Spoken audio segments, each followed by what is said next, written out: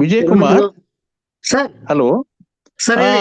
ನಾನು ಬೇರೆಯವ್ರ ನಂಬರ್ ಅಲ್ಲಿ ಇದ್ದೀನಿ, ಉಮೇಶ್ ಅಂತ. ನಾನು ಸರ್ ಓಪನ್ ಆಗ್ತಾ ಇಲ್ಲ. Okay okay okay. Umesh Bevinahalli ಅಂತ. ಸರಿ ಸರ್. ಸರಿ ಆಗ್ಲಿ ಆಗ್ಲಿ. ನಿಮ್ದು ಆಗ್ಲಿ. ನಮ್ದು ಮಾಡಿಸ್ಕೊತಾ ಇದ್ದೀನಿ. ನಮ್ದೇನೋ ಆ್ಯಪ್ ಏನೋ ಇದ್ ಮಾಡ್ಕೋಬೇಕೇನೋ, ಅಪ್ಡೇಟ್ ಮಾಡ್ಬೇಕು ಸರ್. ಅದು ಆ್ಯಪ್ ಅಪ್ಡೇಟ್ ಮಾಡ್ಬೇಕು. ಆಯ್ತು, ಪ್ರಾರಂಭ ಮಾಡಿ ಮಾಡಿ ಮಾಡಿ ಮಾಡ್ರಿ.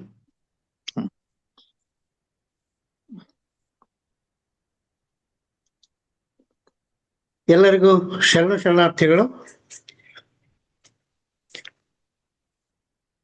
ದಿನಾಂಕ 27/4/2027 ಶ್ರೀ ಶಂಕರ್ ದೇವನೂರ್ ಅವರ ಮಾರ್ಗದರ್ಶನದಲ್ಲಿ ಹಾಗೂ ಶ್ರೀ ಶಂಭು ಹಿರೇಮಠ್ ಪ್ರಥಮ ಇಂಟರ್ನ್ಯಾಷನಲ್ ಸ್ಕೂಲ್ ಬೆಂಗಳೂರು ಇವರ ಸಹಯೋಗದೊಂದಿಗೆ ನಾವು ಈ ಅಂತರ್ಜಾಲ ಉಪನ್ಯಾಸ ಮಾಲಿಕೆಯನ್ನ ಪ್ರಾರಂಭ ಮಾಡಿದ್ದೆವು. ಇಂದಿನ ಕಾರ್ಯಕ್ರಮ 172ನೇ ಕಾರ್ಯಕ್ರಮ. ಈ ಹಿಂದಿನ ಎಲ್ಲ ಕಾರ್ಯಕ್ರಮಗಳಿಗೂ ಆಗಮಿಸಿ ತಮ್ಮ ವಿದ್ವತ್ಪೂರ್ಣ ಉಪನ್ಯಾಸಗಳಿಂದ ವಚನ ಸಾಹಿತ್ಯವನ್ನ ಹಾಗೂ ವಚನ ಸಾಹಿತ್ಯ ಮಂದಾರ ಫೌಂಡೇಶನ್ನ ವೇದಿಕೆಯನ್ನು ಶ್ರೀಮಂತಗೊಳಿಸಿದಂಥ ಎಲ್ಲ ವಿದ್ವಾಂಸರಿಗೂ ಕೂಡ ಈ ಮೂಲಕ ಕೃತಜ್ಞತೆಗಳನ್ನ ಅರ್ಪಿಸ್ತಾ ಇದ್ದೀವಿ. ಹಾಗೆಯೇ ಈ ಎಲ್ಲ ಕಾರ್ಯಕ್ರಮಗಳಿಗೂ ಕೂಡ ಆಗಮಿಸಿ ತಮ್ಮ ಉಪಸ್ಥಿತಿ ಪರದಿಂದ ವಚನ ಸಾಹಿತ್ಯ ಮಂದಾರ ವೇದಿಕೆಯನ್ನ ಶ್ರೀಮಂತಗೊಳಿಸಿದ್ದಕ್ಕಾಗಿ ಎಲ್ಲ ವೀಕ್ಷಕ ಪ್ರಭುಗಳಿಗೂ ಕೂಡ ಅನಂತ ಧನ್ಯವಾದಗಳನ್ನು ಹೇಳ್ತಾ, ಇಂದಿನ ಕಾರ್ಯಕ್ರಮವನ್ನ ಹುಬ್ಬಳ್ಳಿಯ ಶ್ರೀಮತಿ ಅನುಪಮ್ ಪಾಟೀಲ್ ಅವರು ನಿರ್ವಹಣೆ ಮಾಡಲಿದ್ದಾರೆ. ಅವರು ಕಾರ್ಯಕ್ರಮವನ್ನ ಮುಂದುವರಿಸಬೇಕಾಗಿ ವಿನಂತಿ. ಸರಿ. ಓಂ ಶ್ರೀ ಗುರು ಬಸವಲಿಂಗಾಯ ನಮಃ. ಶ್ರೀ ಶಂಭು ಹಿರೇಮಠ್ ಅಧ್ಯಕ್ಷರು, ಪ್ರಥಮ ಇಂಟರ್ನ್ಯಾಷನಲ್ ಸ್ಕೂಲ್ ಬೆಂಗಳೂರು ಇವರ ಸಹಯೋಗದೊಂದಿಗೆ ಡಾಕ್ಟರ್ ವಿಜಯ್ ಕುಮಾರ್ ಕಮ್ಮಾರ್ ಅವರ ನೇತೃತ್ವದ ವಚನ ಸಾಹಿತ್ಯ ಮಂದಾರ ಫೌಂಡೇಶನ್ ವೇದಿಕೆಯಿಂದ ಇಂದು 172ನೇ ಅಂತರ್ಜಾಲ ವಚನ ಸಾಹಿತ್ಯ ಉಪನ್ಯಾಸ ಮಾಲಿಕೆ ನಡೆಯುತ್ತಿದೆ. ಉಪಸ್ಥಿತರಿರುವಂತಹ ಎಲ್ಲ ಶರಣ ಬಂಧುಗಳಿಗೆ ನನ್ನ ಭಕ್ತಿಪೂರ್ವಕ ಶರಣಾರ್ಥಿಗಳು. ಇಂದು ಶರಣೆ ರಾಜಶ್ರೀ ಥಳಂಗಿ ಅವರಿಂದ ವಚನ ಪ್ರಾರ್ಥನೆಯೊಂದಿಗೆ ಕಾರ್ಯಕ್ರಮ ಪ್ರಾರಂಭವಾಗುತ್ತದೆ. ನಂತರ ವೈರಾಗ್ಯ ನಿಧಿ ಅಕ್ಕ ಮಹಾದೇವಿಯವರ ವಚನಗಳಲ್ಲಿ ಪ್ರೀತಿಯ ಸಂಜೀವಿನಿ ಎಂಬ ವಿಷಯದ ಕುರಿತು ಡಾಕ್ಟರ್ ಶಾರದಾ ಮುಳ್ಳೂರ್, ಲೇಖಕಿ ಹಾಗೂ ಶರಣತತ್ವ ಚಿಂತಕರು, ಬನಹಟ್ಟಿ ಅವರು ಉಪನ್ಯಾಸವನ್ನ ನೀಡಲಿದ್ದಾರೆ. ಕೊನೆಯಲ್ಲಿ ಎಂದಿನಂತೆ ಡಾಕ್ಟರ್ ವಿಜಯಕುಮಾರ್ ಕಮ್ಮಾರ್ ಅವರು ಸಂವಾದ ನಿರ್ವಹಣೆ ಮತ್ತು ಶರಣ ಸಮರ್ಪಣೆಯನ್ನ ನಡೆಸಿಕೊಡಲಿದ್ದಾರೆ. ಈಗ ವಚನ ಪ್ರಾರ್ಥನೆ. ನಮ್ಮ ವಚನ ಸಾಹಿತ್ಯ ಮಂದಾರ ವೇದಿಕೆಯ ಹಿರಿಯ ಸದಸ್ಯೆಯಾದ ಶರಣೆ ರಾಜಶ್ರೀ ಥಳಂಗಿ ಅವರು ವಚನ ಪ್ರಾರ್ಥನೆಯನ್ನ ನಡೆಸಿಕೊಡ್ಬೇಕು ಅಂತ ಕೇಳ್ಕೊಳ್ತಿದ್ದೀನಿ. ಶರಣಾರ್ಥಿಗಳ ರೇಖ ಅನ್ಮಿಟ್ ಮಾಡ್ಕೊರಿ. ಶರಣಾರ್ಥಿಗಳು. ಓಂ ಶ್ರೀ ಗುರು ಬಸವಲಿಂಗಾಯ ನಮಃ. ಈ ವಚನ ಮಂದಾರ ವೇದಿಕೆ ಎಲ್ಲ ಶರಣರಿಗೂ ಅನಂತ ಶರಣಾರ್ಥಿಗಳು. ಬಹುಶಃ ಇವತ್ ಸರ್ ನಾನು ಯಾವಾಗ್ಲೂ ನನಗ್ ಮೊದಲು ಸಾರಿ ಕೇಳ್ತೀನಿ, ಹೆಚ್ಚು ನಾನು ಯಾವಾಗ್ಲೂ ಅಟೆಂಡ್ ಆಗಂಗಿಲ್ಲ. ಇವತ್ ಅಕ್ಕ ಮಹಾದೇವಿಯ ಈ ಕಾರ್ಯಕ್ರಮದೊಳಗ ಸರ್ ಮೊದ್ಲೇ ನನಗ್ ಫೋನ್ ಮಾಡಿ ಹೇಳಿದ್ರು ಕಮ್ಮಾರ್ ಸರ್, ಅವರಿಗೂ ಧನ್ಯವಾದಗಳು. ಒಂದ್ ಅಕ್ಕನ ವಚನನೇ ಶುರು ಮಾಡೋಣ. ಅಯ್ಯ ನಿಮ್ಮ ಅನುಭಾವಿಗಳ ಸಂಗದಿಂದ ಎನ್ನ ತನು ಶುದ್ಧವಾಯಿತು ನೋಡ. ಅಯ್ಯ ನಿಮ್ಮ ಅನುಭಾವಿಗಳ ಸಂಗದಿಂದ ಎನ್ನ ಮನ ಶುದ್ಧವಾಯಿತು ನೋಡ. ಅಯ್ಯ ನಿಮ್ಮ ಅನುಭಾವಿಗಳ ಸಂಗದಿಂದ ಎನ್ನ ಪ್ರಾಣ ಶುದ್ಧವಾಯಿತು ನೋಡ. ಅಯ್ಯ ನಿಮ್ಮ ಅನುಭಾವಿಗಳ ಸಂಗದಿಂದ ಎನ್ನ ತನು ಶುದ್ಧವಾಯಿತು ನೋಡ. ಅಯ್ಯ ನಿಮ್ಮ ಅನುಭಾವಿಗಳು ಎನ್ನವರೆದುರೆದು ಆಗು ಮಾಡಿದ ಕಾರಣ. ಅಯ್ಯ ನಿಮ್ಮ ಅನುಭಾವಿಗಳು ಎನ್ನವರೆದುರೆದು ಆಗು ಮಾಡಿದ ಕಾರಣ. ಚೆನ್ನ ಮಲ್ಲಿಕಾರ್ಜುನಯ್ಯ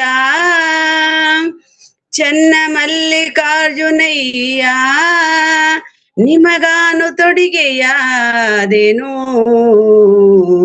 ಅಯ್ಯ ನಿಮ್ಮ ಅನುಭಾವಿಗಳ ಸಂಗದಿಂದ ಎನ್ನ ತನು ಶುದ್ಧವಾಯಿತು ನೋಡ ಅಯ್ಯ ನಿಮ್ಮ ಅನುಭಾವಿಗಳ ಸಂಗದಿಂದ ಎನ್ನ ಮನ ಶುದ್ಧವಾಯಿತು ನೋಡ ಎನ್ನ ತನು ಶುದ್ಧವಾಯಿತು ನೋಡ ಎನ್ನ ಮನ ಶುದ್ಧವಾಯಿತು ನೋಡ ಎನ್ನ ಪ್ರಾಣ ಶುದ್ಧವಾಯಿತು ನೋಡ.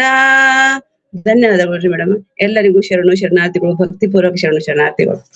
ನಾನು ಒಂದ್ ಅಕ್ಕನ ಮಾಡ್ತೀನ್ರಿ, ಅದಕ್ಕೆ ಸರ್ ನೆನಪಿಟ್ಟು ನನಗೆ ಹೇಳೋರು ಇವತ್ತು ವಚನ. ಇವತ್ತು ಅಕ್ಕನ ವಚನಗಳ ಬಗ್ಗೆನೇ ಐತಿ. ಸಾಕ್ಷಾತ್ ಅಕ್ಕ ಮಹಾದೇವಿ ಪಾತ್ರ ಮಾಡಿ ಮಾಡಿ ಅಕ್ಕ ಮಹಾದೇವಿನ ಬಂದಂಗ ಐತಿ ಇವತ್ತು. ಧನ್ಯವಾದಗಳ್ರಿ ಮೇಡಮ್. ಅದು ಏನ್ ತಳಂಗೆ ಮೇಡಮ್, ಏನ್ ಬಹಳ ದಿನಕ್ಕೆ ಅಪರೂಪ ಭೇಟಿ.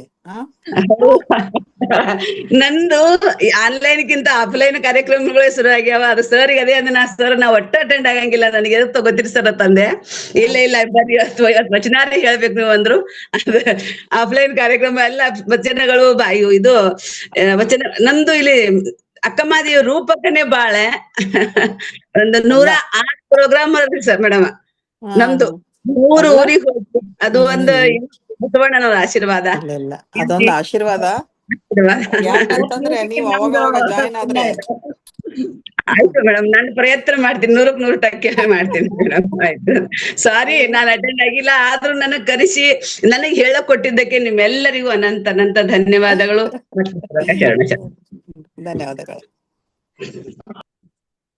ಅತ್ಯಂತ ಸುಮಧುರವಾಗಿ ವಚನ ಪ್ರಾರ್ಥನೆಯನ್ನ ನಡೆಸಿಕೊಟ್ಟಂತಹ ಶರಣೆ ರಾಜಶ್ರೀ ತಳಂಗಿ ಅವರಿಗೆ ನಮ್ಮ ವೇದಿಕೆ ವತಿಯಿಂದ ಧನ್ಯವಾದಗಳನ್ನು ತಿಳಿಸ್ತಾ ಕಾರ್ಯಕ್ರಮದ ಮುಂದಿನ ಭಾಗಕ್ಕೆ ಹೋಗೋಣ. ಈಗ ಸ್ವಾಗತ ಕಾರ್ಯಕ್ರಮ.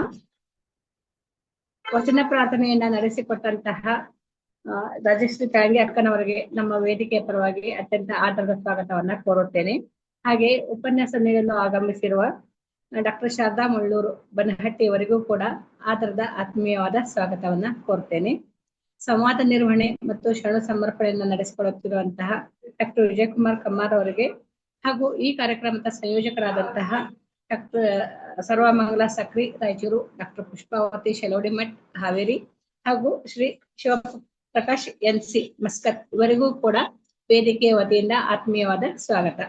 ಹಾಗೆಯೇ ಈ ಕಾರ್ಯಕ್ರಮದ ಪ್ರಾಯೋಜಕರಾದಂತಹ ಶ್ರೀ ಶಂಭು ಹಿರೇಮಠ್ ಬೆಂಗಳೂರು ಅವರಿಗೂ ಮತ್ತು ಇವತ್ತು ವಿಶೇಷವಾಗಿ ಆಗಮಿಸಿದ ನಮ್ಮ ಕಾರ್ಯಕ್ರಮದ ಮಾರ್ಗದರ್ಶಕರಾದ ಶ್ರೀ ಶಂಕರ್ ದೇವನೂರ್ ಅಪ್ಪ ಅವರಿಗೂ ಕೂಡ ಆತ್ಮೀಯವಾದ ಸ್ವಾಗತವನ್ನ ಕೋರುತ್ತೇನೆ. ಹಾಗೆ ಉಪಸ್ಥಿತರಿರುವಂತಹ ಎಲ್ಲ ಶರಣ ಸಂಕುಲಕ್ಕೆ ನಮ್ಮ ವೇದಿಕೆ ವತಿಯಿಂದ ಆತ್ಮೀಯವಾದ ಸ್ವಾಗತ. ಈಗ ಉಪನ್ಯಾಸದ ಸಮಯ.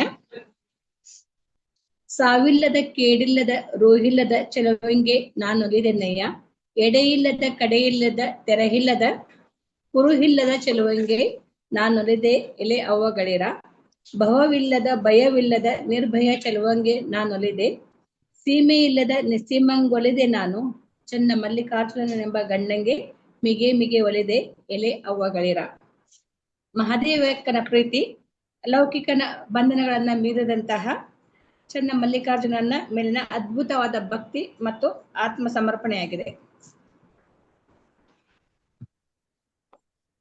ಅಕ್ಕನ ಪ್ರೇಮ ವಿರಹ, ಆತ್ಮಾವಲೋಕನ ಮತ್ತು ವೈರಾಗ್ಯದ ಮಿಶ್ರಣವಾಗಿದ್ದು ದೈಹಿಕ ಆಕರ್ಷಣೆಗಂತ ಆತ್ಮದ ಅಂತರಂಗದ ಮಿಲನವನ್ನ ಬಯಸುತ್ತೆ. ಲೌಕಿಕ ಗಂಡನನ್ನ ನಿರಾಕರಿಸಿ ಚನ್ನ ಮಲ್ಲಿಕಾರ್ಜುನನನ್ನ ಪತಿಯೆಂದು ಭಾವಿಸುವ ಉತ್ಕಟ ಭಕ್ತಿಯಾಗಿದೆ. ಇಂದು ಇದೇ ವಿಷಯವಾಗಿ ಅಂದರೆ ಅಕ್ಕನ ವಚನಗಳಲ್ಲಿ ಪ್ರೀತಿಯ ಸಂಜೀವಿನಿ ವಿಷಯದ ಕುರಿತು ಡಾಕ್ಟರ್ ಶಾರದಾ ಮುಳ್ಳೂರ್ ಅವರು ಉಪನ್ಯಾಸವನ್ನ ನೀಡುತ್ತಿದ್ದಾರೆ. ಉಪನ್ಯಾಸಕ್ಕೂ ಮೊದಲು ಅವರ ಪರಿಚಯವನ್ನ ಸಂಕ್ಷಿಪ್ತವಾಗಿ ನೋಡೋಣ. ಕವಿಯತ್ರಿ, ಲೇಖಕಿ, ಚಿಂತಕಿ, ನಿರೂಪಕಿ, ಪ್ರಕಾಶಕಿ, ಶಿಕ್ಷಕಿ, ಉಪನ್ಯಾಸಕಿ, ಕ್ರೀಡಾಪಟು ಮುಂತಾದ ವಿವಿಧ ಕ್ಷೇತ್ರಗಳಲ್ಲಿ ಗುರುತಿಸಿಕೊಂಡ ಡಾಕ್ಟರ್ ಶಾರದಾ ಮುಳ್ಳೂರ್ ಅವರು ಮೂಲತಃ ವಿಜಯಪುರ ಜಿಲ್ಲೆಯ ಬಸವನ ಬಾಗೇವಾಡಿಯವರು. ವಿಶೇಷ ಏನಂತಂದ್ರೆ ಸಾಧನೆಗೆ ಯಾವುದೇ ವಯಸ್ಸಿನ ಹಂಗಿಲ್ಲ ಅನ್ನುವಂತೆ ತಮ್ಮ 55ನೇ ವಯಸ್ಸಿನಲ್ಲಿ ರಾಜ್ಯ ಮಟ್ಟದ ಕ್ರೀಡಾಕೂಟದಲ್ಲಿ ಭಾಗವಹಿಸಿ ಗೋಲ್ಡ್ ಮೆಡಲ್ ಅನ್ನ ಪಡೆದುಕೊಂಡವರು. ಸಿನಿಮಾ, ನಾಟಕಗಳಲ್ಲಿ ಮುಖ್ಯ ಪಾತ್ರವನ್ನ ವಹಿಸಿ ನಿರ್ದೇಶನವನ್ನ ಮಾಡಿದ್ದಾರೆ. ಆಡು ಮುಟ್ಟದ ಸೊಪ್ಪಿಲ್ಲ ಎನ್ನುವಂತೆ ಸಿನಿಮಾ, ನಾಟಕ, ಮಕ್ಕಳ ಸಾಹಿತ್ಯದ ಸಂಘಟನೆ, ಪ್ರಕಾಶನ, ಆಕಾಶವಾಣಿಯಲ್ಲಿ ರೇಡಿಯೋ ಪಾಠಗಳು, ಚಿಂತನ, ಪುಸ್ತಕ ಪರಿಚಯ ಹಾಗೂ ದೂರದರ್ಶನದಲ್ಲಿ ನಾಟಕಗಳು, ಬೆಳಗು ಪರಿಚಯ, ಹಾಗೆಯೇ ಶಾಲಾ ಕಾಲೇಜುಗಳ ವಾರ್ಷಿಕ ಸಮ್ಮೇಳನಗಳಲ್ಲಿ, ವಿವಿಧ ಸಂಘ ಸಂಸ್ಥೆಗಳಲ್ಲಿ ಸುಮಾರು 1000ಕ್ಕೂ ಹೆಚ್ಚು ಉಪನ್ಯಾಸವನ್ನ ನೀಡಿದ್ದಾರೆ. ರಾಜ್ಯ ಸಂಪನ್ಮೂಲ ವ್ಯಕ್ತಿಯಾಗಿ ಕಾವ್ಯ ಕಥಾ ಕಮ್ಮಟಗಳಲ್ಲಿ ಮತ್ತು ಜಿಲ್ಲಾ ಮಟ್ಟದ ಮತ್ತು ರಾಜ್ಯ ಮಟ್ಟದ ಕವಿಗೋಷ್ಠಿಗಳ ಅಧ್ಯಕ್ಷತೆ, ಹೀಗೆ ಹಲವಾರು ಕ್ಷೇತ್ರಗಳಲ್ಲಿ ತಮ್ಮನ್ನು ತಾವು ತೊಡಗಿಸಿಕೊಂಡಿದ್ದಾರೆ.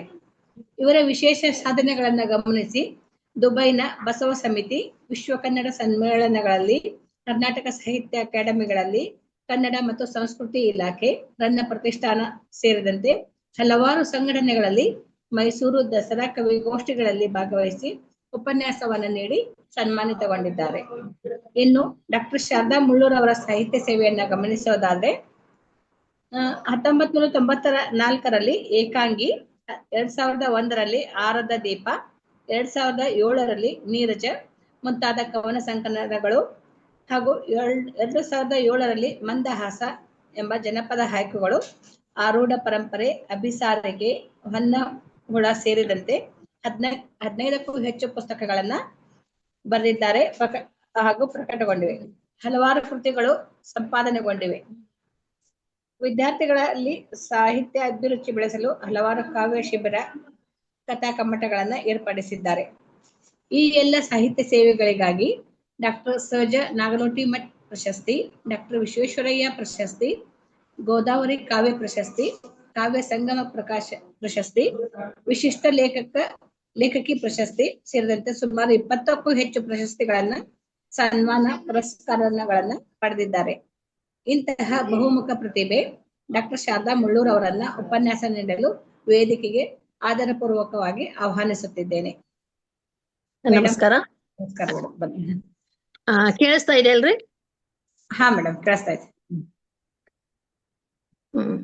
ಎರೆಯಂತೆ ಕರಗಿ ಮಳಲಂತೆ ಜರಿದು ಕನಸಿನಲ್ಲಿ ಕಳವಳಿಸಿ ಆಣು ಬೆರಗಾದೆ ಅನ್ನುವಂತ ಅಕ್ಕನ ವಚನವನ್ನ ಈ ವೇದಿಕೆಗೆ ಪೂರಕವಾಗಿ ನಾನು ಬಳಸ್ಕೊಳ್ತಾ, ವಚನ ಮಂದಾರ ಫೌಂಡೇಶನ್ ಇದು ಈಗಾಗಲೇ 171 ಉಪನ್ಯಾಸ ಮಾಲಿಕೆಗಳನ್ನ ವಚನ ಸಾಹಿತ್ಯಕ್ಕೆ ನೀಡಿದೆ.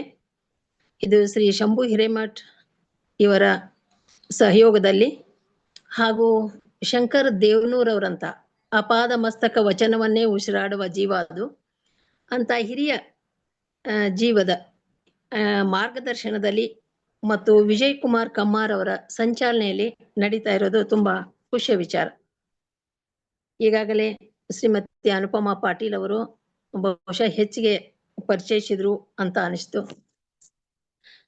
ಆಮೇಲೆ ಅಕ್ಕನ ಬಗ್ಗೆಯೇ ಚಲನಚಿತ್ರವನ್ನ ಮಾಡಿದಂಥವ್ರು ವಚನ ಪ್ರಾರ್ಥನೆಯನ್ನು ಕೂಡ ಹೇಳಿದರು.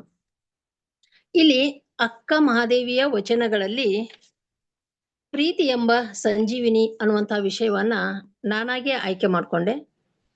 ಯಾಕಂದ್ರೆ ಎಲ್ಲ ಶರಣರ ವಚನಗಳನ್ನ ನೋಡುವಾಗ ಅವರ ಕಾಯಕ, ದಾಸೋಹ ಮತ್ತು ಅವರ ಪದ ಬಳಕೆ, ಅವರ ವೈರಾಗ್ಯ, ಅವರ ಭಕ್ತಿ ಅವೆಲ್ಲವೂ ಗಮನ ಸೆಳೆದ್ರೂ ಕೂಡ ಬಾಲ್ಯದಿಂದಲೂ ಕೂಡ ಅಕ್ಕ ಮಹಾದೇವಿಯ ವಿಶಿಷ್ಟವಾದಂತಹ ವ್ಯಕ್ತಿತ್ವ, ಅವಳ ವಚನಗಳಲ್ಲಿ ಬರ್ತಕ್ಕಂತಹ ವೈರಾಗ್ಯ, ಒಂದೆಡೆ ಅದಮ್ಯವಾದಂತಹ ದೇವನೆಡೆಗಿನ ಪ್ರೀತಿ, ಇವು ಎರಡು ಕೂಡ ಒಂದೊಂದು ಸಲ ಆಸಕ್ತಿಯಿಂದ ನಾನು ಅವಲೋಕಿಸಿದಂತೆ, ಕೆಲವೊಂದು ಸಲ ಕುತೂಹಲದಿಂದ ಆ ವಚನಗಳನ್ನ ಪದೇ ಪದೇ ನೋಡ್ತಾ ಇರ್ತಿದ್ದೆ.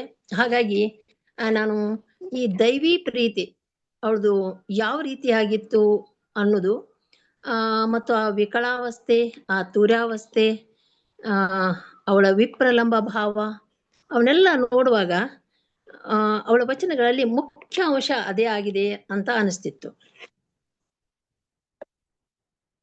ಕೆಲವೊಮ್ಮೆ ಪ್ರೀತಿ ಅಂದ್ರೆ ಮಾತನಾಡುವುದಲ್ಲ, ಕಾಯುವುದು. ಇದು ಅಕ್ಕನ ವಚನಗಳ ಉದ್ದಕ್ಕೂ ಅವಳ ಕಾಯುವಿಕೆ ಅಲ್ಲಿ ಕಂಡು ಬರುತ್ತದೆ. ನದಿಯೊಳಗೆ ನದಿ ಬೆರೆಸಿದಂತಾಗದನ್ನಕ್ಕ, ಇದು ಒಂದರಲ್ಲಿ ಒಂದು ಸೇರುವ ಪರಿಯನ್ನ ಹೇಳುವಂತಹದ್ದು. ಒಂದ್ ಕಡೆ ಅವಳು ಈ ಲೌಕಿಕದ ವೈರಾಗ್ಯವನ್ನ ಎಷ್ಟು ತೀಕ್ಷ್ಣವಾಗಿ ಹೇಳ್ತಾಳೋ ಹಂಗೆ ಆ ಹರನೇ ನೀ ನನಗೆ ಗಂಡನಾಗಬೇಕೆಂದು ಅನಂತ ಕಾಲ ತಪಸ್ಸಿದ್ದೆ ನೋಡ ಎನ್ನುವಲ್ಲಿ ಯುಗ ಯುಗಗಳಿಂದ ಅವಳು ಒಂದು ಜೀವಕ್ಕಾಗಿ ಕಾಯ್ತಾ ಇರತಕ್ಕಂಥ ಪರಿಯನ್ನ ಹರನೇ ನೀ ನನಗೆ ಗಂಡನಾಗಬೇಕೆಂದು ಅನಂತ ಕಾಲ ತಪಸ್ಸಿದ್ದೆ ನೋಡ ಅನ್ನುವ ಸಾಲುಗಳಲ್ಲಿ ನಾವು ಕಾಣಬಹುದಾಗಿದೆ.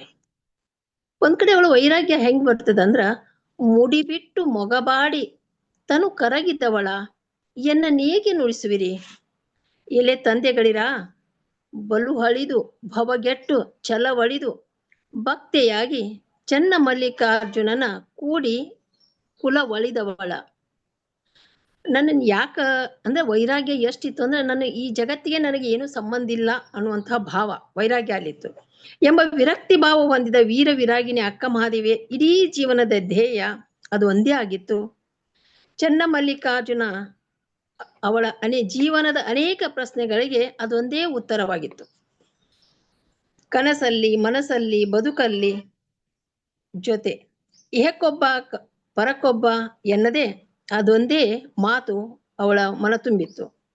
ಮನ ತುಂಬುವ ತನಕ ನೆನೆದು, ಕಿವಿ ತುಂಬುವ ತನಕ ಕೇಳಿ, ಕಂಗಳು ತುಂಬುವ ತನಕ ನೋಟದಲ್ಲಿ ದೃಷ್ಟಿ ಯೋಗದೊಳಗೆ ಅಂತಾಗುವುದು ಅದೇ ಚೆನ್ನ ಮಲ್ಲಿಕಾರ್ಜುನನಿಗೆ. ಅನೇಕ ಯುಗ ಯುಗಗಳಿಂದ ಕಾಯ್ದು ಹರನೇ ನೀ ನನಗೆ ಗಂಡನಾಗಬೇಕೆಂದು ಅನಂತ ಕಾಲ ತಪಸ್ಸಿದ್ದೆ ನೋಡ ಎಂದು ಹೇಳಿ ಆನು ಮದುಮಗಳಾಗಿ ನೀನು ಮದುವಳಿಗನಾದೆ ಎಂದದ್ದು ಚೆನ್ನ ಮಲ್ಲಿಕಾರ್ಜುನನಿಗೆ. ಸತ್ಯಂ ಶಿವಂ ಸುಂದರಂ ಎಂದಂತೆ ಸತ್ಯದಲ್ಲಿಯೂ ಚೆನ್ನ ಮಲ್ಲಿಕಾರ್ಜುನನೇ ಇದ್ದಾನೆ, ಸುಲಿಪಲ್ಲ ಚಲುವಿನ ಸೌಂದರ್ಯದಲ್ಲಿಯೂ ಅವನೇ ಇದ್ದಾನೆ. ಇನ್ನು ಸತ್ಯಂ ಶಿವಂ ನಂತರ ಬರುವುದೇ ಸುಂದರ. ಈ ಸೌಂದರ್ಯ ಎನ್ನುವ ಪ್ರಕೃತಿಯ ಹೂವು ಹಣ್ಣು ತರು ಲತೆ ವನವೆಲ್ಲ, ವನದೊಳಗಾಡುವ ಖಗ ಮೃಗವೆಲ್ಲ ನೀವೇ ಎನ್ನುವ ಸೌಂದರ್ಯ. ಇದು ಅಕ್ಕ ಮಹಾದೇವಿಯ ಪ್ರತಿ ವಚನಗಳಲ್ಲೂ ತೊಟ್ಟಿಕ್ಕುವ ಪ್ರೀತಿ ಭಕ್ತಿ ರೂಪದ ದೈವಿ ಪ್ರೀತಿಯ ರಸ ತುಂಬಿದ ಹಣ್ಣಾಗಿದೆ. ನೀನು ಹತ್ತಿರ ಆಗುತ್ತಾ ಸಾಗಿದಂತೆ ಬಾಜಾ ಭಜಂತ್ರಿಗಳು ಗಂಟೆ ಜಾಗಟೆಗಳು ಒಂದೊಂದಾಗಿ ದೂರ ಸರಿಯುತ್ತಾ ಸಾಗುತ್ತವೆ. ಇಷ್ಟು ದಿನ ಸಂತೆಯೊಳಗೊಂದು ಮನೆ ಮಾಡಿದಂತೆ ಡಂಗುರ ಸಾರುತ್ತಿದ್ದ ಗಂಟೆಯ ನಾಲಿಗೆಯೆಂದು ಮುರಿದು ಬಿದ್ದಿದೆ. ಗಂಟೆಯ ನಾಲಿಗೆಯೇ ಮುರಿದು ಬಿದ್ದಿದೆ. ಓಂಕಾರ ಮಾತ್ರ ಉಳಿದುಕೊಂಡಿದೆ. ನಿನ್ನೊಂದಿಗೆ ಇಡಿಯಾಗಿ ಆತ್ಮವೇ ಮಾತಿಗಿಳಿದಂತಿದೆ ಆ ಓಂಕಾರ. ಚೆನ್ನ ಮಲ್ಲಿಕಾರ್ಜುನ ಬೆಳದಿಂಗಳ ಚೆಲುವಿಗೆ ಸೆರಗೊಡ್ಡಿ ಅವಸರದಿಂದ ಆ ಬೆಳಕನ್ನು ಸೆರಗಿನಲ್ಲಿ ಕಟ್ಟಿಕೊಳ್ಳಲು ಹರಸಾಹಸ ಪಡುವಂತಿದೆ. ಹೊಸ ಲೋಕದ ಅರಿವಿಗೆ ಬೆಳಕಿಗೆ ಶರಣಾಗುತ್ತಾಳೆ. ಹೊಸ ಚಿಗುರಿನಲ್ಲಿ ಹಾಡುಗಳು ಚಿಮ್ಮುವಾಗ ಅದು ಯಾರಿಗೂ ಕೇಳಿಸುವುದಿಲ್ಲ. ಹಾಡಿಗೆ ಆ ಪ್ರಕೃತಿಯ ಸೊಬಗಿನ ಲಯಕ್ಕೆ ನಿನ್ನನ್ನೇ ಕಂಡಂತೆ ಮಾರು ಹೋಗಿ ಎನ್ನುತ್ತಿರುತ್ತೇನೆ. ನಿನ್ನು ಬೆಳಕಾಗಿಯೇ ಮತ್ತೆ ಮತ್ತೆ ಎದುರಾದರೆ ಅದೇ ಕನವರಿಕೆಯಲ್ಲಿ ಕನವರಿಸುತ್ತಾ ನಾನಿರುತ್ತೇನೆ. ಮನಕ್ಕೆ ಶಾಂತಿ ದೊರಕಿಸುವ ಮಾರ್ಗವೆಂದರೆ ನಿನ್ನ ನೆನೆಯುವುದು. ನಿನ್ನನ್ನು ಅದೆಷ್ಟು ಬಾರಿ ಕೂಗಿ ಕರೆದಿದ್ದೇನೆ, ಲೆಕ್ಕವಿಲ್ಲ. ಅರಿವಿರದೆಯೂ ನಿನ್ನ ನೆನೆಯುವುದೇ ಜಪ ತಪ. ನಿಧಾನವಾಗಿ ಗುರುಕೃಪೆಯಿಂದ ಮೂಡಿದ ಹಂಬಲ ಇಂದು ಬೃಹದಾಕಾರವಾಗಿ ನನ್ನನ್ನೇ ನುಂಗಿದೆ. ನಾನು ಈಗ ನಿನ್ನ ನೆನೆವ ಹಂಬಲವಾಗಿ ಮಾತ್ರ ಉಳಿದಿದ್ದೇನೆ. ನಾನು ಮಹಾದೇವಿ ಅಲ್ಲ, ಜಗಕ್ಕೆ ಹೆಣ್ಣು ರೂಪಾದರೇನು. ನಾನೀಗ ನಿನ್ನ ನೆನೆವ ನೀನೇ ರಚಿಸಿದ ಗೊಂಬೆ ಮಾತ್ರ. ಮುಂಬಾಗಿಲು ಹಾಕಿ ಒಳ ಬಂದರೆ ಹಿಂಬಾಗಿಲಿಗೆ ನಿಂತು ಒಬ್ಬ ನಗುತ್ತಾನೆ. ಇಲ್ಲಿ ಅಕ್ಕ ಮಹಾದೇವಿಯನ್ನ ಛೇಡಿಸುವ ಮನದ ಕಾಮನೆಗಳ ಬಗ್ಗೆ ಒಂದನ್ನ ಶಾಂತಗೊಳಿಸಿದರೆ ಇನ್ನೊಂದು ಎದ್ದು ನಿಲ್ಲುವ ಬಗೆಯನ್ನ. ಅಂದ್ರೆ ಒಂದ್ ಕಡೆ ಹೇಳ್ತಾಳಾಕಿ, ಹಸಿವೇ ನೀನು ನಿಲ್ಲು ನಿಲ್ಲು, ತೃಷೆಯೇ ನೀನು ನಿಲ್ಲು ನಿಲ್ಲು, ಕಾಮವೇ ನೀನು ನಿಲ್ಲು ನಿಲ್ಲು, ಕ್ರೋಧವೇ ನೀನು ನಿಲ್ಲು ನಿಲ್ಲು, ಮದವೇ ನೀನು ನಿಲ್ಲು ನಿಲ್ಲು, ಮತ್ಸರವೇ ನೀನು ನಿಲ್ಲು ನಿಲ್ಲು. ಚೆನ್ನ ಮಲ್ಲಿಕಾರ್ಜುನ ದೇವಂಗೆ ಪ್ರೇಮದೋಲೆ ಒಯ್ಯುತ್ತಿರುವೆ. ಅಲ್ಲೂ ಕೂಡ ಅವು ಎಲ್ಲವನ್ನೂ ಹೇಳ್ಬೇಕಾದ್ರೂ ಕೂಡ ಅವಳು ಹೇಳುದು, ಇದು ನೀ ಕಾಡ್ಬೇಡ. ಇಲ್ಲಿ ಹಸಿವೆ ಅನ್ನುವುದು ಅನೇಕ ಹಸಿವೆಗಳು ಮನುಷ್ಯನನ್ನ ಕಾಡ್ತಾವ. ಆ ಎಲ್ಲಾ ಹಸಿವೆಗಳು ಕೇವಲ ದೇಹದ ಹಸಿವೆ ಅಲ್ಲ, ಕೇವಲ ಹೊಟ್ಟೆಯ ಹಸಿವೆ ಅಲ್ಲ, ಅಧಿಕಾರದ ಹಸಿವೆ ಇರ್ಬೋದು. ಈ ರೀತಿ ಅನೇಕ ಹಸಿವೆಗಳು, ಅವು ಎಲ್ಲ ಹಸಿವೆಗಳನ್ನ ನಿಲ್ಲು ಯಾಕಂದ್ರ ಅನ್ನೋದನ್ನ ಕೊನೆಗೆ ಹೇಳ್ತಾಳ. ಇಲ್ಲಿ ಅವಳು ಹೇಳ್ತಕ್ಕಂತ ಪ್ರತಿ ವಚನಗಳಲ್ಲಿ ನಾವು ಅವಳು ಕೊಡ್ತಕ್ಕಂತ ನಿದರ್ಶನಗಳನ್ನ ರೂಪಕಗಳನ್ನ ನೋಡಿದಾಗ ಆಶ್ಚರ್ಯ ಆಗ್ತದೆ. ಅಂದ್ರ ಮೇಲಿನ ಸಾಲುಗಳನ್ನ ಹೇಳ್ತಾ ಹೇಳ್ತಾ ಕೊನೆಯ ಸಾಲಿನಲ್ಲಿ ಅದನ್ನು ಗಟ್ಟಿಗೊಳಿಸ್ತಾಳ. ಏನ್ ಹೇಳ್ಬೇಕಾಗಿದೆ ಅದು ಕೊನೆಯ ಸಾಲಿನಲ್ಲಿ ಇರ್ತದ. ಹಸಿವೆ ನೀನು ನಿನ್ನೇನು, ಕಾಮವೇ ನೀನನ್ನು ಕಾಡ್ಬೇಡ, ಯಾಕಂದ್ರೆ ನಾನು ಮನುಷ್ಯಳ ಅದೀನಿ ಅನ್ನುವಂಗ ಕೇಳ್ತಾಳ. ಕಾಮನ ಕಾಲ ಹಿಡಿವೆ, ಬೆಳದಂಗಳಿಗೆ ಚಂದ್ರಮ್ಮನ ಶರಗೊಡ್ಡಿ ಬೇಡುವೆ, ಅಂದ್ರೆ ಈ ಕಾಮನೆಗಳೇ ನನ್ನನ್ನು ಕಾಡ್ಬೇಡ್ರಿ ಅಂತ ಹೇಳ್ತಾಳ. ಅದಕ್ಕೆ ಇಲ್ಲಿ ಏನ್ ಹೇಳ್ತಾಳ ಅಂದ್ರ, ಮುಂಬಾಗಿಲು ಹಾಕಿ ಒಳ ಬಂದರೆ ಹಿಂಬಾಗಿಲಿಗೆ ನಿಂತು ಒಬ್ಬ ನಗುತ್ತಾನೆ, ಮನೆಯ ಅಂಗಳದಲ್ಲಿ ಇನ್ನೊಬ್ಬ ಕುಣಿಯುತ್ತಾನೆ. ಕಪ್ಪು ವಿಕಾರದ ಆಕೃತಿಗಳನ್ನು ಓಡಿಸಲು ನಿನ್ನ ಅರಿವಿನ ಬೆಳಕು ಬೇಕಾಗಿದೆ. ಅದೊಂದೇ ಸಾಕು, ಒಂದು ಬೆಳಕು ಬಂದ್ರೆ ಸಾಕು, ಇವೆಲ್ಲ ಕಾಡುವ ಅನೇಕ ವಿಕೃತ ಆಕಾರಗಳೆಲ್ಲ ನನ್ನಿಂದ ದೂರ ಹೋಗ್ತಾವ. 100,000 ಕರಿ ಆಕೃತಿಗಳನ್ನು ಹೊಡೆದೋಡಿಸಲು ನಿನ್ನ ಒಂದು ಬೆಳಕು ಸಾಕು. ಆ 6 ಜನ, ಈ 3 ಜನ ಕಾಡುವ ಪರಿಗೆ ನಾನು ಹೆದರುವವಳಲ್ಲ. ನನ್ನ ತಳಮಳದ ಸೂಡು, ತಾಕಲಾಟ, ಮನದ ಹೋರಾಟ ನಿನ್ನ ಅಂಗಳಕ್ಕೆ ಗುಂಪು ಗುಂಪಾಗಿ ಬಂದು ಬೀಳುತ್ತಿರಬಹುದು. ನಿನ್ನ ನೆನೆಯುತ್ತಾ ಪೂಜೆಗೈಯುವಾಗ ಉಲ್ಲಸಿತ ಪರಿಮಳ ನನ್ನನ್ನು ಆವರಿಸುತ್ತದೆ. ಗಿಡದ ನೀಳ ಬಾಹುಗಳು ತಂಗಾಳಿ ತೀಡುವಾಗಲೂ ನೀನು ಅಲ್ಲಿರುತ್ತಿ. ಚನ್ನಮಲ್ಲಿಕಾರ್ಜುನ, ಕೆರೆಯ ನೀರಿನಲ್ಲಿ ಸಂಜೆಯ ಮಬ್ಬುಗತ್ತಲೆಯಲ್ಲಿ ಕಾಣುವ ಬಿಂಬವೂ ನಿನ್ನದೇ. ದೇವ, ನನ್ನ ಮನದ ದೀರ್ಘ ಯಾತ್ರೆಗಳಿಗೆಲ್ಲ ಚನ್ನಮಲ್ಲಿಕಾರ್ಜುನ ನೀನು ಸಾಕ್ಷಿ ಇರುತ್ತೆ. ನನ್ನನ್ನು ನಿನಗೆ ಒಪ್ಪಿಸಿರುವುದರಿಂದ ನಾನು ನಿಶ್ಚಿಂತಳಾಗಿದ್ದೇನೆ. ನನ್ನನ್ನು ಕಾಯ್ದುಕೊಳ್ಳುವ ಮತ್ತು ನನ್ನನ್ನು ನಿನ್ನಲ್ಲಿ ಒಂದಾಗಿಸುವ 2 ಜವಾಬ್ದಾರಿಗಳು ನಿನ್ನವೇ. ನನ್ನನ್ನು ನಿನಗೆ ಒಪ್ಪಿಸಿರುವುದರಿಂದ ನಾನು ನಿಶ್ಚಿಂತಳಾಗಿದ್ದೇನೆ. ನನ್ನನ್ನು ಕಾಯ್ದುಕೊಳ್ಳುವ ಮತ್ತು ನನ್ನನ್ನು ನಿನ್ನಲ್ಲಿ ಒಂದಾಗಿಸುವ 2 ಜವಾಬ್ದಾರಿಗಳು ನಿನ್ನವೇ ಚನ್ನಮಲ್ಲಿಕಾರ್ಜುನ. ಅಂದ್ರೆ ಅವಳ ವಚನಗಳಲ್ಲಿ ಬರ್ತಕ್ಕಂಥ ತಾತ್ಪರ್ಯ ಏನೈತೆ ಅಂದ್ರ, ಇಲ್ಲಿ ಕಾಯುವವನು ನೀನೇ, ಇದನ್ನ ಕಾಯಿಸ್ಕೊಳ್ಬೇಕಾದವನು ನೀನೇ. ಇಲ್ಲಿ ಅಂದ್ರೆ ಸ್ವಗತವೂ ಇದೆ, ಆತ್ಮ ವಿಮರ್ಶೆಯೂ ಇದೆ.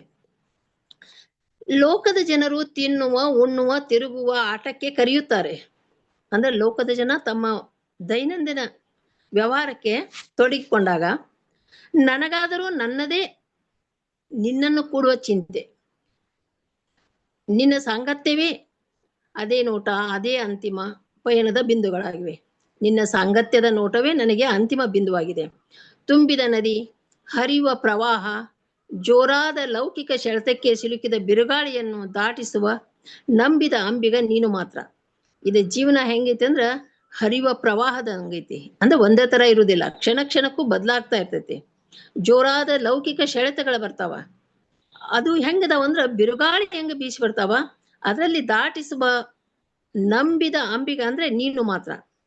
ಚನ್ನಮಲ್ಲಿಕಾರ್ಜುನನ ನೆನಪೆಂಬ ನೀನು ಹುಟ್ಟು ಹಾಕುತ್ತಾ, ನೆನಪೆಂಬದ ಹುಟ್ಟು ಹಾಕುತ್ತಾ ಭವಸಾಗರವನ್ನು ದಾಟಿ ದಡ ಸೇರಬೇಕಿದೆ. ನಿನ್ನೊಂದಿಗೆ ನಿನ್ನನ್ನೇ ನೆನೆಯುತ್ತಾ, ನಿನ್ನ ಧ್ಯಾನಿಸುತ್ತಾ ಮೈ ಮರೆಯುವ ಸುಖ ಅದ್ಭುತ ಅನುಭವವಾಗಿದೆ. ಗಾಳಿ ಕೂಡ ನಿನ್ನ ಸುಳಿವು ಹೊತ್ತು ತರುತ್ತದೆ. ಉಸಿರ ಪರಿಮಳದ ಪ್ರಾಣವೇ ನೀವಾದ ಬಳಿಕ ಇನ್ನಾವುದರ ಹಂಗಿದೆ.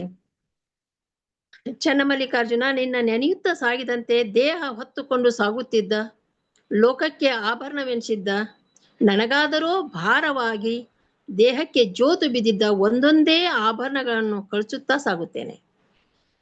ಅಂದ್ರೆ ಒಂದೊಂದೇ ಬೇಡವಾದ ಗುಣಗಳನ್ನ ಕಳಿಸುವುದನ್ನ ಮೊದಲ ಒಂದೊಂದೇ ಇದ್ದು ಅವುಗಳು ದೂರದಿಂದ ಬಹಳ ಚಂದ ಅನಿಸ್ತಿದ್ವು. ಆದ್ರೆ ಅವುಗಳನ್ನ ಒಂದೊಂದೇ ನಾನು ಬಿಟ್ಕೋತ ಹೋದಾಗ ಕಾಲು, ಕೈ, ದೇಹ, ಮನಸ್ಸು, ಶಿರ, ಎದೆಯೊಳಗೆ ತುಂಬಿಕೊಂಡದ್ದನ್ನೆಲ್ಲ ಹೊರಚೆಲ್ಲಿ ನಿಷ್ಕಳಂಕ, ನಿರ್ವಿಕಾರ, ನಿಷ್ಕಲ್ಮಶವಾಗುತ್ತಾ ಸಾಗುವಲ್ಲಿ ಅದೆಷ್ಟು ಹಗುರವಾಗುತ್ತಾ ನಿನಗೆ ಚನ್ನಮಲ್ಲಿಕಾರ್ಜುನೇ ಹತ್ತಿರವಾಗುತ್ತಿದ್ದೇನೆ. ಜನರಿಗೆ ಆಭರಣವೆನಿಸಿದ್ದನ್ನ, ಲೋಹದ ತುಂಡುಗಳನ್ನ, ಇಲ್ಲಿ ಕೇವಲ ಆಭರಣಗಳಲ್ಲ, ಅನೇಕ ಗುಣಗಳನ್ನ ನಾನು ಸುಡುತ್ತಾ ಸಾಗುವಾಗ ನಾನು ಹಗುರವಾಗುತ್ತಾ ಸಾಗುತ್ತಿದ್ದೇನೆ.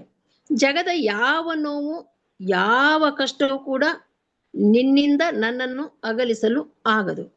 ಯಾಕಂದ್ರೆ ಅವಳ ಪ್ರತಿ ಹೆಜ್ಜೆಗೂ ಲೌಕಿಕ ಕಷ್ಟಗಳು ಬಂದು ಆ ಕಷ್ಟಗಳನ್ನ ಅವಳು ದಾಟುತ್ತಾ ಹೋಗುವ ಬಗೆ, ಕಷ್ಟಗಳನ್ನೆಲ್ಲ ನಿರಾಯಾಸವಾಗಿ ನೀರು ಕುಡಿದಂತೆ ಆತಂಕಗಳನ್ನು ಇಲ್ಲವಾಗಿಸಿ ಆತ್ಮವಿಶ್ವಾಸದ ಆಧಾರ ಹಿಡಿದು ನಡೆದಿದ್ದೇನೆ.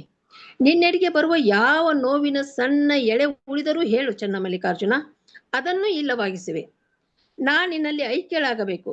ಆತ್ಮ ಸಂಘಾತಕ್ಕೆ ನೀನೆನಗುಂಟು ಎಂದವಳು ನಾನು. ನನ್ನ ಗೆದ್ದು ನಂತರ ನಿನ್ನ ಗೆಲ್ಲಬೇಕಿದೆ. ಅಂದ್ರೆ ತನ್ನ ಒಳಗಿನ ಗುಣಗಳನ್ನ ಗೆದ್ದು ಆಮೇಲೆ ನಿನ್ನನ್ನ ಗೆಲ್ಲಬೇಕಿದೆ. ನಿನ್ನ ಸೇರುವ ವೇಗ ಎಂಥದ್ದು ಬಲ್ಲೆಯಾ? ಅಧಿಕಾರ, ಯೌವನ, ಸಂಬಂಧಗಳು ಏನೆಲ್ಲವನ್ನು ಧೂಳಿಪಟವಾಗಿಸಿ ಹೋಗಿ ಅದೆಷ್ಟೋ ದಿನವಾಯಿತು. ಚೆನ್ನ ಮಲ್ಲಿಕಾರ್ಜುನ, ನನಗಿಂತಲೂ ಹೆಚ್ಚು ನಿನ್ನ ಮೇಲೆಯೇ ವಿಶ್ವಾಸವಿದೆ.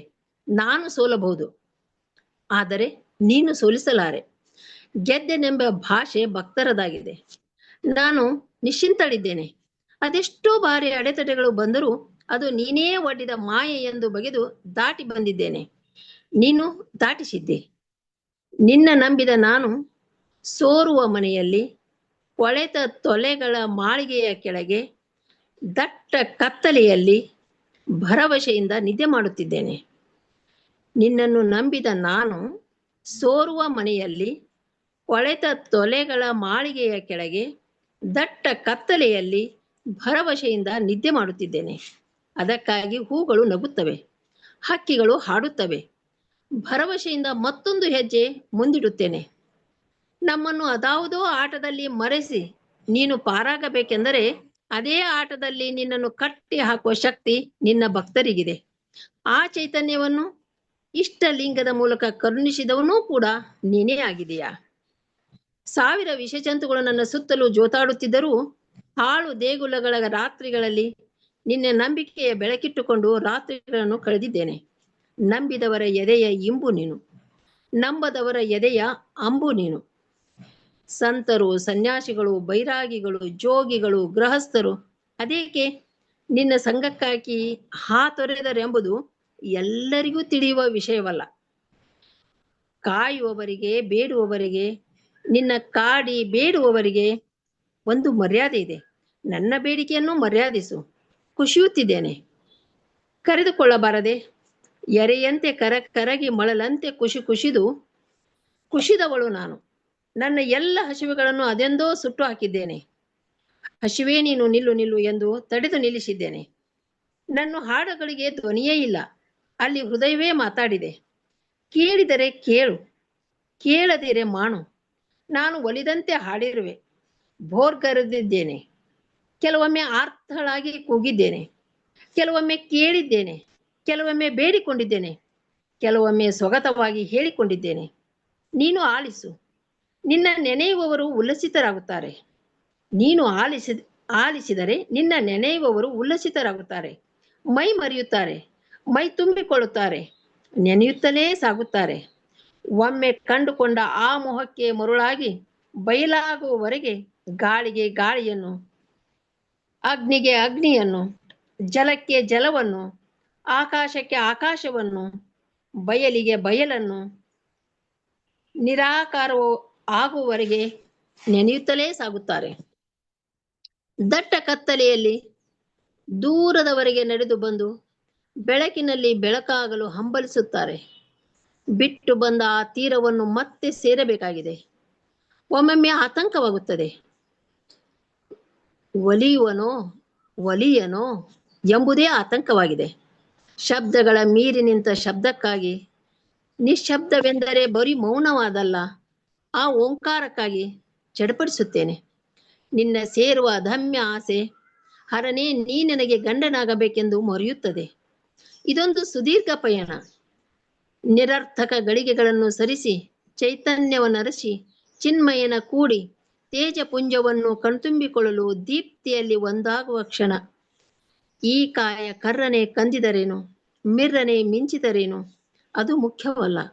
ಅಂತರಂಗದ ಅರಿವು ಬೇಕಾಗಿದೆ. ಅರಿವೇ ಗುರುವಾಗಿ ಕೈ ಹಿಡಿದು ನಡೆಸಬೇಕಾಗಿದೆ. ಅಕ್ಕಿ, ಅಡಕಿ, ತೆಂಗಿನಕಾಯಿ, ಆಶಾದಾಯಕ ಧನಾತ್ಮಕ ನಿರೀಕ್ಷೆಯನ್ನೇ ತುಂಬಿಕೊಂಡಿದ್ದೇನೆ.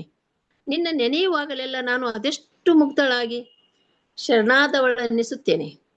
ಮನ, ದೇಹ, ಬುದ್ಧಿಯ ತುಂಬ ನೀನೇ ತುಂಬಿಕೊಂಡಿರುವೆ. ದೇವರೇ, ಸದಾ ನೀನು ಪ್ರೀತಿಯ ಮಂತ್ರವನ್ನು ಜಪಿಸುತ್ತಾ ಜಗಕ್ಕೆ ಜಂಗಮರ ಮೂಲಕ ಸಂದೇಶ ಕಳಿಸಿ ಒಂದಾಗಲು ತಿಳಿಸುತ್ತಿ. ನಿನ್ನ ಕಣಕಣವು ಒಲುಮೆಯಿಂದ ತುಂಬಿಕೊಂಡಿದೆ. ನೀನು ದೇವರಲ್ಲ, ಪ್ರೀತಿ. ನೀನು ಪ್ರೀತಿಯಲ್ಲ, ದೇವರು. ಜಗದ ಸರ್ವೋತ್ತಮ ಶಕ್ತಿ ನೀನು. ನಿನ್ನ ಮಂತ್ರದ ಪ್ರತಿಪದದಲ್ಲಿ ಸಮೋಹಿನಿ ಇದೆ, ಆಕರ್ಷಣೆ ಇದೆ, ತನ್ಮಯತೆ ಇದೆ. ಅದರಿಂದ ಮನ ವಿಕಾಸವಾಗುತ್ತದೆ, ಪರಿಮಳಿಸುತ್ತದೆ, ಸರ್ವರಿಗೂ ಶಿವಮಂತ್ರದ ಹುಚ್ಚು ಹಿಡಿಸುತ್ತದೆ. ಇದು ಸಾಮಾನ್ಯ ಹುಚ್ಚಲ್ಲ. ಇದಕ್ಕೆ ಬೇಕಾದ ಅರ್ಹತೆಗಳು ಸಾಮಾನ್ಯರಿಗೆ ಎಟುಕುವಂತಿಲ್ಲ. ನಿನ್ನ ನಂಬಿದವರು, ಮೆಚ್ಚಿದವರು ನಿನ್ನನ್ನು ಸಖ, ಗುರು, ತಮ್ಮ ದೇವರು ಎಂದು ಭಾವಿಸುತ್ತಾರೆ, ಹೆಮ್ಮೆ ಪಡುತ್ತಾರೆ, ಅಭಿಮಾನಿಸುತ್ತಾರೆ, ಹರ್ಷದಿಂದ ಬೀಗುತ್ತಾರೆ. ಕೊನೆಗೊಮ್ಮೆ ಪಕ್ವವಾದರೆ ಮಾತ್ರ ನಿನ್ನಲ್ಲಿ ಕರಗುತ್ತಾರೆ, ಐಕ್ಯರಾಗಿ ಒಂದಾಗುತ್ತಾರೆ. ಕಣ್ಣು ಮುಚ್ಚಿ ನೆನೆಯುತ್ತಾರೆ. ಮುಚ್ಚಿದ ಕಣ್ಣುಗಳಿಂದ ಹರ್ಷದ ನೀರು ತುಂಬಿ ಬರುತ್ತದೆ. ಅವರವರ ನಿಲುವಿಗೆ ನಿಲುಕಿದ್ದಷ್ಟು ಬೊಗಸೆ ತುಂಬಿಕೊಳ್ಳುತ್ತಾರೆ. ನಿರಾಳ ವೀಣೆಯ ತಂತಿ ವಚನಗಳ ಪರಿಮಳ ಮತ್ತೆ ಮತ್ತೆ ಮೀಟುತ್ತದೆ. ಈ ರೀತಿಯ ಎಲ್ಲ ಭಾವಗಳನ್ನ ಹೊಂದಿ, ಈ ರೀತಿಯ ಅನುಭವದ ದಾರಿ ಹಿಡಿದು ಲಿಖಿತ ರೂಪದಲ್ಲಿ ದೊರೆತ ಮಾಣಿಕ್ಯದಂತ ಅಮೂಲ್ಯ ಸಿರಿ ಹೊತ್ತ ತುಣುಕುಗಳು ಈ ವಚನಗಳಾಗಿವೆ. ಯಾವ ದೈವದ ಬೆಳಕಿನ ತುಣುಕಾಗಿ ವರವಾಗಿ ಸಿಕ್ಕಿತೋ ಎಂದೋ ಮತ್ತೆ ಅರಳದ ಹೂಗುಚ್ಛವೊಂದು 12ನೇ ಶತಮಾನದಲ್ಲಿ ಕಣ್ತೆರೆಯಿತೋ ಆಗ ವಚನಕಾರ ಯುಗವೊಂದು ಮೂಡಿತು. ಕೆಲವೊಮ್ಮೆ ಆ 12ನೇ ಶತಮಾನದಲ್ಲಿ ಇಷ್ಟೆಲ್ಲ ವಚನಕಾರರು ಆಗಿ ಬರ್ಬೇಕಾದ್ರ ಅಥವಾ ಈ ವಚನ ಸಾಹಿತ್ಯ ಮೂಡಬೇಕಾದ್ರ ಹಿಂದೆ ಒಂದೇನೋ ದೀರ್ಘಕಾಲದ ಘರ್ಷಣೆ, ವೈಚಾರಿಕ ಸಂಘರ್ಷ ಅವೆಲ್ಲದರಿಂದ ಈ ಒಂದು ಕಾಲಘಟ್ಟ ಕಣ್ತೆರೆದಿರಬಹುದು ಅನಿಸ್ತದೆ. ಇದು ಒಮ್ಮಿಂದೊಮ್ಮೆಲೆ ನಡೆದಂತಹದಲ್ಲ. ಅದಕ್ಕೆ ಅದ್ರ ಹಿನ್ನೆಲೆಯಾಗಿ ಬಹುಕಾಲ ಈ ಅದೊಂದೇನೋ ಉತ್ಕ್ರಾಂತಿಯ ತರ ನಡೆದಿರಬಹುದು. ಅಸಂಖ್ಯಾತ ಶರಣರು ಅನುಭವ ಮಂಟಪದಲ್ಲಿ ಮುಕ್ತವಾಗಿ ತಮ್ಮ ವಿಚಾರಧಾರೆಯನ್ನು ಹಂಚಿಕೊಂಡರು. ಅಂಥವರಲ್ಲಿ ಮೇರು ವ್ಯಕ್ತಿತ್ವದಿಂದ ಕಂಗೊಳಿಸಿದ ವೈರಾಗ್ಯ ನಿಧಿ ಅಕ್ಕ ಮಹಾದೇವಿ ಹಲವಾರು ಕಾರಣಗಳಿಂದ ಮುಖ್ಯವಾಗುತ್ತಾಳೆ. ಸತಿಪತಿಗಳೊಂದಾದ ಭಕ್ತಿ ಹಿತವಾಗಿಪ್ಪುದು ಶಿವಂಗೆ ಎಂದು ಸಂಸಾರದಲ್ಲಿದ್ದುಕೊಂಡು ಕಾಯಕ ದಾಸೋಹಗಳ ಮೂಲಕ ಶಿವಪಥ ಹಿಡಿದವರು ಕೆಲವರಿದ್ದಾರೆ. ತಮ್ಮ ಕಾಯಕದಿಂದಲೇ ಗುರುತಿಸಿಕೊಂಡ ವಚನಕಾರರು ಅನೇಕರಿದ್ದಾರೆ. ಒಂದೊಂದು ಹೊಳೆಯುವ ರತ್ನದಂತೆ ಅವರು ಬಾಳಿ ಬೆಳಗಿದ್ದಾರೆ. ಇಡೀ ವಚನ ಸಾಹಿತ್ಯದ ಶೂನ್ಯ ಸುವಾಸನಾಧೀಶ್ವರ ಅಲ್ಲಮರು ಒಂದು ಕಡೆಯಾದರೆ, ಭಕ್ತಿ ಭಂಡಾರಿಯಾಗಿದ್ದುಕೊಂಡು ಹಲವಾರು ವಿಶಿಷ್ಟ ಶಕ್ತಿಗಳ ಸಂಗಮದಂತೆ ಬಸವಣ್ಣನವರು ಸಮನ್ವಯತೆ, ಸಮಾನತೆ, ಅಕ್ಷರ ಕ್ರಾಂತಿ, ವಿಚಾರ ಕ್ರಾಂತಿ, ಪ್ರಭುತ್ವಕ್ಕೆ ಪ್ರತಿರೋಧದ ಧ್ವನಿ ಎತ್ತುತ್ತಾ ಲಕ್ಷಾಂತರ ಜನರನ್ನು ಒಂದೆಡೆ ಹಿಡಿದಿಟ್ಟ ಶಕ್ತಿಯಾಗಿ ಗೋಚರಿಸುತ್ತಾರೆ. ಇವರೆಲ್ಲರ ಮಧ್ಯೆ ಅಕ್ಕ ಮಹಾದೇವಿ ಮತ್ತು ಮುಕ್ತಾಯಕ್ಕ ಶರಣೆಯರು ಅಲ್ಲಮರೊಂದಿಗೆ ಸಂವಾದ ನಡೆಸುವಷ್ಟು ಪ್ರಬುದ್ಧರಾಗಿ ಕಾಣುತ್ತಾರೆ. ವಿಚಾರ ಕ್ರಾಂತಿಯ ಬೆಳಕಾಗಿ ನಿಂತಿದ್ದಾರೆ. ಅಕ್ಕ ಮಹಾದೇವಿ ಜನಸಾಮಾನ್ಯರಿಗೂ ಪರಿಚಿತವಾದ ವ್ಯಕ್ತಿತ್ವದ ಗಣಿಯಾಗಿದ್ದಾಳೆ. ಸಣ್ಣ ಮಕ್ಕಳ ಆದಿಯಾಗಿ ಅವಳ ವೇಷಭೂಷಣ ಮಾಡಿ ಸಂಭ್ರಮಿಸುವ ಮತ್ತು ವಚನಗಳನ್ನು ಉಲ್ಲೇಖಿಸಿ ಪ್ರೌಢಿಮೆ ಮೆರೆವ, ಕೆಲವು ಕಡೆ ಸಣ್ಣ ಮಕ್ಕಳೆಲ್ಲ ಅವಳ ವೇಷಭೂಷಣ ಮಾಡಿ ಸಂಭ್ರಮಿಸಿದರೆ ಅಂದ್ರೆ ಜನಸಾಮಾನ್ಯರಿಗೂ ಪರಿಚಿತಳಾದವಳು. ಇನ್ನು ಅವರಿಗಿಂತ ಹಿರಿಯರು ಅಕ್ಕನ ವಚನದ ಸಾಲುಗಳನ್ನು ಓದಿ ಅವಳ ಪಾದಕ್ಕೆ ನಮೋ ನಮೋ ಎಂಬೆ ಎನ್ನುವ ಜನರೂ ಇದ್ದಾರೆ. ಹೀಗೆ ಅಕ್ಕ ಮಹಾದೇವಿ ಅಕ್ಕ ಎಂದು ಕರೆಸಿಕೊಳ್ಳುತ್ತಾ ಅವರವರ ಭಾವಕ್ಕೆ, ಅವರವರ ನಿಲುವಿಗೆ ದಕ್ಕಿದಷ್ಟನ್ನು ತುಂಬಿಕೊಳ್ಳಬಹುದಾದ ಮಹಾಸಾಗರವಾಗಿದ್ದಾಳೆ. ಅವಳ ಒಂದೊಂದು ವಚನ, ಒಂದೊಂದು ಸಾಲುಗಳನ್ನ ವಿಶ್ಲೇಷಿಸ್ಲಿಕ್ಕೆ, ಅದನ್ನ ಅರ್ಥೈಸಿಕೊಳ್ಳಲಿಕ್ಕೆ ಬಹಳಷ್ಟು ಸಮಯ ಮತ್ತು ಅದರ ಜೊತೆ ಆ ಎತ್ತರ ಬೇಕಾಗ್ತದ. ಆ ಎತ್ತರಕ್ಕಿಂತ ಮುಂಚೆ ಅದರ ವೇದಿಕೆ ತಯಾರಾಗಬೇಕು, ಮನಸ್ಸಿನಲ್ಲಿ ಒಂದು ವೇದಿಕೆ ತಯಾರಾಗಬೇಕು, ಆಮೇಲೆ ಅದನ್ನ ಅರ್ಥೈಸ್ಕೊಳ್ಳುವಂತ ಗುಣ ಬರ್ಬೋದು. ಹಾಗಾಗಿ ನಮ್ಮ ಭಾವಕ್ಕೆ ಎಷ್ಟು ನಿಲುಕ್ತೈತೋ ಅಷ್ಟನ್ನೇ ನಾವು ತುಂಬಿಕೊಳ್ಳಿಕ್ಕೆ ಸಾಧ್ಯ.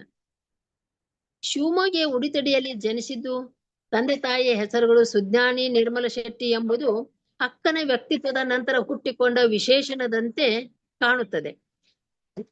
ಅದು ಬಹುಶಃ ಸುಜ್ಞಾನಿ, ನಿರ್ಮಲ ಶೆಟ್ಟಿ ಇವೆರಡು ವಿಶೇಷಣಗಳು ಹೇಗೆ ಸೇರಿದು ಅಂತ ಅನಿಸ್ತದ ಒಮ್ಮೆಮ್ಮೆ. ಆ ಹೆಸರು ಇರಬಹುದು ಅಥವಾ ಇರ್ಲಿಕ್ಕಿಲ್ಲ ಅಂತ ತಂದೆ ತಾಯಿದು. ಆದ್ರೆ ಅದು ಇಲ್ಲಿ ಮುಖ್ಯ ಆಗುವುದಿಲ್ಲ. ಹೆಸರುಗಳ ಹಿಂದಿನ ಸತ್ಯ ಇಲ್ಲಿ ಮುಖ್ಯವಾಗುವುದಿಲ್ಲ. ಅದರ ಆಚೆಗೆ ಅಕ್ಕ ಮಹಾದೇವಿ ಬಾಳಿದ ಬದುಕು, ಬಾಳನ್ನು ಬಾಳಿದ ರೀತಿ ಮುಖ್ಯವಾಗುತ್ತದೆ. ಬಾಲ್ಯದಿಂದಲೇ ಭಕ್ತಿಯ ಶೆಲೆ ಮನದಾಳದಲ್ಲಿ ಅಂಕುರಿಸಿರಬೇಕು. ಅಂದ ಹಾಗೆ ಅನೇಕ ವಚನಕಾರರ ಸಾವಿರಾರು ವಚನಗಳಿದ್ದರೂ ಅಕ್ಕನ ವಚನಗಳ ವೈಶಿಷ್ಟ್ಯತೆ ಇರುವುದು ಲೌಕಿಕವನ್ನು ತ್ಯಜಿಸುವ ವೀರ ವಿರಕ್ತಿ ಒಂದೆಡೆ ಆದರೆ, ವೈರಾಗ್ಯದ ಭಾವ ಒಂದೆಡೆ ಆದರೆ, ಅಷ್ಟೇ ಸಮತೂಕದಲ್ಲಿ ಚನ್ನ ಮಲ್ಲಿಕಾರ್ಜುನ ನೆಡೆಗಿನ ಎಳೆತ ಇನ್ನೊಂದೆಡೆ ಇದೆ. ಒಂದು ಬಿಡು ಇನ್ನೊಂದು ಹಿಡಿ ಅಂದ್ರೆ ಇದನ್ನ ಎಷ್ಟು ಬಿಡ್ಲಿಕ್ಕೆ ಸಾಧ್ಯ ಆಕೈತೋ ಅಷ್ಟು ಜಾಗದಲ್ಲಿ ಅದನ್ನ ಹಿಡಿಲಿಕ್ಕೆ ಸಾಧ್ಯ. ಇಲ್ಲಿ ಎಷ್ಟು ವೈರಾಗ್ಯ ಸಾಧ್ಯ ಆಗ್ತೈತೋ ಅಲ್ಲಿ ಎಳೆತವನ್ನ ಬೆಳೆಸ್ಲಿಕ್ಕೆ ಸಾಧ್ಯ. ಅಲ್ಲಿ ಇದ್ದದ್ದನ್ನು ಬಿಡುವುದು ಎಷ್ಟು ಅವಶ್ಯವೋ, ಬೇಡವಾದದ್ದನ್ನ ಬಿಡುವುದು ಎಷ್ಟು ಅವಶ್ಯವೋ, ಬೇಕಿರುವುದನ್ನ ಹಿಡಿಯುವುದು ಕೂಡ ಅಷ್ಟೇ ತೀವ್ರವಾಗಿರುವುದು ಕೂಡ ಅವಶ್ಯಕವಾಗಿದೆ. ಚೆನ್ನಮಲ್ಲಿಕಾರ್ಜುನನನ್ನು ಕೂಡಲೇಬೇಕು ಎಂಬ ಹಠ, ಆ ಹಠಕ್ಕಾಗಿ ಛಲದಿಂದ ಮುನ್ನಡೆಯುವ ಈ ಹೆಣ್ಣು ಮಗಳು ನೋಡಲು ಹೆಣ್ಣು ರೂಪಾದರೇನು, ಒಳಗಿರುವ ಆತ್ಮಬಲ ಹಿರಿದೆಂದು ಹೇಳುತ್ತಾಳೆ. ವಚನ ಸಾಹಿತ್ಯ ಕನ್ನಡ ಸಾಹಿತ್ಯ ಚರಿತ್ರೆಯ ವಿಶೇಷ ಪರಿಮಳವಾಗಿ ಹೊರಹೊಮ್ಮಿದೆ. ಇಲ್ಲಿ ಲಿಂಗ ಸಮಾನತೆಯ ಬಾಳೆಂಬ ದೋಣಿಯ ಹರಿಗೋಲು ಹಿಡಿದು ಶರಣರು ಶರಣೆಯರು ಅರಿವಿನ ಬೆಳಕಿನ ದೀವಟಿಗೆ ಹಚ್ಚಿ ಹಗಲು ರಾತ್ರಿಗಳೆಂಬ ಗಳಿಗೆ ಬಟ್ಟಲದ ಅಳತೆಯಲ್ಲಿ ಆಯುಷ್ಯವೆಂಬ ಪಯಣದ ಮಾರ್ಗವನ್ನು ಸವೆಸಿ ಆತ್ಮ ಸಾಕ್ಷಾತ್ಕಾರದ ಅಂತಿಮ ಗುಡಿಯ ಒಳಹೊಕ್ಕವರು.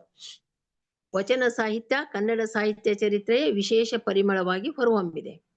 ಇಲ್ಲಿ ಲಿಂಗ ಸಮಾನತೆಯ ಬಾಳೆಂಬ ದೋಣಿಯ ಹರಿಗೋಲು ಹಿಡಿದು ಶರಣರು ಶರಣೆಯರು ಇವರೇನಂದ್ರ ಅರಿವಿನ ಬೆಳಕನ್ನ ದೀವಟಿಗೆ ಹಚ್ಚಿಕೊಂಡು ಹಗಲು ರಾತ್ರಿಗಳೆಂಬ ಗಳಿಗೆ ಬಟ್ಟಲ ಅಳತೆಯಲ್ಲಿ ಆಯುಷ್ಯವೆಂಬ ಪಯಣದ ಮಾರ್ಗವನ್ನು ಸವೆಸಿ ಆತ್ಮ ಸಾಕ್ಷಾತ್ಕಾರದ ಅಂತಿಮ ಗುಡಿಯ ಒಳಹೊಕ್ಕವರು. ಬಸವಣ್ಣನವರು, ಅಲ್ಲಮ ಪ್ರಭುದೇವರು, ಅಜಗಣ್ಣ, ಚನ್ನಬಸವಣ್ಣ, ಸಿದ್ದರಾಮ ಮುಂತಾದ ಘನ ವ್ಯಕ್ತಿತ್ವದ ಸಾಧಕರ ಸಾಲಿನಲ್ಲಿ ಸರಿಸಮಾನ ಅರಿವಿನ ಬೆಳಕ ಹರಡಿದ ಮುಕ್ತಾಯಕ್ಕ, ಅಕ್ಕ ಮಾದೇವಿ, ಅಕ್ಕ ನಾಗಲಾಂಬಿಕೆ, ನೀಲಾಂಬಿಕೆ, ಗೊಗ್ಗವ್ವೆ, ಆಯ್ದಕ್ಕಿ ಲಕ್ಕಮ್ಮ ಮುಂತಾದವರು ಸ್ತ್ರೀ ಕುಲಕ್ಕೆ ಹೊಸ ಮಾರ್ಗವನ್ನು ನಿರ್ಮಿಸಿಕೊಟ್ಟವರು. ಜಾತಿ ವರ್ಗ ಲಿಂಗ ಭೇದಗಳ ಇವರ ಬದುಕಿದ ರೀತಿಯಲ್ಲಿ ನಿರ್ನಾಮವಾದವು. ಈ ದೊಡ್ಡ ಸಂಕ್ರಾಂತಿಯ ಕಾಲಘಟ್ಟಕ್ಕೆ ಬಹುದೊಡ್ಡ ಹಿನ್ನೆಲೆ ಇರಲೇಬೇಕು. ಸ್ಥಾಪಿತ ಸಾಮಾಜಿಕ ವ್ಯವಸ್ಥೆಯನ್ನು ಪ್ರಶ್ನಿಸಿ ಹೊಸ ಕಾಲದ ಉದಯಕ್ಕೆ ಬುನಾದಿ ಹಾಕಿದರು. ಸ್ತ್ರೀ ಪುರುಷರಲ್ಲಿ ಇರುವ ಆತ್ಮ ಒಂದೇ ಎಂದು ಸಾರಿದರು. ಸ್ತ್ರೀಯರಿಗೂ ಸಮಾನ ಅವಕಾಶಗಳು ದೊರೆತವು. ಹೀಗಾಗಿ ಕುಟುಂಬ ಮತ್ತು ಸಮಾಜದ ಸಂಕೋಲೆಗಳಿಂದ ಮುಕ್ತಳಾಗಲು ಸ್ತ್ರೀಯರಿಗೆ ಮುಕ್ತವಾದ ಅವಕಾಶಗಳು ದೊರೆತ ಕಾಲವಿದೆ.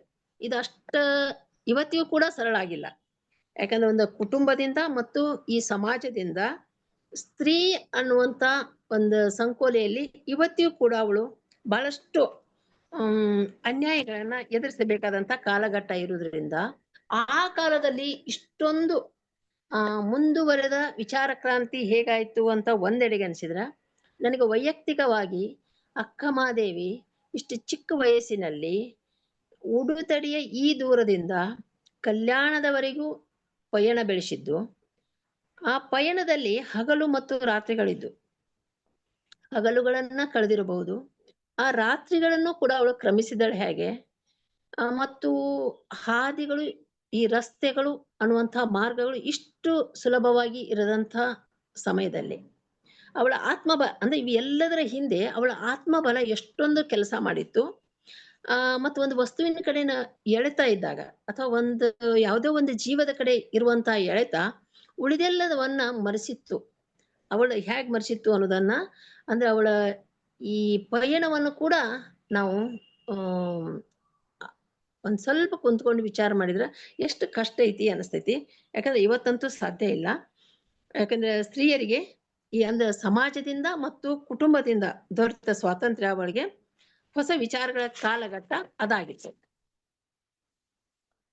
ಅಕ್ಕಮಹಾದೇವಿಯ ಬದುಕು ಸಂಸಾರದ ತೊಡಕಿಗೆ ಸಿಲುಕಿದ್ದು ಒಂದಾದರೆ, ಅವಳ ಜೀವನ ಮತ್ತು ಆ ಚರಿತ್ರೆ ಹೇಳುವ ಪ್ರಕಾರ ಮತ್ತು ಅವಳ ವಚನಗಳ ಆಧಾರದ ಮೇಲೂ ಕೌಶಿಕನು ಒತ್ತಾಯದಿಂದ ಕರಾರುಗಳಿಗೆ ಒಪ್ಪಿ ಮದುವೆ ಆದದ್ದರೂ ಅವುಗಳನ್ನು ಮೀರಿದಾಗ ನಡೆದಿರಬಹುದಾದ ವೈಚಾರಿಕ ಸಂಘರ್ಷ.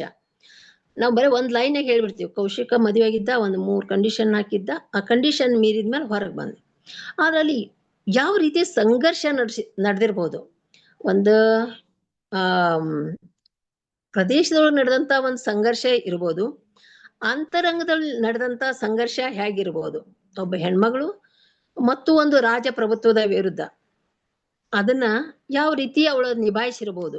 ಆ ವೈಚಾರಿಕ ಸಂಘರ್ಷ ಮೊದಲೇ ಮೈತುಂಬ ತುಂಬಿಕೊಂಡಿದ್ದ ಯಾವ ರೀತಿ ನಡೆದಿರಬಹುದಾದ ವೈಚಾರಿಕ ಸಂಘರ್ಷನೂ ಮೊದಲೇ ಮೈತುಂಬ ತುಂಬಿಕೊಂಡಿದ್ದ ವೈರಾಗ್ಯ ಹೊರಹೊಮ್ಮಲು ಕಾರಣವಾಗಿದೆ.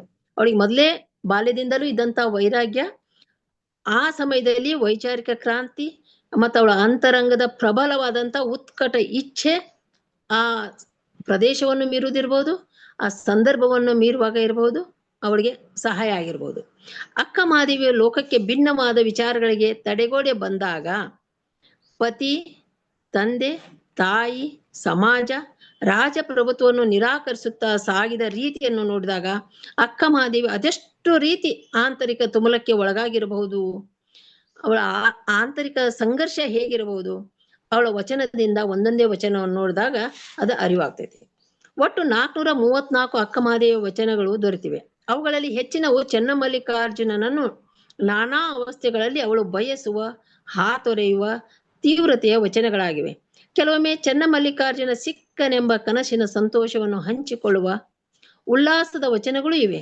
ಇನ್ನು ದೇವನ ಕೂಡುವಿಕೆ ಅಡ್ಡಲಾಗುವ ಈ ದೇಹವನ್ನು ಪರಿಪರಿಯಾಗಿ ಪರೀಕ್ಷಿಸುವ ವಿಮರ್ಶೆಯ ವಚನಗಳು ಇಲ್ಲಿವೆ. ಅಕ್ಕ ಮಹಾದೇವಿಯ ವಚನಗಳಲ್ಲಿ ಪ್ರೀತಿಯ ಸಂಜೀವಿನಿ ಇದೆ. ಬದುಕಿನಲ್ಲಿ ಸಾಯುವಾಗ, ಸತ್ತಂತೆ ಬದುಕಿದಾಗ, ಹೆಣದಂತಾದಾಗ ಮತ್ತೆ ಸಂಜೀವಿನಿಯಾಗಿ ಬದುಕಿಗೆ ಹಚ್ಚಿದ್ದು ಚೆನ್ನಮಲ್ಲಿಕಾರ್ಜುನ ನೆಡೆಗಿನ ದೈವಿ ಪ್ರೀತಿಯೇ ಆಗಿದೆ. ಗುರುವೇ ತೆತ್ತಿಗನಾದ, ಲಿಂಗವೇ ಮಧುವಣಿಗನಾದ, ನಾನೇ ಮಧುವಳಿಗೆಯಾದೆನು. ಇಲ್ಲಿ ಅನೇಕ ಜನರ ವಚನಗಳನ್ನ ಶರಣಸತಿ, ಲಿಂಗಪತಿ ಅಂತ ನೋಡ್ತೀವಿ. ಆದ್ರೆ ಅಲ್ಲಿ ನಮಗ ಮಧುವಣಿಗ ಮತ್ತು ಮಧುವಳಿಗೆ ಅನ್ನುವಂಥ ಪದಗಳು ಸಿಗುದಿಲ್ಲ. ಆದ್ರೆ ಈಗ ಇಲ್ಲಿ ಕನಸು ಕಾಣುವಾಗ ಕೂಡ ಮದುವೆ ಅನ್ನುವ ಪದ ಮತ್ತೆ ನೀ ನನಗೆ ಗಂಡನಾದೆ ಅನ್ನುವಂಥ ಪದಗಳನ್ನ ಅನೇಕ ಬಾರಿ ಬಳಸ್ತಾಳ. ಅಂತ ಸಾಕಷ್ಟು ವಚನಗಳು ಸಿಗ್ತಾವ. ಗುರುವೇ ತೆತ್ತಿಗನಾದ, ಲಿಂಗವೇ ಮಧುವಣಿಗನಾದ, ನಾನೇ ಮಧುವಳಿಗೆಯಾದೆನು. ಈ ಭುವನವೆಲ್ಲ ಅರಿಯಲು ಅಸಂಖ್ಯಾತರನಿಗೆ ತಾಯಿ ತಂದೆಗಳು. ಯಾಕಂದ್ರೆ ಈಗಾಗಲೇ ತನ್ನ ಪ್ರದೇಶವನ್ನು ಬಿಟ್ಟು ಬಂದ್ರಿಂದ ಇಷ್ಟೆಲ್ಲ ತಂದೆ ತಾಯಿಗಳು. ಈ ಪದವನ್ನ ನಾನು ಸಿದ್ದೇಶ್ವರ ಸ್ವಾಮಿಗಳದ್ದು ಒಂದು ಕವಿತೆ ಬರೆಯುವಾಗ ಬರೆದಿದ್ದೆ. ಅಂದ್ರೆ ಮಕ್ಕಳಿಲ್ಲದ ತಂದೆಗೆ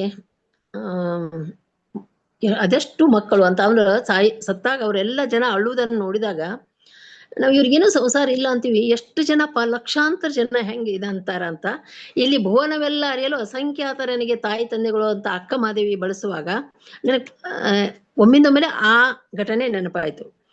ಕೊಟ್ಟರು ಸಾದೃಶ್ಯವಪ್ಪ ವರನ ನೋಡಿ. ಇಲ್ಲಿ ಸಾದೃಶ್ಯವಪ್ಪ ಸಮಾನವಾದಂತ, ಸಮಾನ ವಿಚಾರ ಹೊಂದಿದಂತ ಒಪ್ಪುವಂಥ ವರನಿಗೆ ಕೊಟ್ರು. ಇದು ಕಾರಣ ಚೆನ್ನಮಲ್ಲಿಕಾರ್ಜುನನೇ ಗಂಡ ನೆನಗೆ, ಮಿಕ್ಕಿನ ಲೋಕದವರೆನಗೆ ಸಂಬಂಧವಿಲ್ಲಯ್ಯ ಪ್ರಭುವೇ ಅಂತ ಹೇಳ್ತಾಳ. ಇಲ್ಲಿ ಗುರುವೇ ತೆತ್ತಿಗನಾದ ಅನ್ನುವಲ್ಲಿ ಗುರು ಅವರಿಗೆ ಆ ಗಂಡನ ಮನೆಗೆ ಬೇಕಾದಂಥದ್ದು. ಅಂದ್ರೆ ಇಲ್ಲಿ ಚೆನ್ನಮಲ್ಲಿಕಾರ್ಜುನ ಒಲಿಬೇಕಾದ್ರೆ ಏನೇನು ಬೇಕು ಅನ್ನೋದನ್ನ ಗುರು, ಲಿಂಗ, ಪ್ರಸಾದ, ಪಾದೋದಕ ಇವುಗಳನ್ನೆಲ್ಲ ಗುರು ಕಲಿಸಿದ್ದ. ಅದಕ್ಕಾಗಿ ನಾನು ಗಂಡನ ಮನೆಗೆ ಯೋಗ್ಯ ಆದೆ ಅನ್ನೋದನ್ನು ಕೂಡ ಅವಳು ಹೇಳ್ತಾಳ. ಎಂದು ಹೇಳುವಾಗ ಗುರು, ಲಿಂಗ, ಜಂಗಮರನ್ನು ಸಾಕ್ಷಿಯಾಗಿಟ್ಟುಕೊಂಡು ಪ್ರಭುವಿಗೆ ವರದಿ ಒಪ್ಪಿಸುವ, ಅಂದ್ರೆ ಕೊನೆಗೆ ಹೇಳ್ತಾಳ ಮಿಕ್ಕಿನ ಲೋಕದವರೆನಗೆ ಸಂಬಂಧವಿಲ್ಲಯ್ಯ ಪ್ರಭುವೆ ಅಂತ. ಅಂದ್ರೆ ಪ್ರಭುವಿಗೆ ವರದಿ ಒಪ್ಪಿಸುವ ಅಕ್ಕ ಮಹಾದೇವಿ ತುಂಬಾ ಸುಂದರವಾಗಿ ಮಧುವಣಿಗ, ಮಧುವಳಿಗೆಯಾದೆ ಎನ್ನುವಾಗ ಅವಳ ದೇವರೆಡೆಗೆ ತೋರುವ ಭಕ್ತಿ ಎಂಬ ಪ್ರೀತಿ, ದೈವಿ ಪ್ರೀತಿ, ಘನವಾದ ಪ್ರೀತಿ ವ್ಯಕ್ತವಾಗಿದೆ. ಸಾದೃಶ್ಯವಪ್ಪ ವರನಿಗೆ ಕೊಟ್ಟರು ಎಂಬಲ್ಲಿ ಮನತುಂಬಿ ಮೆಚ್ಚಿ ಕೊಂಡ ರೀತಿ ವ್ಯಕ್ತವಾಗಿದೆ. ಇನ್ನೊಂದ್ ಕಡೆ ಹೇಳ್ತಾಳ, ಚೆನ್ನಮಲ್ಲಿಕಾರ್ಜುನ ನಿಮ್ಮ ಒಲುಮೆಯಿಂದ ಸಂದಳಿದು ಸ್ವಯಂ ಲಿಂಗಿಯಾದಿನಯ್ಯ ಪ್ರಭುವೆ ಅಂತ ಎನ್ನುವ ವಚನದಲ್ಲಿ ಅಂಗ ಕ್ರಿಯಾಲಿಂಗವ ವೇದಿಸಿ ಅಂಗ ಲಿಂಗದೊಳಗಾಯಿತು, ಮನ ಜಂಗಮ ಲಿಂಗದೊಳಗಾಗಿತ್ತು, ಭಾವ ಗುರು ಲಿಂಗದೊಳಗೆ ಸೇರಿ ಹೋಗಿತ್ತು. ಇಲ್ಲಿ ಒಂದೊಂದನ್ನ ಹೇಳ್ಕೊತ ಹೋಗ. ಅಂಗ ಏನಾಗಿತ್ತು ಅಂದ್ರೆ ಕ್ರಿಯಾಲಿಂಗವನ್ನ ಬಳಸ್ಕೊಂಡು ಅಂಗ ಲಿಂಗದೊಳಗಾಯಿತು, ಮನ ಏನಂತಂದ್ರೆ ಜಂಗಮದೊಳಗಾಯಿತು, ಭಾವ ಏನಾಗಿತ್ತು ಅಂದ್ರೆ ಗುರುಲಿಂಗದೊಳಗಾಯಿತು. ಹಿಂಗೆ ಎಲ್ಲವನ್ನು ಸೇರಿಸಿ ನಿಮ್ಮ ಒಲುಮೆ ಎನ್ನುವ ಪದ ಉಳಿದ ವಚನಕಾರರಲ್ಲಿ ಕಾಣಸಿಗುವುದು ಅಪರೂಪವಾಗಿದೆ. ಈಕೆ ಒಲುಮೆ ಅನ್ನುವಂಥ ಪದವನ್ನ ಅನೇಕ ವಚನಗಳಲ್ಲಿ ಬಳಸ್ತಾಳ. ಹಾಗಾಗಿ ನನಗೆ ಇಲ್ಲಿ ಏನಿಸ್ತಂದ್ರೆ ಅವಳ ಅಕ್ಕ ಮಹಾದೇವಿ ವಚನಗಳಲ್ಲಿ ದೈವಿ ಪ್ರೀತಿಯ ಬಗ್ಗೆ ಹೇಳ್ಬೇಕು ಅನಿಸ್ತು. ಶರಣ ಸತಿ ಲಿಂಗಪತಿ ಆದೆನು, ಇದು ಕಾರಣ ಚೆನ್ನಮಲ್ಲಿಕಾರ್ಜುನ ಎಂಬ ಗಂಡನ ಒಳ ಹೊಕ್ಕು ಬೆರೆಸಿದೆನು. ಇಲ್ಲಿ ಬರೇ ಬೆರೆಸಿದೂ ಒಳಗ ಹೋಗ್ತೈತಿ, ಆದ್ರೆ ಒಳ ಹೊಕ್ಕು ಬೆರೆಸಿದು ಅನ್ನಲ್ಲಿ ದ್ವಿರುಕ್ತಿ ಬಂದಲ್ಲಿ ಅದರ ಒತ್ತಡವನ್ನ ಅವಳಿಗೆ ಹೇಳ್ತಾಳ. ಅಂಗವು ಲಿಂಗ ಮುಖದಲ್ಲಿ ಅರ್ಪಿಸಿ ಅನಂಗವಾಯಿತು. ಅಂದ್ರೆ ಇದು ಕೊನೆಯ ಸಾಲ್ಗಳನ್ನ ಹೇಳಿದೆ, ಶರಣ ಸತಿ ಲಿಂಗಪತಿ ಆದೆನು ಅನ್ನುವಲ್ಲಿ. ಅದಕ್ಕಿಂತ ಮೊದ್ಲಕ್ಕೆ ಹೇಳ್ತಾಳ ಅಂಗವು ಲಿಂಗ ಮುಖದಲ್ಲಿ ಅರ್ಪಿಸಿ. ಈ ದೇಹ ಏನ್ ಮಾಡ್ತಂದ್ರೆ ಲಿಂಗ ಪೂಜೆಯ ಮೂಲಕ ಆಗಿತ್ತು, ಅನಂಗವಾಯಿತು. ಲಿಂಗ ಪೂಜೆಗೆ ಸಮರ್ಪಿಸಿಕೊಂಡು ಅದು ಲಿಂಗ ಅಂಗವೇ ಶೂನ್ಯವಾಯಿತು. ಆಮೇಲೆ ಅರಿವಿಗರ್ಪಿಸಿ ಲಯವಾಗಿತ್ತು, ಅರಿವು ಅನ್ನೋದು. ಆಮೇಲೆ ಭಾವ ತೃಪ್ತಿಗರ್ಪಿಸಿ ಲಯವಾಗಿತ್ತು ಎನ್ನುತ್ತಾ ಸಾಗುವ ವಚನದ ಕೊನೆಗೆ ಎನ್ನ ಕಾಯದ ಸುಖ ಭೋಗವ ಲಿಂಗವೇ ಭೋಗಿಸುವವನಾಗಿ ಚೆನ್ನಮಲ್ಲಿಕಾರ್ಜುನನೇ ಗಂಡನೆನ್ನುತ್ತಾಳೆ. ಇಲ್ಲಿ ಏನಂದ್ರ ದ್ವೈತ ಅದ್ವೈತ ಅಂತ ಹೇಳ್ತೀವಲ್ಲ ನಾವು. ನೀನು ಪ್ರಭುವಾದೆ, ಒಂದ್ ಖಲೀಲ್ ಗಿಬ್ರಾನ್ ಅಂತ ಬರ್ತೈತಿ. ನಾನು ಅನಂತ ಕಾಲನೇ ಜಪಿಸಿದ್ದೆ. ಅದೇನಾಗ್ತೈತೆ, ನಾನು ಒಂದು ಕಾಲದಲ್ಲಿ ಬಂದೆ, ನೀನು ಪ್ರಭುವಾದೆ, ನಾನಿನ್ನ ಸೇವಕ ಅಂದೆ, ನೀನು ಹಾರಿ ಹೋದೆ. ಮತ್ ಹಿಂಗೆ ಹೇಳ್ಕೊತ ಹೋಗ್ತಾನವ, ನೀನು ನಾನು ಅಂತ ಅನ್ನುವಂತ ಎರಡು ಭಾವ. ಕೊನೆಗೆ ಏನಾಯ್ತ, ನೀನೇ ನಾನಾದೆ ಅಂತ ಹೇಳಿ ಖಲೀಲ್ ಗಿಬ್ರಾನ ಒಂದು ಸಾಲಿನಲ್ಲಿ ಬರ್ತೈತಿ. ಹಂಗನೆ ಇಲ್ಲಿಕಿ ಮೊದ್ಲೇನ ಅಂದ್ರ ನಾನು ನೀನು ಒಂದೇ ಅನ್ನುವಂಥ ಭಾವ ಇಲ್ಲಿ. ಮೊದ್ಲೇನಾಗಿರ್ತೈತಿ ಅಂದ್ರ ನೀ ಬೇರೆ, ನಿನ್ನನ್ನ ನಾನ್ ಪೂಜಿಸ್ತೀನಿ ಅಂತ ಭಾವ ಇರ್ತೈತಿ. ಆಮೇಲೆ ಇಲ್ಲಿ ಏನ್ ಬಂತಂದ್ರ ನನ್ನನ್ನ ನಾನೇ ಪೂಜಿಸ್ದಂಗ ಒಳಗ ನೀನದಿ ಅಂದ್ರೆ ಆಡಿಸುವವನು ನೀನೇ, ಆಡುವವನು ನೀನೆ, ಲಿಂಗವೇ ಭೋಗಿಸುವವನಾಗಿ ಚೆನ್ನಮಲ್ಲಿಕಾರ್ಜುನೇ ಗಂಡನೆನ್ನುತ್ತಾಳೆ. ಇಲ್ಲಿ ಲಿಂಗವೇ ಚೆನ್ನಮಲ್ಲಿಕಾರ್ಜುನನಾಗಿ ಪೂಜೆಯಿಂದ ಒಂದಾಗುವ ರೀತಿ ಹೇಳಲ್ಪಟ್ಟಿದೆ. ಇನ್ನೊಂದು ವಚನದಲ್ಲಿ ಅಂಗೈಯೊಳಗನ ಲಿಂಗವ ಪೂಜಿಸುತ್ತಾ ಮಂಗಳಾರ್ತಿಗೇನು ತೊಳಗಿ ಬೆಳಗುತ್ತಲಿದ್ದೆ ನೋಡಯ್ಯ, ಕಂಗಳ ನೋಟ ಕರುವಿಟ್ಟ ಭಾವ ಹಿಂಗದ ಮೋಹ. ಇಲ್ಲಿ ಹಿಂಗದ ಮೋಹ ತೆರಹಿಲ್ಲದಿರ್ದೆ ನೋಡಯ್ಯ ಚೆನ್ನಮಲ್ಲಿಕಾರ್ಜುನಯ್ಯ, ನಿಮ್ಮ ನಗಲದ ಪೂಜೆ ಅನುವಾಯಿತೆನಗೆ. ನಿಮ್ಮನ್ನ ಸೇರ್ಬೇಕಾದ್ರ ಯಾವ್ದು ನನಗೆ ನೆರವಾಯ್ತು ಅಂದ್ರ ನಿಮ್ಮ ನಗಲದ ಪೂಜೆ ಅನುವಾಯಿತ್ಯಮಗೆ. ನಿನ್ನ ಹೆಂಗಿತೆ ಅಂದ್ರ ನಿನ್ನ ಹೆಂಗೆ ಎಷ್ಟು ನೋಡ್ತೀನಿ ಅಂದ್ರೆ ನನ್ನ ಕಂಗಳ ತುಂಬುತನ ನೋಡ್ತೀನಿ. ಕಂಗಳು ತುಂಬಿದ ಬಳಿಕ ನೋಡಲಿಲ್ಲ, ಕಿವಿ ತುಂಬಿದ ಬಳಿಕ ಕೇಳಲಿಲ್ಲ, ಮನ ತುಂಬಿದ ಬಳಿಕ ನೆನೆಯಲಿಲ್ಲ.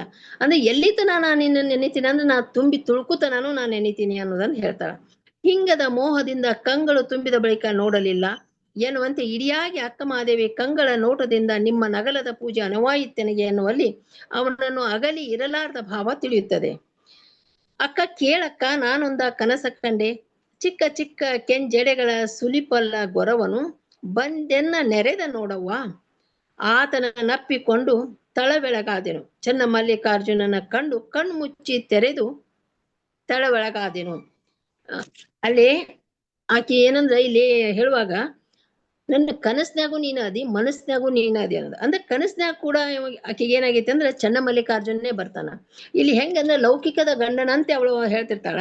ಏನಂದ್ರೆ ನೀ ಹಿಂಗದಿ ಅಂತ ಅವನ ರೂಪವನ್ನು ಕೂಡ ವರ್ಣಿಸ್ತಾ, ಚಿಕ್ಕ ಚಿಕ್ಕ ಜಡೆಗಳು, ಸಾಲನು ಹಲ್ಲದವ, ಕೆಂಪನು ಜಡಿಯದವ, ನೀ ಇಷ್ಟು ಚಂದದಿ ಅಂತ ಅವಳು ಹೇಳ್ತಾ, ಇದು ಒಂದು ವಚನ ಅಲ್ಲ, ಇದನ್ನ ಮತ್ತೆ ಮುಂದುವರೆದು ಇನ್ನೊಂದು ವಚನ ಅದೇ ರೀತಿ ಹೇಳ್ತಾಳ. ಹೇಳಿ ಅಲ್ಲಿ ಏನಂತಾಳಂದ್ರ ತಾನು ಚೆನ್ನಮಲ್ಲಿಕಾರ್ಜುನ ಒಲವಿಗೆ ಸಿಕ್ಕು ತಳಮಳವನ್ನು ಅನುಭವಿಸುವ ತೀವ್ರತೆಯನ್ನು ಒಂದೇ ವಚನದಲ್ಲಿ 2 ಬಾರಿ ತಳಬೆಳಗಾದೆನು ಎನ್ನುವಲ್ಲಿ ಕಾಣಬಹುದಾಗಿದೆ. ಇನ್ನೊಂದು ಮುಂದುವರೆದ ವಚನದಂತೆ ಕಾಣುವುದು ಹೀಗಿದೆ. 12ನೇ ವಚನ, ಅಕ್ಕಿ ಅಡಕಿ ತೆಂಗಿನಕಾಯಿ ಕಂಡೆ, ಚಿಕ್ಕ ಚಿಕ್ಕ ಜಡೆಗಳ ಸುಲಿಪಲ್ಲ ಗೊರವನು ಭಿಕ್ಷಕ್ಕೆ ಮನೆಗೆ ಬಂದುದ ಕಂಡೇನವ್ವ, ಮಿಕ್ಕು ಮೀರಿ ಹೋಹನ ಬೆಂಬತ್ತಿ ಕೈ ಹಿಡಿದೆನು. ಇಲ್ಲಿ ಇದು ಒಂದು ಹೆಂಗ ಅನಿಸ್ತೈತಿ ಅಂದ್ರ ಈ ವಚನ ಒಂದು ಚಿತ್ರ ಕಾವ್ಯದಂತಿದೆ. ಏನೋ ಅವ್ ಬಂದಾನೇನೋ, ಅವ್ನ್ ನಿಂತಾನೇನೋ, ಅವ್ ಹಿಂಗ ಅದಾನ, ಅವನ ಕಣ್ ಹಿಂಗದಾವ, ಅವನ ಹಲ್ ಹಿಂಗದಾವ, ಅವನ ಕೂದ್ಲು ಹಿಂಗದಾವ, ಇಷ್ಟು ಹೇಳಿದ್ರೆ ನಡೀತಿತ್ತು. ಮತ್ತೇನ್ ಹೇಳ್ತಾಳ ಅಂದ್ರೆ ಹೋಗಿ ಅವನ ಕೈಯೇ ಹಿಡ್ಕೊಂಡ್ಬಿಟ್ನಿ ಅನ್ನುವಲ್ಲಿ ಅವಳು ಇಡಿಯಾಗಿ ಮನವನ್ನ ಚೆನ್ನಮಲ್ಲಿಕಾರ್ಜುನನ ಕಡೆ ತೊಡಗಿಸಿಕೊಂಡ ಬಗ್ಗೆ ಅರ್ಥ ಆಕದೆ. ಹಂತ ಹಂತವಾಗಿ ಕ್ರಿಯೆಗಳನ್ನು ಹೇಳುತ್ತಾ ಸಾಗಿದೆ. ಕೇವಲ ಕನಸಿನಲ್ಲಿ ಅಮೂರ್ತನಾಗಿ ಅಷ್ಟೇ ಅಲ್ಲಿ ಬೆನ್ನು ಹತ್ತಿ ಹೋಗಿದ್ದರೆ, ಇಲ್ಲಿ ಚೆನ್ನಮಲ್ಲಿಕಾರ್ಜುನ ಕೈ ಹಿಡಿದು ನಿಂತದ್ದು ಭ್ರಾಂತಿ ಮತ್ತು ವಿಭ್ರಾಂತಿ ಅಥವಾ ಇಡಿಯಾಗಿ ಮುಳುಗಿದ ಬಗೆಯನ್ನು ತಿಳಿಸುತ್ತದೆ. ಇನ್ನೊಂದು ವಚನ ಏನ್ ಬರ್ತೈತಿ ಅಂದ್ರ ಅತ್ತೆ ಮಾಯೆ, ಇಲ್ಲಿ ಮಾಯೆಯಾಗಿ ಅತ್ತೆ ಮಾಯೆ, ಮಾವ ಸಂಸಾರಿ, ಮೂವರು ಮೈದುನರು ಹುಲಿಯಂತವರು, 4 ನಗೆವೆಣ್ಣು ಕೇಳು ಕೆಳದಿ ಎಂದು ಪ್ರಾರಂಭವಾಗುವ ಥೇಟ್ ಸಂಸಾರದ ಎಲ್ಲ ಪಾತ್ರಗಳನ್ನು ತಿಳಿ ಹೇಳುತ್ತಾ ಸಾಗುವ ವಚನದ ಕೊನೆ ಸಾಲುಗಳು ಹೀಗಿವೆ. ಮನವೆಂಬ ಸಖಿಯ ಪ್ರಸಾದದಿಂದ ಅನುಭಾವವ ಕಲಿತೆನು ಶಿವನೊಡನೆ, ಕಡು ಚೆಲುವ ಶ್ರೀಶೈಲ ಚೆನ್ನಮಲ್ಲಿಕಾರ್ಜುನನೆಂಬ ಸಜ್ಜನ ಗಂಡನ ಮಾಡಿಕೊಂಡೆ. ಇಲ್ಲಿ ಯಾರದ ನೆರವು ಸಿಕ್ತಂದ್ರೆ ಇಲ್ಲಿ ನಮ್ಗ ಅದ್ರ ಗೆಳತಿಯರು ಸಿಗ್ತಾರೆ. ಗೆಳತಿಯರ ಮೂಲಕ ಸಂದೇಶಗಳನ್ನ ಕಳಿಸ್ತೀವಿ. ಆದ್ರೆ ಇಲ್ಲಿ ಮನವೆಂಬ ಸಖಿಯ ಪ್ರಸಾದದಿಂದ, ಮನಸ್ಸು ಅನ್ನುವಂಥದನ್ನ ಅವನ ಕಡೆ ತೊಡಗಿರುವುದರಿಂದ ಅದರಿಂದ ಏನ್ ಕಲಿತ್ನಿ ಅಂತಂದ್ರೆ ಅನುಭವವನ್ನ ಕಲಿತ್ನಿ. ಮನಸ್ಸೆಂಬ ಸಖಿಯಿಂದ ನಾನು ಅನುಭವವನ್ನು ಕಲಿತ್ನಿ. ಆ ಅನುಭವ ಎಲ್ಲಿ ಕರ್ಕೊಂಡು ಹೋತಂದ್ರೆ ಶಿವನೆಡೆಗೆ ಕರ್ಕೊಂಡು ಹೋತು. ಅಲ್ಲಿ ಒಬ್ಬವ ನನಗ ಕಡು ಚೆಲುವ ಶ್ರೀಶೈಲ ಮಲ್ಲಿಕಾರ್ಜುನ ಸಿಕ್ಕ. ಅವ ಎಂತವಿದ್ದ ಅಂದ್ರ ಒಬ್ಬ ಸಜ್ಜನ ಗಂಡನಾಗಿದ್ದ ಅಂತ.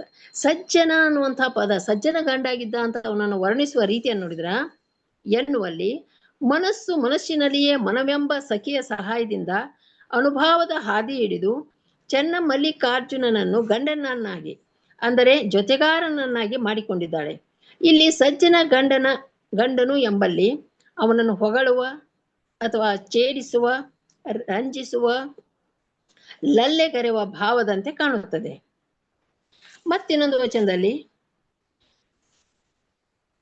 ಒಡಲೋ ಪ್ರಾಣವೋ ಆರು ಹೇಳ, ಎನ್ನೊಡಲಿಂಗೆ ನೀನು ಪ್ರಾಣವಾದ ಬಳಿಕ.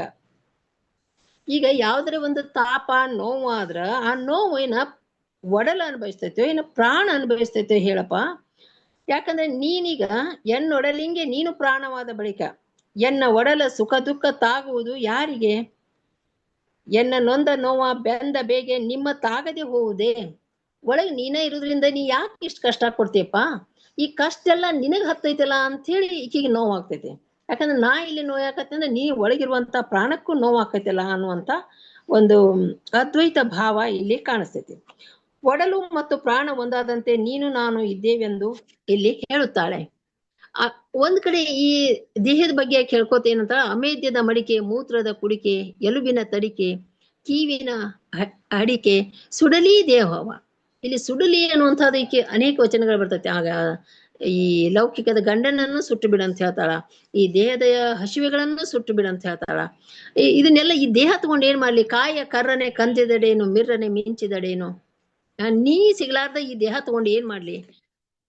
ಒಡಲು ವಿಡಿದು ಕೆಡದಿರು ಚೆನ್ನ ಮಲ್ಲಿಕಾರ್ಜುನನ ಅರಿಯದೆ ಮರುಳೆ ಅಂತ ಹೇಳ್ತಾಳ.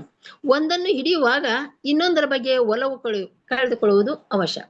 ಈಗ ಎರಡು ಏನಾರೇ ಅದಾವಂದ್ರ ಒಬ್ಬನ ಬಗ್ಗೆ ತಿರಸ್ಕಾರ ಎಷ್ಟು ಮೂಡ್ತೈತೆ, ಇನ್ನೊಬ್ಬನ ಬಗ್ಗೆ ಪ್ರೀತಿ ಅಷ್ಟೇ ಮೂಡ್ತೈತಿ. ಅದಕ್ಕೆ ಇಲ್ಲಿ ಲೌಕಿಕದ ಗಂಡಂದಿರ ಬಗ್ಗೆ ಅವಳು ಎಷ್ಟು ತಿರಸ್ಕಾರವನ್ನ ತೋರಿಸ್ತಾಳಂದ್ರ, ಇದು ಇಂಥದೈತಿ ದೇಹ, ಅಮೇದ್ಯದ ಮಡಿಕೆ, ಮೂತ್ರದ ಕುಡಿಕೆ, ಎಲುಬಿನ ತಡಿಕೆ ಅಂತ ಹೇಳ್ತಾ ಇದರ ಬಗ್ಗೆ ನಿರಾಸಕ್ತಿಯನ್ನು ಎಷ್ಟೆಷ್ಟು ತಳಿತಾಳೋ ಅಷ್ಟೆಷ್ಟು ಅವನ ಕಡೆ ಸಮೀಪ ಹೋಗ್ತಾಳ.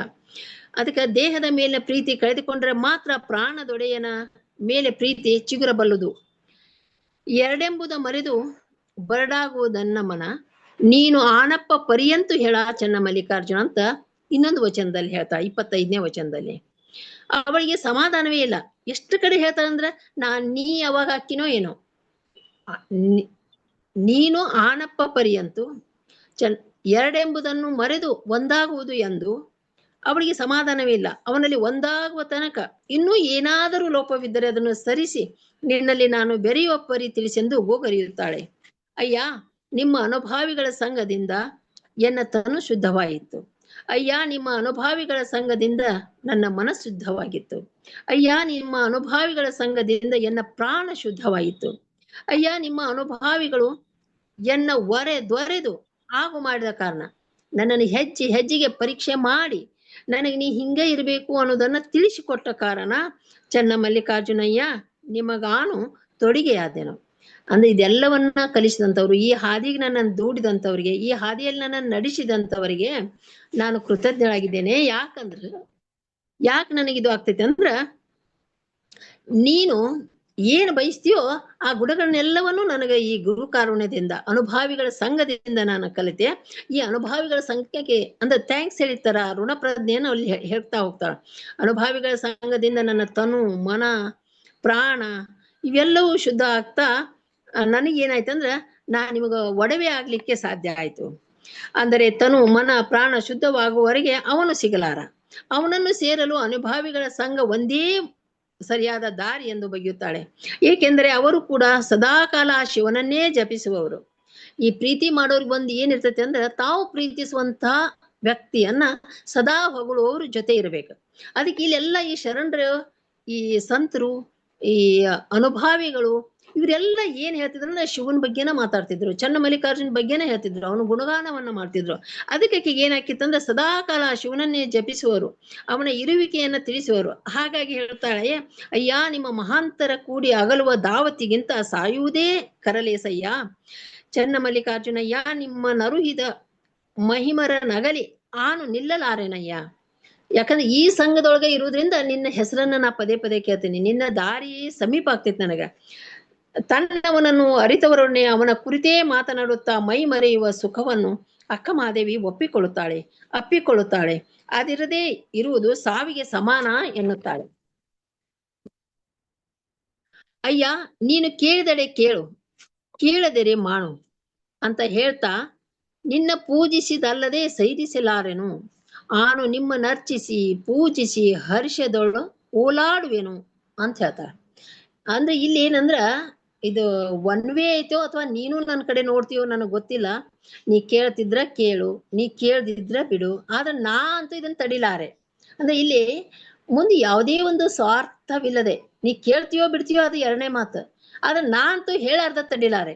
ಇಲ್ಲ ಆಕಿನ ಯಾರು ಕೇಳಿಲ್ಲ, ಆದ್ರೂ ಹೇಳ್ತಿರ್ತಾಳ, ಅಕ್ಕ ಕೇಳವ್ವ ನಾನೊಂದ ಕನಸ ಕಂಡೆ ಅಂತ ಹೇಳುವಾಗ ಆಕೆ ಏನೈತೆ ಅಂದ್ರ ಒಂದು ಖುಷಿ ಮನಸ್ಸಿನಾಗ ತುಂಬಿದಾಗ ಕೇಳೋರಿಗೆ ನಾವಾಗೆ ಕರೆದು ಹೇಳ್ದಂಗ, ನೀ ಕೇಳ ತಂಗಿ, ನೀ ಕೇಳ ಅಕ್ಕ, ನೀ ಕೇಳ ಅಣ್ಣ, ನೀ ಕೇಳೋ, ನನಗ ಅವ ಸಿಕ್ಕಿದ್ದ, ಚನ್ನಮಲ್ಲಿಕಾರ್ಜುನ್ ಸಿಕ್ಕಿದ್ದ, ಅವ ಹಿಂಗದಾನ, ಅವಂದ್ ಹಿಂಗೈತಿ, ಅವನ್ ಸೇರ್ಬೇಕಾದ್ರೆ ಈ ಹಾದಿ ಐತಿ ಅನ್ನೋದನ್ನ ಆಕೆ ತನ್ನ ಮನಸ್ಸು ತುಂಬಿ ಹೇಳ್ತಿರ್ತಾಳ.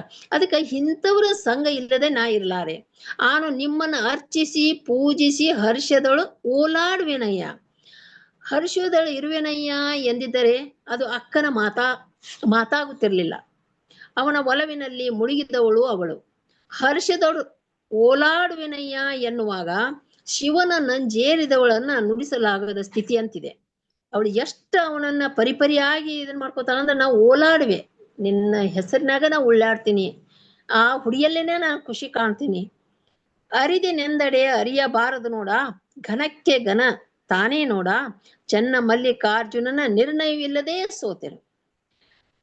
ನಿರ್ಣಯವಿಲ್ಲದೆ ಸೋತೆನು ಈ ಪದ ಏನ್ ಅನ್ಸುತ್ತೆ ಅಂದ್ರ, ನೀ ಹೆಂಗದಿಯೋ, ಎಲ್ಲದಿಯೋ, ನನ್ನ ಒಪ್ಕೋತೀಯೋ ಬಿಡ್ತೀಯೋ ನನಗೆ ಅದೇನು ಗೊತ್ತಿಲ್ಲ, ನಿರ್ಣಯನ ಇಲ್ಲ, ನೀ ಸಿಗ್ತಿ ಅನ್ನೋದು ನನಗ್ ಗೊತ್ತಿಲ್ಲ, ಆದ್ರ ನಿರ್ಣಯವಿಲ್ಲದೆ ನಾ ಸೋತ್ ಹೋಗ್ಬಿಟ್ಟೇನಿ.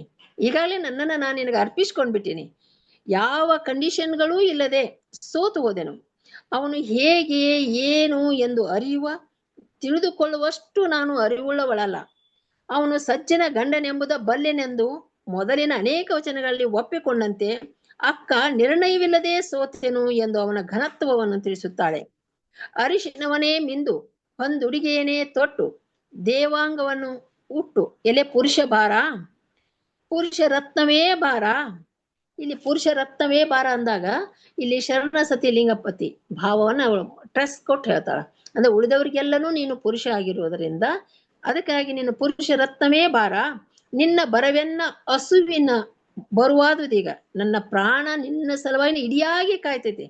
ಅಂದ್ರ ಇಡೀ ದೇಹವೇ ಕಣ್ಣಾಗಿ ನೋಡುವಂತೆ ಹಂಗ ನಿನ್ನ ಬರವನ್ನ ನಾನು ಕಾಯ್ತಾ ಇದ್ದೇನೆ. ಬಾರಯ್ಯ ಚನ್ನಮಲ್ಲಿಕಾರ್ಜುನಯ್ಯ, ನೀನು ಬಂದಿಹನೆಂದು ಬಟ್ಟೆಯ ನೋಡಿ ಬಾಯಾರುತ್ತಿರ್ದೆನು. ಇಲ್ಲಿ ಬಟ್ಟೆ ದಾರಿ, ಈ ದಾರಿನ ಹೆಂಗ್ ಕಾಯಕತ್ತೀನಿ ಅಂದ್ರ ಇಡಿಯಾಗಿ ನಾನು ಬಾಯಾರಿ ಇಡಿಯಾಗಿ ಹಂಬಲಿಸಿ ಹಸಿವಿನಿಂದ ನಾನು ನಿನ್ನನ್ನ ಕಾಯ್ತಾ ಇದ್ದೀನಿ ನೋಡ್ಲಿಕ್ಕೆ ಅಂತ. ಅಳಿ ಸಂಕುಲವೇ ಮಾಮರವೇ ಬೆಳೆದಿಂಗಳೇ ಕೋಗಿಲೆಯೇ ನಿಮ್ಮ ಎಲ್ಲರನ್ನು ಒಂದು ಬೇಡುವೆನು, ಎನ್ನೊಡೆಯ ಚನ್ನಮಲ್ಲಿಕಾರ್ಜುನಿ ದೇವ ಕಂಡರೆ ಕರೆದು ತೋರಿದೆ. ಇಷ್ಟೊತ್ತನ ನಾ ಏನ್ ಹೇಳಿದೆ, ಹಾದ್ಯಾಗ ಬಂದು ಬೆಟ್ಟಾದ ಜನರಿಗೆಲ್ಲ ಹೇಳ್ತಿದ್ಲ, ಅಕ್ಕ ಬಾಯ್ಲೆ ನಾ ಹೇಳ್ತೀನಿ ಬಾಯ್ಲೆ, ನಿನ್ನೆ ರಾತ್ರಿ ಹಿಂಗಾಯ್ತಲ್ಲ, ಚನ್ನಮಲ್ಲಿಕಾರ್ಜುನ್ ಹಿಂಗ್ ಬಂದಿದ್ದ, ಹಿಂಗ್ ಬಂದ್ ನಿಂತ ಬೇಡಾಕತ್ತಿದ್ದ, ನಾ ಏನೋ ನೀಡಾಕ್ ಹೋದೆ ಅವ್ನು ಹೋಗ್ಬಿಟ್ಟ, ಹೋದ್ ಅನ್ನೋದಕ್ಕ ನಾ ಓಡಿ ಹೋಗಿ ಅವ್ನ ಕೈ ಹಿಡಿದಕ್ಕೆ ನನಗೆ ಎಚ್ಚರ ಆಗ್ಬಿಡ್ತು ಅಂತ ವ್ಯಕ್ತಿಗಳಿಗೆ ಹೇಳ್ತಿದ್ಲ. ಆದ್ರೆ ಈಗ ಬರ್ಬರ್ತ ಯಾವ ಅವಸ್ಥೆಗೆ ಬಂದ್ಲು ಅಂತಂದ್ರ ಗಿಳಿ ಕೋಗಿಲೆಯ ಅಳಿಲು ಇವುಗಳಿಗೆ ಈಗ ಸದ್ಯಕ್ಕೆ ಹೇಳಾಕತ್ತಾಳ.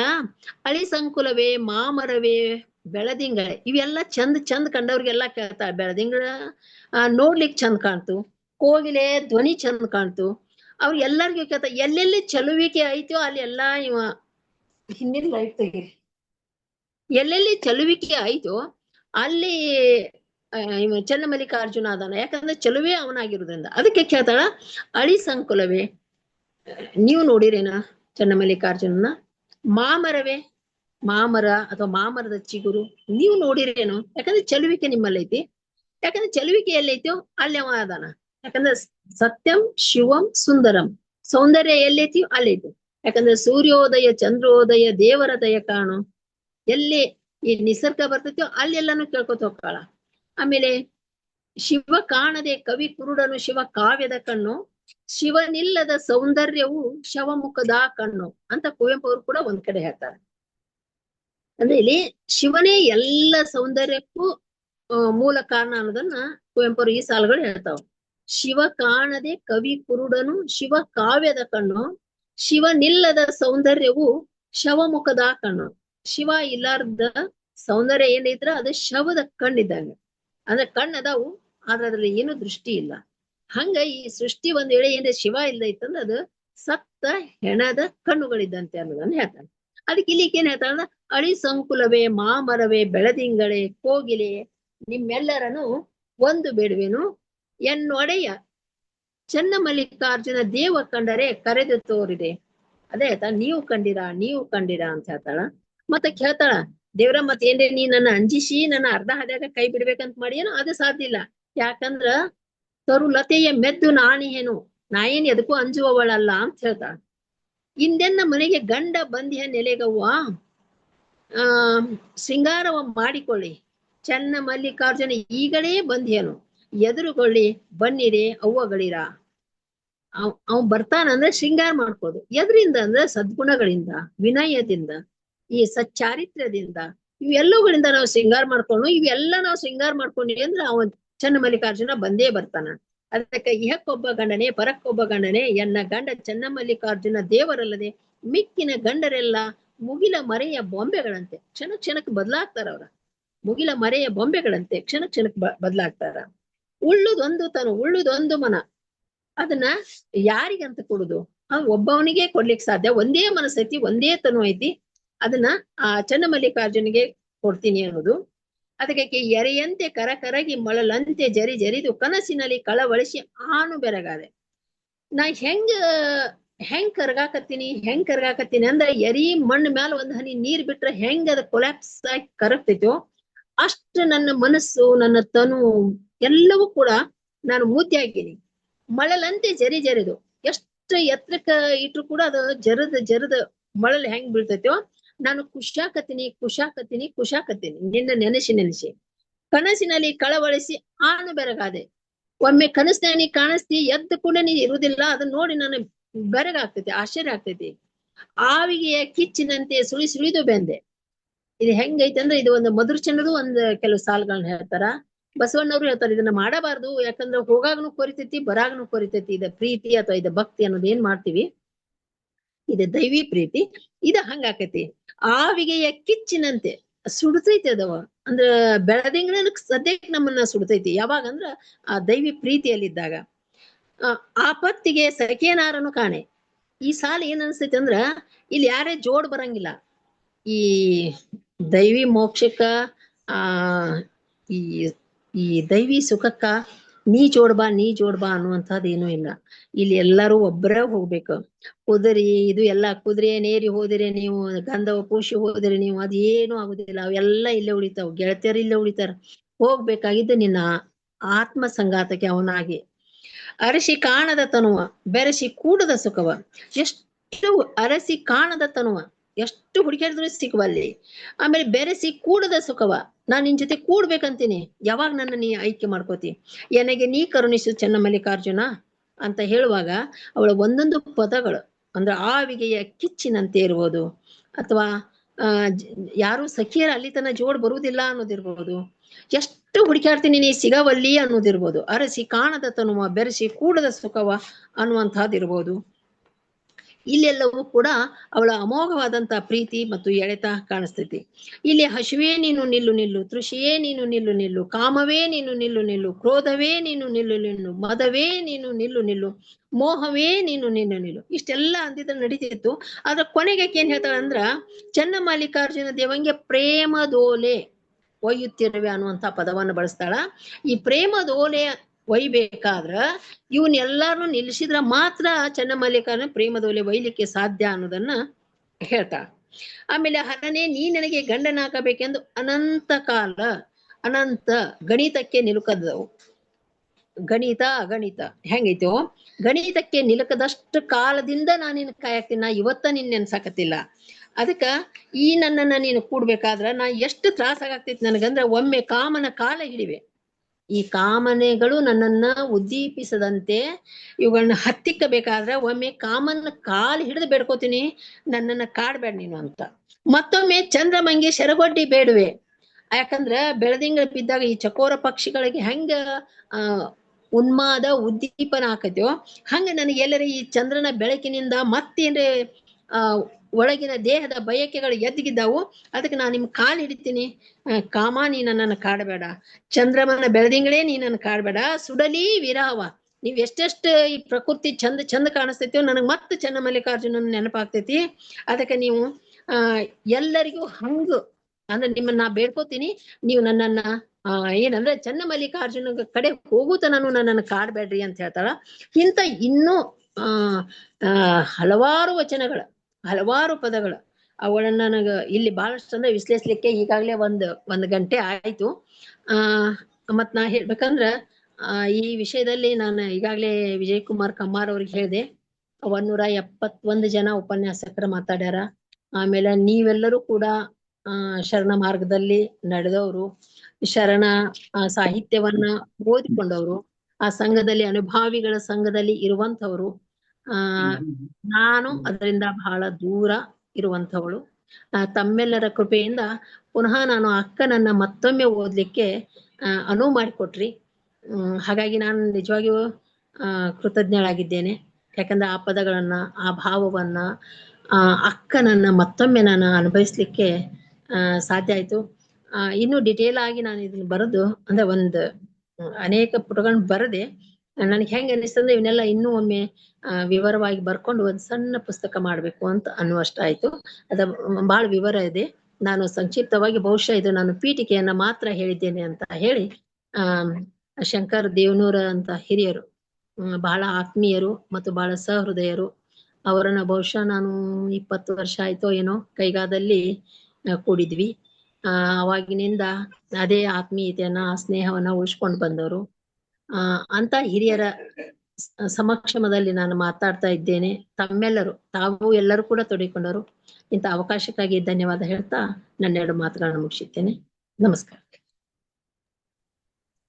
ಶರಣಾರ್ಥಿಗಳ ಮೇಡಮ್, ಅಕ್ಕನ ಬಗ್ಗೆ ಎಷ್ಟು ಹೇಳಿದ್ರೂ ಕಮ್ಮಿನೇ, ಎಷ್ಟು ಕೇಳಿದ್ರೂ ಕಮ್ಮಿನೇ. ಲೌಕಿಕ ಜಗತ್ತಿನಲ್ಲಿ ಅಲೌಕಿಕವಾಗಿ ಬಾಳದಂತಹ ನಮ್ಮ ಮಹಾದೇವಕ್ಕ ಚನ್ನಮಲ್ಲಿಕಾರ್ಜುನನ ಎಡೆಗಿನ ಭಕ್ತಿ, ವೈರಾಗ್ಯ ಮತ್ತು ಅರ್ಪಣಾ ಭಾವದ ಪ್ರೀತಿಗಾಗಿ ತನ್ನ ಬದುಕನ್ನೇ ಸಮರ್ಪಿಸಿದಂತ ಮಹಾದೇವಿಯಕ್ಕನ ಕುರಿತು ಮತ್ತು ಅವರ ವಚನಗಳಲ್ಲಿ ಪ್ರೀತಿಯ ಸಿಂಚನವನ್ನ ಕುರಿತು ಅರ್ಥಪೂರ್ಣವಾಗಿ ಉಪನ್ಯಾಸವನ್ನ ನೀಡಿದಂತಹ ಡಾಕ್ಟರ್ ಶಾರದಾ ಮುಳ್ಳೂರ್ ಅವರಿಗೆ ನಮ್ಮ ವಚನ ಸಾಹಿತ್ಯ ಮಂದಾರ ವೇದಿಕೆಯ ಪರವಾಗಿ ಧನ್ಯವಾದಗಳನ್ನ ಅರ್ಪಿಸ್ತೇನೆ. ಈಗ ಇಂತಹ ಉಪನ್ಯಾಸವನ್ನ ಕೇಳಿದ್ಮೇಲೆ ಇದರ ಬಗೆಗೆ ಚರ್ಚೆಯ ಸಮಯ. ಪ್ರತಿ ವಾರ ನಮ್ಮ ವಚನ ಸಾಹಿತ್ಯ ಮಂದಾರ ವೇದಿಕೆ ಅಕ್ಷರಶಃ ಅನುಭವ ಮಂಟಪವಾಗಿ ಪರಿವರ್ತನೆ ಆಗುತ್ತೆ. ಹಾಗೆ ಮುಂದೆ ಸಂವಾದ ಕಾರ್ಯಕ್ರಮವನ್ನ ಮತ್ತು ಶರಣ ಸಮರ್ಪಣೆಯನ್ನ ನಡೆಸ್ಕೊಳ್ಬೇಕಂತ ಡಾಕ್ಟರ್ ವಿಜಯಕುಮಾರ್ ಕಮ್ಮಾರ್ ಅವರಲ್ಲಿ ಕೇಳ್ಕೊಳ್ತೇನೆ. ಶರಣಾರ್ಥಿಗಳು, ಬಹಳಷ್ಟು ಪ್ರಶ್ನೆಗಳು ನಮ್ಮಲ್ಲಿ ಉದ್ಭವ ಆಗಿದೆ ಅನ್ಕೋತೀನಿ.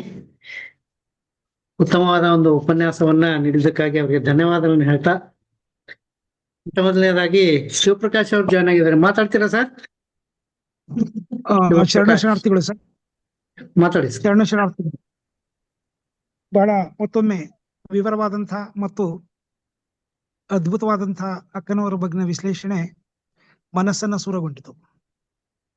ಅಕ್ಕನವರ ಮನಸ್ಥಿತಿಯನ್ನ ಅರ್ಥ ಮಾಡ್ಕೊಳ್ಳೋದು ಬಹಳ ಕಷ್ಟಕರ. ಲೌಕಿಕದಿಂದ ಅಲೌಕಿಕತೆಡೆಗೆ ತೂಗುತ್ತಾ, ದ್ವೈತದಿಂದ ಅದ್ವೈತದೊಡೆಗೆ ಸಾಗುತ್ತಾ ನಡೆಸಿದಂತ ಅವರ ಬದುಕು ಕಲ್ಯಾಣದ ಸಂದರ್ಭದಲ್ಲಿ ಕಲ್ಯಾಣಕ್ಕೆ ದಕ್ಕಿದ್ದು ಆಕಸ್ಮಿಕ ಅಂತಲೇ ನನ್ನ ಭಾವನೆ. ಉಡುತಡಿಯಿಂದ ತನ್ನ ಇನಿಯನಾದಂತಹ ಶ್ರೀಶೈಲದ ಮಲ್ಲಿಕಾರ್ಜುನನ ಹುಡುಕ್ತಾ ಕದಳೀವನಕ್ಕೆ ಸಾಗಿದಂತಹ ಅಕ್ಕ ಮಾರ್ಗದಲ್ಲಿ ಕನ್ಯಾಣದಲ್ಲಿ ಸ್ವಲ್ಪ ಕಾಲ ತಂಗ್ತಾಳೆ. ಶರಣರ ಒಂದು ಸಂಪರ್ಕಕ್ಕೂ ಬರ್ತಾಳೆ.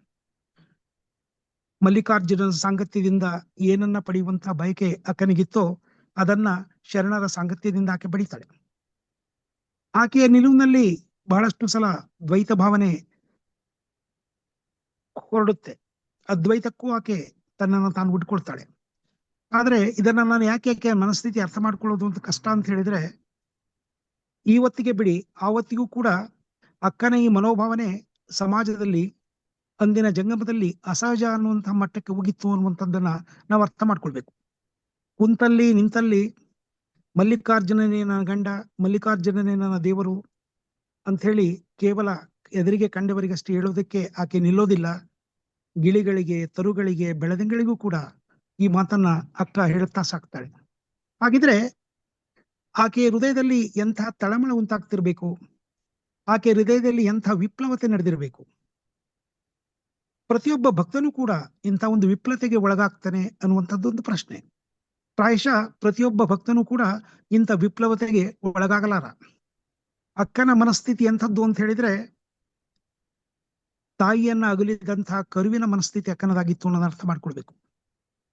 ಚನ್ನ ಮಲ್ಲಿಕಾರ್ಜುನನಂತಹ ಪತಿಯನ್ನ ತನ್ನ ಬುದ್ಧಿ ಬಂದಾಗಿನಿಂದ ತನ್ನೂರಾದಂತಹ ಉಡುತಡಿಯಿಂದ ಶ್ರೀಶೈಲದ ಕದಳಿ ವನದೊಳಗೆ ಆಕೆ ಹುಡುಕುತ್ತಾ ಸಾಗುವಂತಹ ಪರಿಯೇನಿದೆಯಲ್ಲ, ಅದು ನಿಜಕ್ಕೂ ಒಂದು ಆಶ್ಚರ್ಯವನ್ನ, ಒಂದು ಬಹಳ ದೊಡ್ಡದಾದಂತಹ ಬೆರಗನ್ನ ನಮ್ಮಲ್ಲಿ ಹುಟ್ಟಿಸುತ್ತೆ.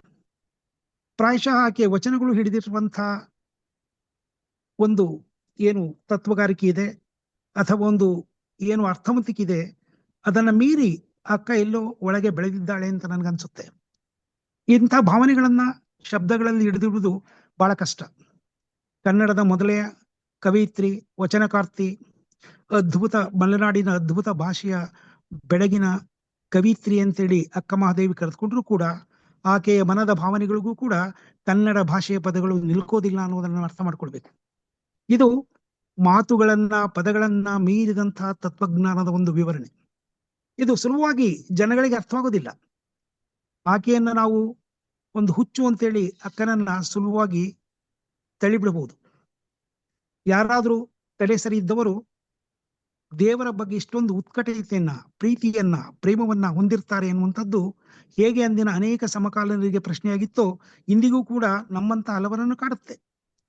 ಆದ್ರೆ ಈ ಭಾವನೆಗೆ ಒಳಗಾದಂತ ಮತ್ತಷ್ಟು ಹಲವರು, ಅದು ಮೀರಾಬಾಯಿ ಆಗಿರ್ಬೋದು, ಮತ್ತೆ ಅಂಥದ್ದೇ ಅನೇಕ ವ್ಯಕ್ತಿಗಳನ್ನ ನಾವು ನೋಡಿದಾಗ ಜಗತ್ತಿನಲ್ಲಿ ಇಂಥ ಒಂದು ಭಾವನೆಯನ್ನು ಧರಿಸಿದಂತ ವ್ಯಕ್ತಿಗಳು ಇದ್ದಾರೆ ಎನ್ನುವಂಥದ್ದು ಕಲ್ಪನೆ ನಮಗೆ ಬರುತ್ತೆ. ಇದು ಭಾವೋನ್ಮಾದದ ಅಂತಿಮ ಹಂತ. ಇಂಥ ಹಂತವನ್ನ ಸುಲಭವಾಗಿ ನಾವು ಊಹಿಸಲಿಕ್ಕೆ ಆಗೋದಿಲ್ಲ. ಲೌಕಿಕತೆಯಲ್ಲಿ ಮುಳುಗಿದಂತಹ ನಮಗೆ ಇದು ಎಂದೂ ನಾವು ಕಾಣದಂತಹ ಒಂದು ಲೋಕವಾಗಿಯೇ ಉಳಿಯುತ್ತೆ. ಎಲ್ಲವನ್ನ ತ್ಯಜಿಸಿದವರಿಗೆ ಮಾತ್ರ ಇದನ್ನ ಕಾಣಲಿಕ್ಕೆ ಸಾಧ್ಯ. ತನ್ನನ್ನ ತಾನು ಕೊಂದವರಿಗೆ, ತನ್ನಲ್ಲಿರುವಂತಹ ಹಮ್ಮನ್ನ ಅಳಿದವರಿಗೆ, ತನ್ನನ್ನ ತಾನು ಇನ್ನಿಲ್ಲದಿಸವಾಗಿದವರಿಗೆ ಮಾತ್ರ ಸಾಧ್ಯವಾಗುವಂತ ವಿಷಯ. ನಾನು ಅನ್ನುವಂತಹ ಹಮ್ ಎಲ್ಲಿಯವರೆಗೆ ನಮಗಿರುತ್ತೆ, ಈ ಭಾವನೆಯ ಉತ್ಕಟವನ್ನ ನಾವು ತಡುವುದಲು ಬಹಳ ದೂರ ಇದೆ. ಇಂತಹ ಉತ್ಪಾದನೆಗೆ ನಾವು ಗುರಿಯಾಗುವುದು ಬಹಳ ದೂರದ ಮಾತು. ಆದರೆ ಇದರ ಭಾವನೆಯನ್ನೂ ಕೂಡ ನಾವು ಸರಿಯಾದ ಅರ್ಥದಲ್ಲಿ ಅರ್ಥ ಮಾಡ್ಕೊಳ್ಳೋಕ್ಕಾಗೋದಿಲ್ಲ ಅನ್ನುವಂಥದ್ದು ನನ್ನ ಪರಿಕಲ್ಪನೆ. ಹಾಗಾಗಿ ಅಕ್ಕ ನಮಗೆ ಅವಳ ವಚನಗಳಿಂದ ಮೀರಿದಂತಹ ಒಂದು ಬೆಳಗಾಗಿ ಉಳಿತಾಳೆ. ಅವಳ ವಚನಗಳಲ್ಲಿ ಬಸಿದಂತಹ ಪ್ರೀತಿಗಿಂತ ಹೆಚ್ಚಾದಂತಹ ಪ್ರೀತಿ ಆಕೆಯ ಹೃದಯದಲ್ಲಿ ಅಡಗಿದೆ. ಮಲ್ಲಿಕಾರ್ಜುನನನ್ನು ಆಕೆ ಗಂಡ ಅಂತ ಕರೆಯುವಲ್ಲಿ ಆ ಒಂದು ಲೌಕಿಕತೆಯ ಒಂದು ಸ್ವಲ್ಪ ದರ್ಶನವಾದರೂ ಕೂಡ ಆಕೆಗೆ ಮಲ್ಲಿಕಾರ್ಜುನನ ಪತಿ ಅಂತ ಕರೆದಾಗಿದ್ದಂಥ ಭಾವ ಪ್ರಾಯಶಃ ಲೌಕಿಕ ಪತಿಯ ಭಾವ ಅಲ್ಲ. ಅದು ಆ ನಿರ್ಗುಣನನ್ನ, ನಿರಾಕಾರವನ್ನ ತಾವು ಸೇರುವಂತಹ ಒಂದು ಬಹಳ ದೊಡ್ಡ ಅಲೌಕಿಕ ಹಾದಿಯಾಗಿ ಕಾಣಿಸುತ್ತೆ. ಹಾಗಾಗಿ ಅಕ್ಕಮಹಾದೇವಿ ಇವತ್ತು ಡಾಕ್ಟರ್ ಶಾರದಾ ಮಳ್ಳೂರ್ ಅವರ ಪ್ರವಚನವನ್ನು ಕೇಳಿದ ನಂತರ ಅಕ್ಕಮಹಾದೇವಿ ಮತ್ತಷ್ಟು ನನಗೆ ಗಾಢವಾಗಿ ಹೋಗ್ತಾ ಇರ್ತಾಳೆ. ಅಕ್ಕಮಹಾದೇವಿ ವಚನಗಳನ್ನ ಓದಿ ಆಕೆಯನ್ನು ಅರ್ಥ ಮಾಡಿಕೊಳ್ಳಬಹುದು ಅನ್ನುವಂಥ ಕಲ್ಪನೆಯಿಂದ ನಾನು ಸ್ವಲ್ಪ ದೂರ ಸರಿತಿದ್ದೇನೆ. ವಚನಗಳು ಹೇಳುವುದು ಕೇವಲ ಅಲ್ಪವಾದರೂ ಕೂಡ ಆಕೆಯ ಬದುಕು, ಆಕೆಯ ವಿಚಾರಗಳು ಪ್ರಾಯಶಃ ತಮ್ಮ ಸರಿಯಾದ ನಿಲುವನ್ನ ಆಕೆಯ 400ಕ್ಕಿಂತ ಮೀರಿದ ವಚನಗಳಲ್ಲಿ ಕಟ್ಟಿಕೊಟ್ಟಿಲ್ಲ ಅನ್ಸುತ್ತದೆ. ಹಾಗಾಗಿ ಇನ್ನಷ್ಟು ವಚನಗಳು ಅಕ್ಕಮಹಾದೇವಿಯ ಬಗ್ಗೆ ಇದ್ದಿರಬಹುದು. ಪ್ರಾಯಶಃ ಆಕೆ ಇಂಥ ಪ್ರಜ್ಞೆಗಳನ್ನು ದಾಟಿ ಬರೆದಂತಹ ವಚನಗಳಲ್ಲಿ ಅಕ್ಕನ ನಿಜವಾದ ನಿಲ್ಕಬಹುದು ಅನ್ನೋದನ್ನ ನಾನು ತಮ್ಮಂತೆಯೇ ನಿರೀಕ್ಷಿಸಿದ್ದೇನೆ ಎನ್ನುವ ಮಾತಿನೊಟ್ಟಿಗೆ ಶರಣು ಶರಣಾರ್ಥಿಗಳನ್ನು ಹೇಳಲಿಕ್ಕೆ ಇಷ್ಟಪಡ್ತೇನೆ. ಶರಣು ಶರಣಾರ್ಥಿಗಳು ಸರ್. ಶರಣಾರ್ಥಿಗಳು ಶಿವಪ್ರಕಾಶ್ ಅವರೇ, ಧನ್ಯವಾದಗಳು ತಮ್ಮ ಅಭಿಪ್ರಾಯಗಳಿಗೆ. ಮುಂದೆ ಡಾಕ್ಟರ್ ಪುಷ್ಪಾವತಿ ಶೆಲವಡಿ ಮಠ ಅವ್ರು ಮಾತಾಡಿ. ಇಲ್ಲ ಅವ್ರು ಕೇಳಿದ ಮಾತಾಡೋಣ. ಶರಣು ಶರಣಾರ್ಥಿಗಳು ಸರ್. ಕೇಳಿಸ್ತಾ ಇದೆ ಸರ್? ಹಾ, ಕೇಳಿಸ್ತಾ ಇದೆ. ಹಲೋ, ಮಾತಾಡಿ, ಕೇಳಿಸ್ತಾ ಇದೆ. ಹಾ ಸರ್, ಎಲ್ಲರಿಗೂ ಶರಣು ಶರಣಾರ್ಥಿಗಳು. ಡಾಕ್ಟರ್ ಶಾರದಾ ಮುಳ್ಳೂರ್ ಅವರು ಅಕ್ಕಮಹಾದೇವರ ಒಂದು ವ್ಯಕ್ತಿತ್ವ ಮತ್ತು ಅವರ ಸ್ನೇಹ ಪ್ರೀತಿ ಚೆನ್ನಮಲ್ಲಿಕಾರ್ಜುನಲ್ಲಿ ಹೇಗೆ ಉತ್ಕಟವಾಗಿತ್ತು ಅನ್ನುವಂಥದ್ದನ್ನ ತುಂಬ ವಿಭಿನ್ನವಾಗಿ ಇಲ್ಲಿ ಕಟ್ಕೊಟ್ಟಿದ್ದಾರೆ. ನನಗನ್ನಿಸ್ತು ಇದು ಶಿವಪ್ರಕಾಶ್ ಅವರು ಕಾವ್ಯಗಳನ್ನ ಬರೀತಾರಲ್ಲ, ಆ ಮಾದರಿಯಲ್ಲಿ ಆ ಕಾವ್ಯಮಯವಾದ ಶೈಲಿಯಲ್ಲಿ ಅವರ ಉಪನ್ಯಾಸ ಇತ್ತು. ತುಂಬ ಉತ್ತಮವಾಗಿ ಅದನ್ನು ಪ್ರೆಸೆಂಟೇಷನ್ ಮಾಡಿದ್ದಾರೆ ಅಂತನ್ನುವಂಥದ್ದು ಕೂಡ ಇವತ್ತು ಅವರಿಗೆ ಅಭಿನಂದನೆಯನ್ನ ನಾವು ಸಲ್ಲಿಸ್ತಾ ಇದ್ದೇವೆ. ಬಹುಶಃ ಅಕ್ಕಮಹಾದೇವರ ವ್ಯಕ್ತಿತ್ವವನ್ನ ನಾವು ನೋಡ್ಕೊಂಡು ಬರೋದಾಗಿದ್ರೆ, ಅವರು ತಾವು ಗಳಿಸಿಕೊಂಡಂತಹ ಅಥವಾ ತಮ್ಮ ವ್ಯಕ್ತಿತ್ವದ ನಿಲುವು ಸಿದ್ಧಾಂತಗಳಿಗೆ ನಾ ಬದ್ಧಳಾಗಿದ್ದೇನೆ ಅನ್ನುವಂಥ ಅಚಲವಾದಂಥ ವಿಶ್ವಾಸ ಅಕ್ಕಮಹಾದೇವರಿಗಿತ್ತು ಅನ್ನುವಂಥದ್ದನ್ನ ನಾವಿಲ್ಲಿ ನೋಡ್ಕೋಬೇಕಾಗುತ್ತೆ. ಸೈದ್ಧಾಂತಿಕವಾಗಿ ಗಟ್ಟಿಗೊಂಡಂತಹ ಇವರ ವ್ಯಕ್ತಿತ್ವ ಪರಂಪರೆಯ ತಾಕಲಾಟದ ಮಧ್ಯದಲ್ಲಿಯೂ ಸಹ ಅದು ಉಳ್ಕೊಂಡು ಬಂದಿರುವಂಥದ್ದು ಈ ಕಾಲಘಟ್ಟದಲ್ಲಿಯೂ ಕೂಡ ಅಕ್ಕಮಹಾದೇವರು ಪ್ರಸ್ತುತ ಆಗ್ತಾರೆ ಅಂತನ್ನುವಂಥದ್ದನ್ನ ನಾವು ನೋಡ್ಕೊಂಡು ಬರಬೇಕಾಗುತ್ತೆ. ಯಾಕೆಂದ್ರೆ ಸ್ತ್ರೀ ನೆಲೆಯಿಂದ ಅವರು ಭಿನ್ನ ಆಗ್ತಾ ಇದ್ದಾರೆ. ಅವರಿಗೆ ಕಾಯ ಕೂಡ ಕಾಡಲಿಲ್ಲ.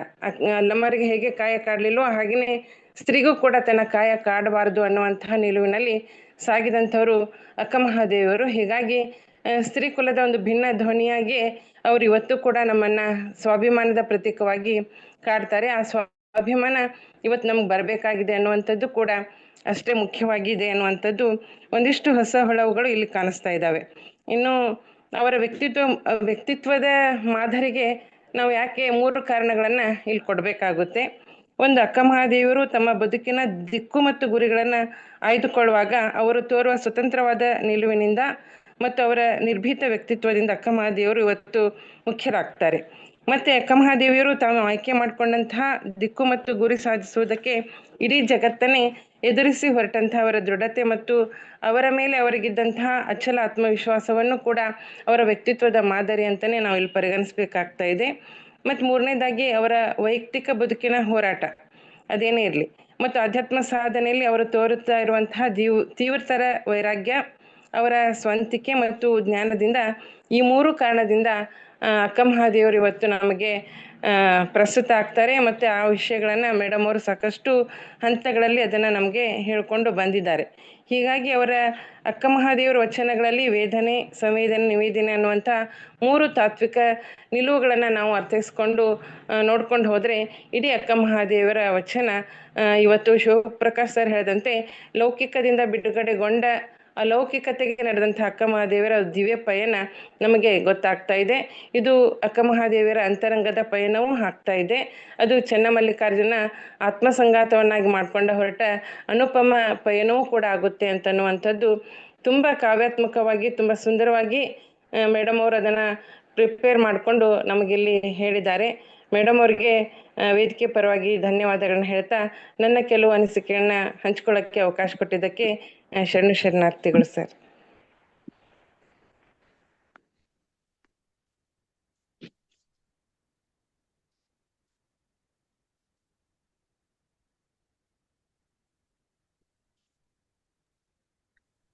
ದೇವನೂರ್ ಸರ್.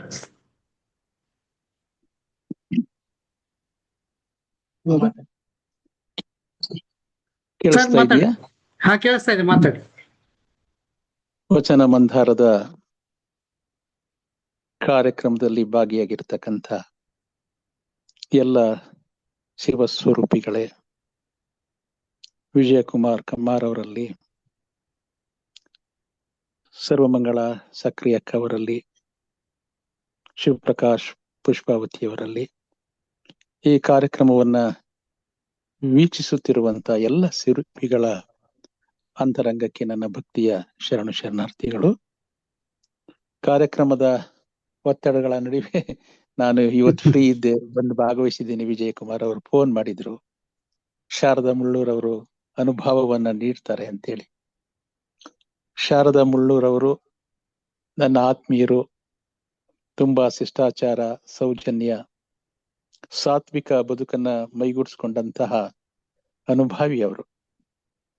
ಸುಮಾರು 20-25 ವರ್ಷಗಳ ಹಿಂದೆ ನಾನು ಉತ್ತರ ಕನ್ನಡ ಜಿಲ್ಲೆಯಲ್ಲಿ ಕಾರ್ಯನಿರ್ವಹಿಸುತ್ತಿರುವ ಸಂದರ್ಭದಲ್ಲಿ ಅವರ ಅನುಭವ, ಕಾವ್ಯದ ಬಗ್ಗೆ ಒಂದು ದೊಡ್ಡ ನಿಸರ್ಗದ ನಡುವೆ ನನ್ನ ಬಳಗದ ಜೊತೆ ಚಿಂತನ ಮಂಥನ ಮಾಡದಿದ್ದು ಸ್ಮರಿಸ್ಕೊಂಡಂಗಾಯ್ತು. ಇವತ್ತು ಅಕ್ಕನ ಕುರಿತು ಶಾರದಾ ಮುಳ್ಳೂರ್ ಅವರು ಅನುಭಾವಿಕ ನೆಲೆಯಲ್ಲಿ ಅಕ್ಕನ ಪ್ರೀತಿ, ಪ್ರೇಮ, ನಿಸರ್ಗ, ಜೀವನ್ಮುಖಿ ತತ್ವಗಳನ್ನ ಕುರಿತು ಮಾರ್ಮಿಕವಾಗಿ ಮಾತಾಡಿದ್ದಾರೆ. ಅದಕ್ಕೆ ಪ್ರತಿಕ್ರಿಯೆಯಾಗಿ ನಮ್ಮ ಶಿವಪ್ರಕಾಶ್ ಅವರು, ನಮ್ಮ ಪುಷ್ಪವತಿಯವರು ಕೂಡ ಪೂರಕವಾದಂತ ಮಾತುಗಳನ್ನ, ಅನುಭವವನ್ನ ನೀಡಿದ್ದಾರೆ. ಅಕ್ಕ ಜಗತ್ತು ಕಂಡಂತಹ ಒಬ್ಬ ಶ್ರೇಷ್ಠ ದಾರ್ಶನಿಕಳು, ಅನುಭಾವಿ, ಅಸ್ತಿತ್ವವಾದಿ. ಯಾವುದನ್ನು ತಿರಸ್ಕರಿಸ್ತಾನೆ, ಯಾವುದನ್ನು ಪುರಸ್ಕರಿಸ್ತಾನೆ, ನಿಶ್ಚಿಂತನಾಗಿ ತಾನು ಕಂಡುಂಡ ಅನುಭವದ ಬೆಳಕನ್ನ ಅಕ್ಕ ವಚನಗಳಲ್ಲಿ ಕಟ್ಟಿಕೊಟ್ಟಿದ್ದಾಳೆ. ಅಲ್ಲಿ ಬೆಳಕಿದೆ, ಬೆಳಗಿದೆ, ಬೆರಗು ಕೂಡ ಇದೆ. ಪುಷ್ಪವತಿಯವರು ಹೇಳಿದ್ರಲ್ಲ, ಅಕ್ಕನ ವಚನಗಳು ತಾಕಲಾಟಗಳ ನಡುವೆ ಇವತ್ತು ಪ್ರಸ್ತುತವಾಗ್ತವೆ ಅಂತ. ಇದು ಸತ್ಯ. ಇದು ಪ್ರಸ್ತುತತೆ ಅಂದ್ರೆ ಯಾವುದೇ ಒಬ್ಬ ವ್ಯಕ್ತಿ, ಯಾವುದೇ ಒಂದು ದೇಶ ಅಪೇಕ್ಷಿಸುವಂತ ಒಂದು ವರ್ತಮಾನದ ಸಂಬಂಧವನ್ನ ನಾವು ಪ್ರಸ್ತುತತೆ ಅಂತ ಕರಿತೇವೆ. ಹಾಗಾಗಿ ಶರಣರ ಎಲ್ಲಾ ವಚನಗಳು ಕೂಡ ಇವತ್ತಿಗೆ ಪ್ರಸ್ತುತ. ಯಾಕಂದ್ರೆ ಅವೆಲ್ಲವೂ ಕೂಡ ಮನುಷ್ಯನನ್ನ ಮನುಷ್ಯತ್ವದ ಎಡೆಗೆ ಕರೆದೊಯ್ಯುವ ವಿವೇಕದ ಬೆಳಕು ಅಂತ ನಾನು ಪರಿಭಾವಿಸ್ತೇನೆ. ಇವತ್ತಿನ ಮಕ್ಕಳು, ಆಧುನಿಕ ಮಕ್ಕಳು, ಅವರ ಮೃದು ಕೈಗಳು ಮುಟ್ಟಬೇಕಾಗಿರುವುದು ವಸ್ತುಗಳನ್ನಲ್ಲ, ವಚನಗಳನ್ನ. ಇದನ್ನು ನಾವು ಅರ್ಥ ಮಾಡ್ಕೋಬೇಕಾಗಿದೆ.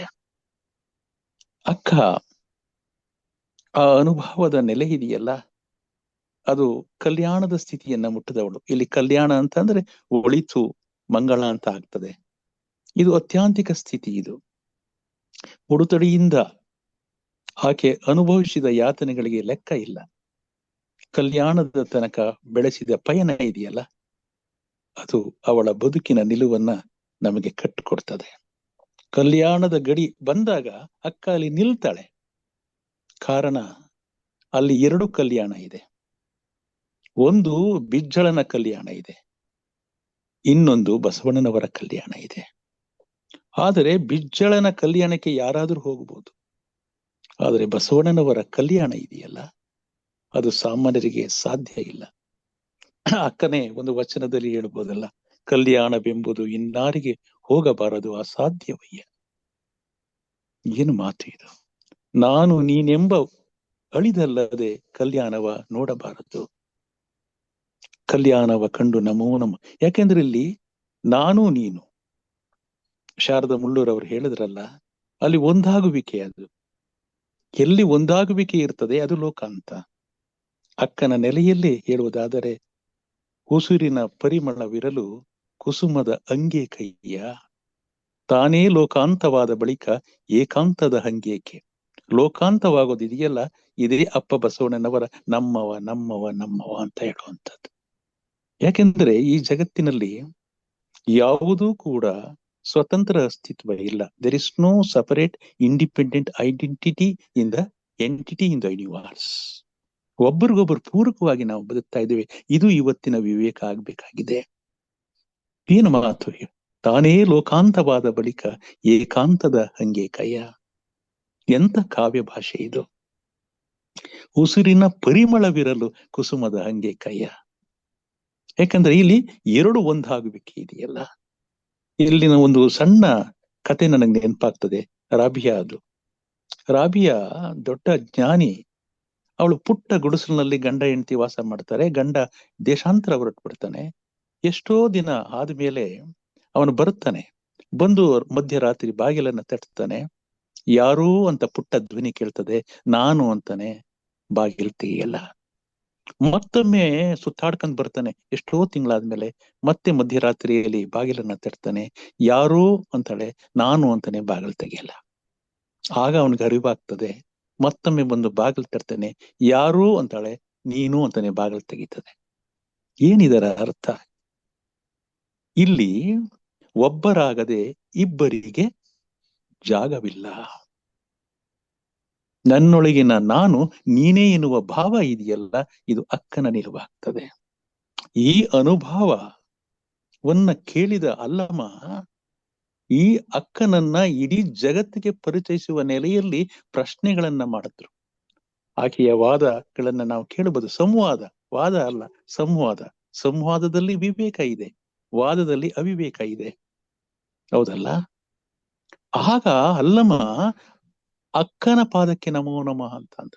ಅಲ್ಲಮ್ಮ ದೊಡ್ಡ ಮಹಾನುಭಾವಿ, ಮಾನವ ಚೈತನ್ಯದ ಅನಂತ ಸಾಧ್ಯತೆಗಳ ಪ್ರತಿಮಾ ರೂಪ ಅಲ್ಲಮ್ಮ. ಅಂತ ಅಲ್ಲಮ್ಮ ಅಕ್ಕನ ಪಾದಕ್ಕೆ ನಮೋ, ಪಾದ ಅಂದ್ರೆ ಇಲ್ಲಿ ಜ್ಞಾನಕ್ಕೆ ನಮೋ ನಮೋ ಅಂತ ಅಂದ್ರು. ಇದು ಅಕ್ಕ 18ನೇ ವಯಸ್ಸಿಗೆ ಪಡೆದ ಅನುಭವದ ಸ್ಥಿತಿ. ಇದು ಅತ್ಯಾಂತಿಕ ಸ್ಥಿತಿ. ಬಸವಣ್ಣನವ್ರು ಏನ್ ಹೇಳ್ತಾರೆ? ಕಾಯದ ಲಜ್ಜೆಯ ಕಲ್ಪಿತವ ಕಳೆದು, ಮೋಹದ ಲಜ್ಜೆಯ ಮನದ ಲಜ್ಜೆಯ ಮೋಹವನಳಿದು, ಭಾವದ ಕೂಟ ಬತ್ತಲೆ ಎಂದರಿದ ಕೂಡಲ ಸಂಗಮ ದೇವ, ಎನ್ನ ಹೆತ್ತ ತಾಯಿ ಮಹಾದೇವಿ ಅಕ್ಕನ ನಿಲುವು ನೋಡ. ತಾಯಿ ಆಗ್ಬಿಟ್ಲು. ಅಲ್ಲಿ ಅಂತಃಕರಣ ಆದ್ಲು, ಮೈತ್ರಿ ಆದ್ಲು, ಕಾರುಣ್ಯ ಆದ್ಲು. ಹೌದಲ್ಲ? ಎನ್ನ ಹೆತ್ತ ತಾಯಿ. ಇದು ಅಕ್ಕನ ನಿಲುವು. ಇವತ್ತಿನ ದಿನಮಾನದಲ್ಲಿ ಅಕ್ಕನ ವಚನಗಳು ಎಷ್ಟು ಪ್ರಸ್ತುತ ಅಂದ್ರೆ, ನಮ್ಮ ಪಾಶ್ಚಿಮಾತ್ಯ ತತ್ವಜ್ಞಾನಿಗಳು ಅಂತ ನಾವೇನ್ ಹೇಳ್ತೀವೋ, ಪ್ಲೋಟೋ, ಸಾಕ್ರಟೀಸ್, ಬ್ಲೇಕ್, ಇವರ ತಲೆಯ ಮೇಲೆ ಕೈಯಾಡಿಸುವ ಒಂದು ತಾತ್ವಿಕ ಸಾಮರ್ಥ್ಯ ಇದ್ರೆ ಅದು ನಮ್ಮ ಅಕ್ಕ ಮತ್ತೆ ಅಲ್ಲಮ್ಮನಿಗೆ ಮಾತ್ರ ಸಾಧ್ಯ. ಇದನ್ನ ನಾವು ನೋಡ್ಬೇಕಾಗಿದೆ. ಭಾಷೆಯನ್ನ ಮುರಿದು ಕಟ್ಟಿದಂಥವ್ರು ಇವರು. ಯಾಕೆಂದ್ರೆ ಸಾಕ್ರಟೀಸ್ ಒಂದ್ ಮಾತನ್ನ ಹೇಳ್ತಾನೆ, don't talk with stupids, don't argue with stupids, because they will drag you down to their level ಅಂತ. ಏನು ಮಾತು ಅದು? ಮೂರ್ಖರ ಜೊತೆಗೆ ನೀನು ವಾದ ಮಾಡ್ಬೇಡಪ್ಪ, ನಿನ್ನನ್ನು ಅವರು ಆ ಮಟ್ಟಕ್ಕೆ ಎಳೆದು ಬಿಡ್ತಾರೆ ಅಂತ. ಆದರೆ ಅಕ್ಕ ಹೇಳುವ ಮಾತಿದೆಯಲ್ಲ, ವಾದ ಮಾಡು, ನಿಂದೇ ಸರಿ ಎಂದ್ಬಿಡು ಅಂತ ಹೇಳಲ್ಲ. ವಾದ ಮಾಡಕ್ ಹೋಗಲ್ಲ ಅವಳು. ಒಂದು ವಚನ ನೆನಪಾಗುತ್ತೆ. ವಿಜಯ್ ಕುಮಾರ್ ಕಮ್ಮರ್ ಅವ್ರಿಗೆ ನಾನು ಚರ್ಚಿಸಿದ್ದೇನೆ ಈ ವಚನವನ್ನ.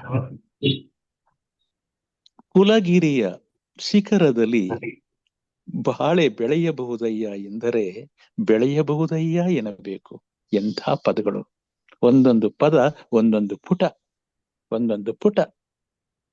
ಕುಲಗಿರಿಯ ಶಿಖರದಲ್ಲಿ ಬಾಳೆ ಬೆಳೆಯಬಹುದಯ್ಯ ಎಂದರೆ ಬೆಳೆಯಬಹುದಯ್ಯ ಎನ್ನಬೇಕು. ಹಿಮಾಲಯದಲ್ಲಿ ಮಂಜು ಬೀಳುವ ಬೆಟ್ಟ ಗುಡ್ಡಗಳಲ್ಲಿ ಬಾಳೆ ಬೆಳೀತದೆ ಅಂದ್ರೆ ಹೌದಪ್ಪ, ಬಾಳೆ ಬೆಳೆಯುತ್ತದೆ. ಓರೆಕಲ್ಲ ನುಗ್ಗುಗಟ್ಟಿ ಪುಡಿ ಮಾಡಿ ಮೆಲಬಹುದಯ್ಯ ಎಂದರೆ ಅದು ಅತ್ಯಂತ ಮೃದು ಮೆಲಬಹುದಯ್ಯ ಎನ್ನಬೇಕು. ಬೆಂಚ್ ಕಲ್ಲನ್ನ ಕುಟ್ಟಿ ತಿಂದ್ರೆ ಚೆನ್ನಾಗಿದೆ ಅಂತ ಅಂದ್ರೆ ಹೌದಪ್ಪ, ಅತ್ಯಂತ ಮೃದು ಅದು ಅನ್ಬೇಕಂತೆ. ಇವತ್ತಿನ ಜಗತ್ತಿಗೆ ಅಕ್ಕ ಕೊಡುವ ಉತ್ತರ. ಸಿಕ್ಕದ ಠಾವಿನಲ್ಲಿ ನಾವು ಅವರಲ್ಲಿ ಸಿಕ್ಕೋಬಾರದು. ಸಿಕ್ಕದ ಠಾವಿನಲ್ಲಿ ಉಚಿತವ ನುಡಿಯುವುದು ಚೆನ್ನ ಮಲ್ಲಿಕಾರ್ಜುನ ಮರ್ತ್ಯಕ್ಕೆ ಬಂದುದಕ್ಕಿದೇ ಗೆಲುವು ಕಾಣ. ಈ ಜಗತ್ತಿ ಮರ್ತ್ಯ ಲೋಕದಲ್ಲಿ ಈಗ ನುಡಿಯೋದ್ರಿಂದ ಅದೇ ನಿಜವಾದ ಗೆಲುವು, ಜಯ ಎನ್ನುವ ಮಾತು. ಈ ಮಾತನ್ನೇ ನಾನು ನೆನೆಸ್ಕೊಂಡಾಗ ಸರ್ವಜ್ಞನ ಮಾತು ಕೂಡ ಸತ್ಯ ಆಗತ್ತೆ. ಮೊಲನಾಯ ಗೆಲ್ಲಬಹುದೆಂದು ಹೇಳಿದ್ದಾರೆ. ಗೆಲ್ಲಬಹುದಯ್ಯು ಎನ್ನಬೇಕು, ಮೂರ್ಖನಲ್ಲಿ ಕಲಹ ಬೇಡೆಂದ ಸರ್ವಜ್ಞ. ಬದುಕುವ ಕಲೆಯನ್ನ ಕಟ್ಕೊಡ್ತಾರೆ. ಶಾರದಾ ಮುಳ್ಳವರು ಹೇಳಿದ್ರಲ್ಲ, ಅಳಿ ಸಂಕುಲವೇ ಮಾಮಲವೇ, ಪ್ರತಿಯೊಂದರಲ್ಲೂ ಕೂಡ ಅವನನ್ನೇ ಕಾಣೋದಿದೆಯಲ್ಲ. ತನ್ನ ವ್ಯಕ್ತಿತ್ವವನ್ನ ಪ್ರತಿಯೊಂದು ಸಂಕುಲಗಳಲ್ಲಿ ಕಾಣೋದಿದೆಯಲ್ಲ, ಇದೇ ಶರಣ ತತ್ವದ ಮೂಲ ದ್ರವ್ಯ. ಸಕಲ ಜೀವಾತ್ಮರಿಗೆ ಲೇಸನ್ನ ಬಯಸು. ಹಳ್ಳಿ ಸಂಕುಲವೇ ಮಾಮರವೇ ಕೋಗಿಲೆಯೇ, ಇನ್ನು ಸುತ್ತ ಇರುವವರೆಲ್ಲರೂ ನನ್ನ ಮುಂದಿರುವವನು ನಾನೇ ಅಂತ ತಿಳ್ಕೊಂಡು ಬದುಕೋದಿದೆಯಲ್ಲ, ಇದು ಜೀವನ. ಅಕ್ಕ ವೈಜ್ಞಾನಿಕವಾದ ಉದಾಹರಣೆಗಳನ್ನು ಕೂಡ ಕೊಡ್ತಾರೆ. ಲೋಕದ ಚೇಷ್ಟೆಗೆ ರವಿಬೀಜವಾಗಿದ್ದಂತೆ ಅಲ್ವಾ? ಇಡೀ ಸೂರ್ಯ, ಇಡೀ ಜಗತ್ತಿನ ಎಲ್ಲ ಕ್ರಿಯೆಗಳ ಮೂಲ. Solar energy is the main source for all energy in the universe. ಸೌರಶಕ್ತಿಯೇ ಜಗತ್ತಿನ ಎಲ್ಲಾ ಶಕ್ತಿಗಳ ಮೂಲ. ಹೌದಲ್ಲ? ಇವತ್ತು ವಿಜ್ಞಾನ ಒಪ್ಕೋತದೆ. ನಾವು ಆಹಾರದ ಬಗ್ಗೆ ಮಾತಾಡ್ತಾರೆ, ಎಲ್ಲದರ ಬಗ್ಗೆ ಮಾತಾಡ್ತಾರೆ. ಎನ್ನೊಳಗೊಂದು ಮನ, ಆ ಮನ ನಿಮಗೆ ಸಿಲುಕಿದ ಬಳಿಕ ನನಗೆ ಬೇರೆ ಭವ ಉಂಟೆ ಚೆನ್ನಮಲ್ಲಿಕಾರ್ಜುನ. ನಾವು ಜ್ಞಾನದ ಮುಖಿಯಾಗಬೇಕಾಗಿದೆ, ನಾವು ತತ್ವದ ಮುಖಿಯಾಗಬೇಕಾಗಿದೆ, ನಾವು ಜಂಗಮದ ಮುಖಿಯಾಗಬೇಕಾಗಿದೆ. ಗುರು ಅಂದ್ರೆ ಇಲ್ಲಿ ಜ್ಞಾನ, ಲಿಂಗ ಅಂದ್ರೆ ಇಲ್ಲಿ ತತ್ವ, ಜಂಗಮ ಅಂದ್ರೆ ಸಮಾಜ. ಆದರೆ ನಾವುಗಳು ಯಾವುದಕ್ಕೆ ಮುಖಿ ಆಗ್ತಾ ಇದ್ದೀವಿ ಅಂದ್ರೆ ಅಸ್ತಿತ್ವ ಇಲ್ಲದ ಕಡೆಗೆ ನಾವು ಮುಗಿಯಾಗ್ತಾ ಇದ್ದೇವೆ. ಯಾವುದು ಇಲ್ಲವೋ ಅದಕ್ಕಾಗಿ ನಾವು ಅಪಹಪಿಸ್ತಾ ಇದ್ದೇವೆ. ನಮ್ ಕಡೆ ಒಂದು ಗಾದೆ ಮಾತಿದೆ, ನಾಯಿ ಕಂಡದನ್ನ ಬೊಗಳಿದ್ರೆ ನರಮನುಷ್ಯ ಕಾಣದೇ ಇರೋದನ್ನ ಬೊಗಳ್ತಾನೆ ಅಂತ. ಜಾತಿ ಕಾಣಲ್ಲ, ಅದಕ್ಕೆ ಕೊಂಡ್ಕೊಂಡಿದೀವಿ. ಹೌದಲ್ಲ? ಮತ ಕಾಣಲ್ಲ, ಅದಕ್ಕೆ ಕೊಂಡ್ಕೊಂಡಿದೀವಿ. ಕುಲ ಕಾಣಲ್ಲ, ಅದಕ್ಕೆ ಕೊಂಡ್ಕೊಂಡಿದೀವಿ. ಅದಕ್ಕೆ ಕನಕದಾಸರು ಕುಲವೆಂದು ಒಡೆದಾಡದಿರಿ, ನಿಮ್ಮ ಕುಲದ ನಿಜದ ನೆಲೆಯನ್ನೇನಾದರೂ ಬಲ್ಲಿರ. ಯಾವಾಗ ನಾವು ಅಸ್ತಿತ್ವಕ್ಕೆ ನಾವು ಅಂಟ್ಕೋತೀವಿ, ನೆಮ್ಮದಿ ನಾವು ಕಾಲ್ಪನಿಕವಾಗಿ ಬದುಕ್ತಾ ಇದ್ದೇವೆ. ವಾಸ್ತವಿಕತೆಯಿಂದ ದೂರ ಇದ್ದೇವೆ ನಾವು. ಜಾತಿ ವಾಸ್ತವ ಅಲ್ಲ, ಆದ್ರೆ ಅದ್ರ ಬಿಟ್ರೆ ನಮಗೆ ಗತಿನೇ ಇಲ್ಲ. ಅದಕ್ಕಾಗಿ ಮನುಷ್ಯ ತಾಕಲಾಡ್ತಾನೆ ಎನ್ನುವುದನ್ನ ಅಲ್ಲಮ ಒಂದು ವಚನದಲ್ಲಿ ಹೇಳ್ತಾರೆ. ತುಂಬಾ ಅದ್ಭುತ ರೂಪಕಗಳು, ಅಕ್ಕ ಕೊಡುವ ರೂಪಗಳು ಇದೆಯಲ್ಲ, ಮೆಟಾಫರ್. ಇಂಗ್ಲಿಷಿನಲ್ಲಿ ಒಂದು ಮಾತು ಬರುತ್ತದೆ, ಪೊಯೆಟ್ರಿ ಸ್ಪೀಕ್ಸ್ ಇನ್ ಮೆಟಾಫರ್ ಅಂತ. ಪ್ರತಿಮೆಗಳಲ್ಲಿ, ರೂಪಕಗಳಲ್ಲಿ ಬದುಕಿನ ಚಿತ್ರಣವನ್ನ ಕಟ್ಕೊಡೋದು ನಿಜಕ್ಕೂ ಶರಣರು ನಮಗೆ ಕೊಟ್ಟಂತ ದೊಡ್ಡ ಮೌಲ್ಯ, ದೊಡ್ಡ ಕೊಡುಗೆ, ದೊಡ್ಡ ಬೆಳಕು. ಅಲ್ಲಮ್ಮ ಒಂದು ಮಾತನ್ನ ಹೇಳಿ ನನ್ನ ಮಾತನ್ನು ಮುಗಿಸ್ಬಿಡ್ತೇನೆ. ಎರದ ಬಂಚೆಯ ಮಗನೊಬ್ಬ ಈಯದ ಎಮ್ಮೆಯ ಗಿನ್ನ ಹಾಲ ಬೇಡುತ್ತಿದ್ದಾನೆ. ಎರದ ಬಂಜೆಯ ಮಗ ಹುಟ್ಟೇ ಇಲ್ಲ, ಅಸ್ತಿತ್ವವೇ ಇಲ್ಲ, ಅಸ್ತಿತ್ವ ಇಲ್ಲದನ್ನ ಬೇಡ್ತಾ ಇದ್ದಾನೆ. ಕರುಣೆ ಆಯ್ಕಿಲ್ಲ, ಇನ್ ಗಿನ್ನಾಲು ಬೇಕಂತೆ. ಗಿನ್ನಾಲ್ ಅಂದ್ರೆ ನಿಮ್ಗೆ ಅರ್ಥ ಆಗ್ಬೋದು. ಬಳಸುವ ಭಾಷೆ ನೋಡಿ, ತೀರ ಸಾಮಾನ್ಯವಾದ ಜೀವನದಲ್ಲೇ ಅಸಾಮಾನ್ಯವಾದಂತಹ ಧಾರ್ಮಿಕ ಅನುಭವವನ್ನ ಕಟ್ಟಿಕೊಟ್ಟಂತವ್ರು ಶರಣರು. ವಸ್ತು, ಎಮ್ಮೆ, ಎತ್ತು, ನಾಯಿ, ನರಿ, ತೀರ ಸಾಮಾನ್ಯವಾದಂತಹ ಪದಗಳು. ಹೌದಲ್ಲ?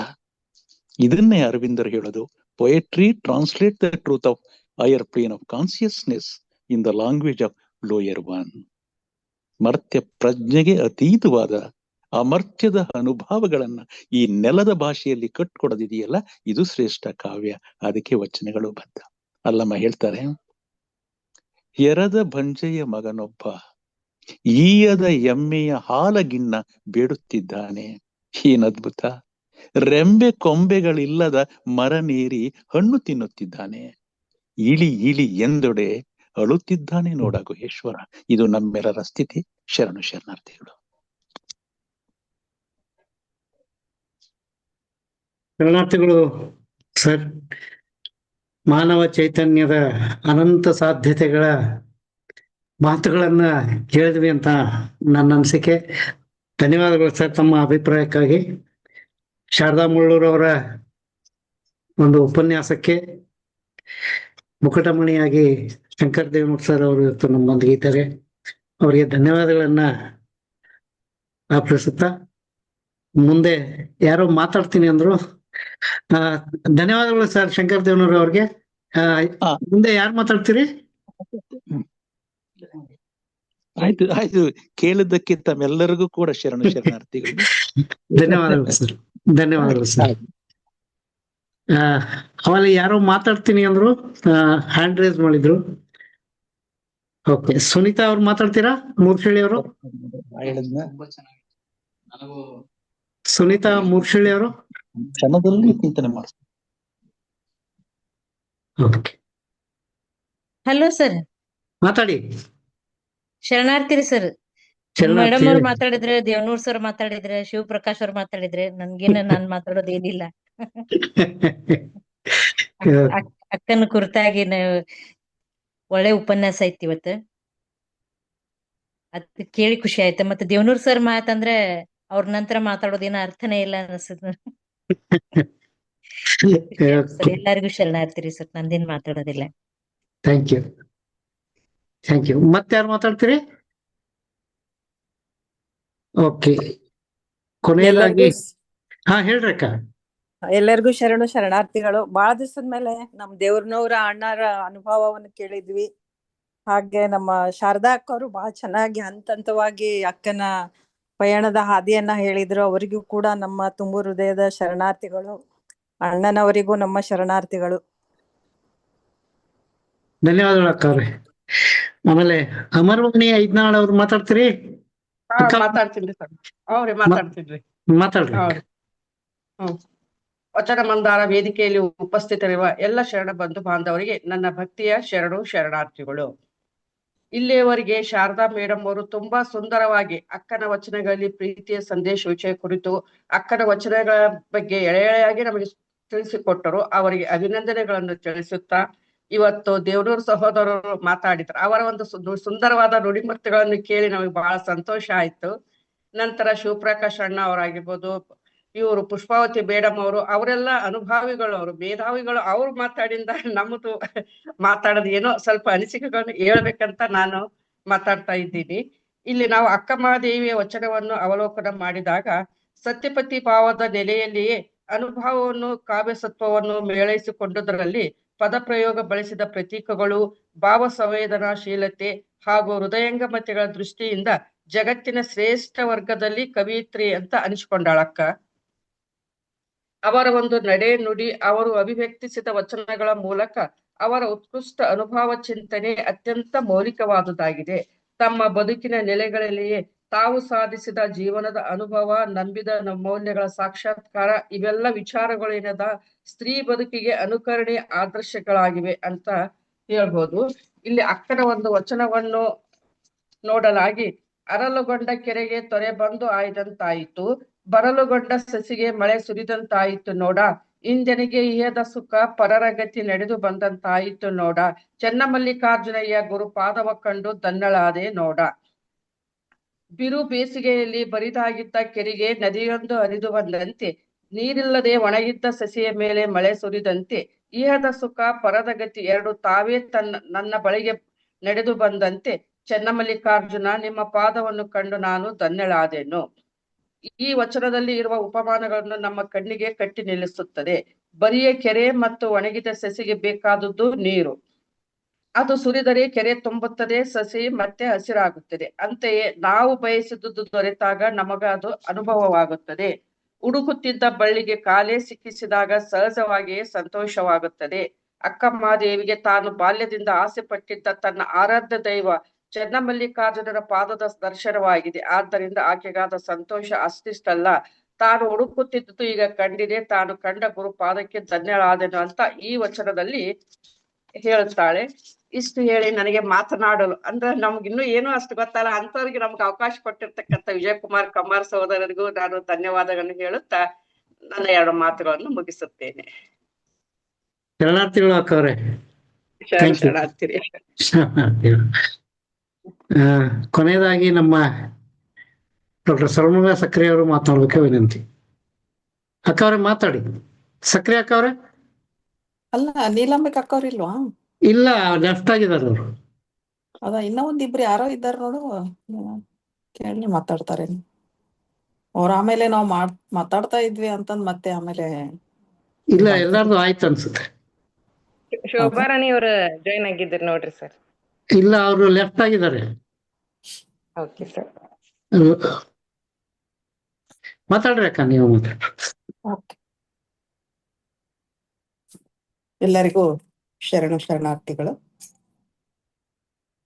ಡಾಕ್ಟರ್ ಶಾರದಾ ಮುಳ್ಳೂರ್ ಅವರ ಒಂದು ಉಪನ್ಯಾಸ ಬಹಳ ಒಂದು ಅಮೋಘ ಮತ್ತು ವಿದ್ವತ್ಪೂರ್ಣವಾದಂತ ಉಪನ್ಯಾಸ. ಲೀಲಾಜಾಲವಾಗಿ ಅವರು ನಮ್ಮೊಂದಿಗೆ ತಮ್ಮ ಅನಿಸಿಕೆಗಳನ್ನ, ಅಕ್ಕನ ವ್ಯಕ್ತಿತ್ವ ಅನುಸಂಧಾನವನ್ನು ಬಹಳ ಸುಂದರವಾಗಿ ಬಿಚ್ಚಿಕೊಟ್ರು ಅಂತ. ಲೌಕಿಕ ಮತ್ತು ಅಧ್ಯಾತ್ಮದ ಒಂದು ಭಾವದಲ್ಲಿ ನಮ್ಮನ್ನವರು ಕರೆದೊಯ್ದು ಶಾರದಾ ಅಕ್ಕ ಅವರಿಗೆ ನಮ್ಮ ವಚನ ಮಂದಾರ ವೇದಿಕೆ ವತಿಯಿಂದ ಶರಣಾರ್ಥಿಗಳು. ಇದುವರೆಗೂ ನಮ್ಮ ವೇದಿಕೆಗೆ ಬಹಳ ದಿನಗಳ ನಂತರ ಬಂದಂತವ್ರು ನಮ್ಮ ಶಂಕರ್ ದೇವನೂರ ಅಣ್ಣನವರು ಅಂತ. ನಮ್ಗೆಲ್ಲ ಬಹಳ ಖುಷಿ ಆಯ್ತು ಅಂತ. ಹಮೀದಾ ಬೇಗಂ ಮಾತಾಡಿದ್ರು, ಆಮೇಲೆ ಅಮರವಾಣಿ ಹೇಳಿದ್ಲು, ಆಮೇಲೆ ಶಾರದಾ ಮುಳ್ಳೂರ್ ಅವರು ಅಂತ ವಚನ ಸಾಹಿತ್ಯವನ್ನ ಅವರು ಮೈತುಂಬ ಒದ್ಕೊಂಡಂತವ್ರು ಅಂತಂದ ಹೇಳಿದ್ರು. ಇದು ಬಹಳ ನಿಜ, ಬಹಳ ಒಂದು ನಮಗೆ ಅವ್ರ ಬಗ್ಗೆ ಬಹಳ ಒಂದು ಗೌರವ ಮತ್ತು ಅಷ್ಟೇ ಒಂದು ಸಂತೋಷ. ಅವ್ರು ಮಾತಾಡ್ತಾರಂದ್ರೆ ನಮಗೆ ಬಹಳ ಸಂತೋಷ. ಅವ್ರ ಮಾತು ಕೇಳ್ಬೇಕಂತಂದ್ರೆ ಒಂದು ಜಾತಕ ಪಕ್ಷಿ ಅಂತೆ ನಾವು ಕಾಯ್ತಾ ಇರ್ತೀವಿ ಅಂತಂದು. ಹಾಗೆ ನಮ್ಮ ವೇದಿಕೆಗೆ ಇವತ್ತು ಬಂದು ಅವರು ಮಾತಾಡಿದ್ದು ನಮ್ಗೆಲ್ಲ ಬಹಳ ಒಂದು ಸಂತಸ ಅಂತ ನಾನು ಹೇಳ್ತಾ, ಅವರ ಮಾತುಗಳು ನಮ್ಗೆಲ್ಲ ಬಹಳ ಒಂದು ಸ್ಫೂರ್ತಿ. ಅದು ಹೆಂಗಿತ್ತು ಅಂತಂದಾಗ ಶರಣರ ಒಂದು ಮಾರ್ಗದರ್ಶನದಂತೆ ನಮ್ಗಿತ್ತು ಅಂತ ನಾನು ಅಲ್ಲಿ ಹೇಳ್ಕೊತೀನಿ. ಮತ್ತು ಶಿವಪ್ರಕಾಶ್ ಅವರು ಸಹಿತ ಬಹಳ ಅಮೋಘವಾಗಿ ಬಹಳ ಚಂದ ಮಾತಾಡ್ಬಿಡ್ತಾರ ಶಿವಪ್ರಕಾಶ್ ಅವರು. ಅದರಲ್ಲಿ 2 ಮಾತೇ ಇಲ್ಲ, ಅಲ್ಲಿ ಏನೋ ನ್ಯೂನ್ಯತೆಗಳೇ ಕಾಣೋದಿಲ್ಲ ನಮಗಂತೂ. ಆಮೇಲೆ ಪುಷ್ಪಾವತಿ ಶಲ್ವಡಿ ಮಠ, ಅಮರವಾಣಿ ಅವರು ಎಲ್ಲರೂ ತಮ್ಮ ಅನಿಸಿಕೆಗಳನ್ನು ಹಂಚಿಕೊಂಡ್ರು. ಇದು ಬಹಳ ಒಂದು ವಿದ್ವತ್ಪೂರ್ಣವಾದಂತ ವೇದಿಕೆ ಅನ್ನೋದ್ರಲ್ಲಿ 2 ಮಾತಿಲ್ಲ ಅನ್ನೋ ಮಾತುಗಳನ್ನು ನಾನು ಹೇಳ್ಕೊತ, ಇಷ್ಟು ಜನ ಮಾತಾಡ್ಯಾರ ಅಂತಂದಾಗ ನಾನು ಮಾತಾಡೋದು ಏನೂ ಉಳಿದಿಲ್ಲ ಇಲ್ಲಿ ಅಂತ ನನ್ನ ಅಭಿಪ್ರಾಯ. ಯಾಕಂತಂದ್ರೆ ಒಂದು ಭಕ್ತಿ ಸಾಹಿತ್ಯದ ಒಂದು ಪರಂಪರೆಯಲ್ಲಿ ಅಕ್ಕಮಹಾದೇವಿ ಬಹಳ ಒಬ್ಬ ವಿಶಿಷ್ಟ ಸಾಧಕಿ, ಆಕೆ ಯೋಗಿಣಿ ಅಂತಾನೆ ನಾವು ಗುರ್ತಿಸ್ತಾ ಬಂದಿದ್ದೇವೆ ಅಂತ. ಆಕೆ ಚನ್ನಮಲ್ಲಿಕಾರ್ಜುನ ಜೊತೆ ಇರತಕ್ಕಂಥ ಒಂದು ಪ್ರೇಮ, ಪ್ರೀತಿ, ಅಧ್ಯಾತ್ಮದ ಒಂದು ಬದುಕು ಏನಿದೆಯಲ್ಲ, ಅದು ಬಹಳ ವಿಸ್ಮಯವಾದ ಬದುಕನ್ನ ಆಕೆ ತನ್ನ ವಚನಗಳಲ್ಲಿ ಸ್ಮರಿಸಿಕೊಂಡಿರ್ತಕ್ಕಂಥ ಆ ವಚನಗಳನ್ನು ಎಷ್ಟು ಓದಿದರೂ ಸಹಿತ ನಮ್ಗೆ ಅರಿವು ಆಗಲು ಸಾಧ್ಯವಾಗುವುದಿಲ್ಲ. ಅಣ್ಣವ್ರು ಹೇಳಿದ್ರು ಈಗ ನಮ್ಗ ಶಂಕರ ದೇವನೂರ ಅಣ್ಣವರು, ಭಾಷೆಯನ್ನು ಮುರಿದು ಕಟ್ಟಿದಂಥವರು ಅಂತಂದಾಗ ಅಲ್ಲಮರು ಮತ್ತು ಅಕ್ಕ ಅಂತಂದು ಹೇಳಿದ್, ಇದು ಬಹಳ ನಿಜ ಇದು.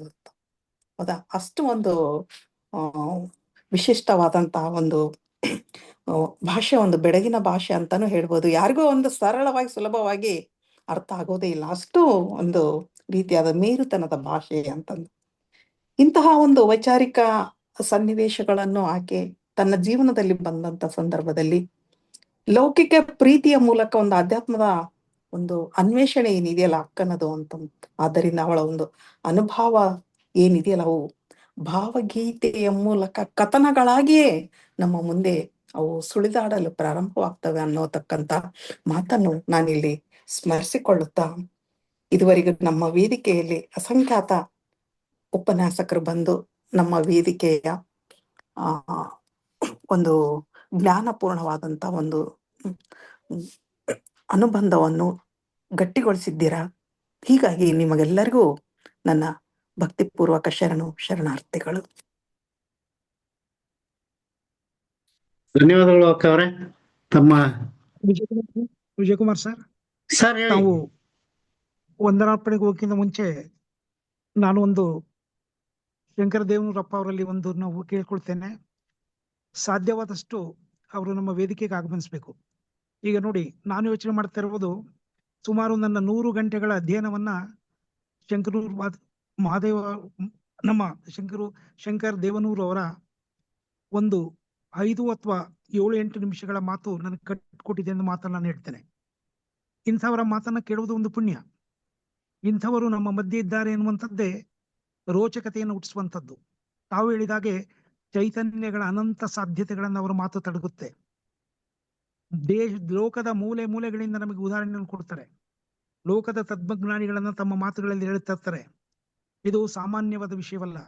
ಕೇವಲ ಶರಣರ ತತ್ವಜ್ಞಾನದಲ್ಲಿ ಅರಿಯುವಂತಹ ನಮ್ಮ ಚಿಂತನೆಯನ್ನ ಲೋಕದ ಮಹೋನ್ನತ ಚಿಂತನೆಗಳೊತ್ತಿಗೆ ಬೆಸೆಯುವಂತಹ ಕೆಲಸ ಏನಿದೆಯಲ್ಲ, ಅದನ್ನು ಅಪ್ಪ ಅವರ ಮಾತುಗಳಲ್ಲಿ ನಾವು ಕೇಳಬೇಕು. ಹಾಗಾಗಿ ನನ್ನ ನಮ್ರವಾದ ವಿನಂತಿ ಅಂತ ಹೇಳಿದ್ರೆ, ಸಾಧ್ಯವಾದ ಮಟ್ಟಿಗೆ ದೇವನೂರ್ ಸರ್ ಅವರು ನಮ್ಮ ವೇದಿಕೆಗೆ ಬರಬೇಕು. ತಮ್ಮ ಮಾತುಗಳ ಅಮೃತ ಚಿಂತನದಿಂದ ನಮ್ಮನ್ನ ಪಾವನರಾಗಿ ಮಾಡಬೇಕು ಅನ್ನೋ ಒಂದು ಕೋರಿಕೆಯನ್ನು ಅವರಲ್ಲಿ ಇಡ್ತೇನೆ. ನಮಗೆ ನಿಮಗೆ ಅಷ್ಟೇ ಅಲ್ಲ, ಇದು ಸಿದ್ದೇಶ್ವರ ಅಪ್ಪ ಅವರನ್ನು ಕೂಡ ತಲ್ಲಣಗೊಳಿಸಿದಂತಹ ಒಂದು ಸಂಗತಿ. ಮೈಸೂರಲ್ಲಿ ಶಂಕರ ದೇವನೂರವರ ಉಪನ್ಯಾಸ ಇರ್ಬೇಕಾದ್ರೆ ಸಿದ್ದೇಶ್ವರ ಅಪ್ಪ ಅವರು ಆಮೇಲೆ ಸುತ್ತೂರು ಶ್ರೀಗಳು ಅವ್ರ ಎದುರುಗಡೆ ಬಂದು ಕೆಳಗಡೆ ಕೂತಿದ್ದನ್ನ ನಾವು ನೋಡಿದೀವಿ, ಫೋಟೋಗಳಲ್ಲಿ ನೋಡಿದೀವಿ. ಅವ್ರು ನಮ್ಮ ವೇದಿಕೆಗೆ ಬರ್ತಾರಂದ್ರೆ ಅದೊಂದು ಸೌಭಾಗ್ಯ ಅಂತ ನನ್ನ ಅನಿಸಿಕೆ. ಧನ್ಯವಾದಗಳು ಶಿವಪ್ರಕಾಶ್ ಅವರೇ. Thank you sir. Anupam Patil ಅವರೇ, ಶರಣ ಸಮರ್ಪಣೆಗೆ ಹೋಗ್ಬೋದಾ? ಹಾ ಸರ್. ಓಕೆ.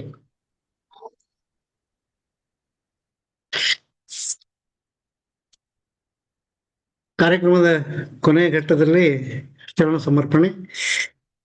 ಬಹಳ ದಿನಗಳ ನಂತರ ನಮ್ಮ ವೇದಿಕೆಗೆ ಆಗಮಿಸಿದಂತ ಅಂತಾರಾಷ್ಟ್ರೀಯ ಮಟ್ಟದ ಕಲಾವಿದೆ ಶ್ರೀಮತಿ ರಾಜಶ್ರೀ ತಳಂಗಿ ಅವರು, ಸೊಲ್ಲಾಪುರದವರು.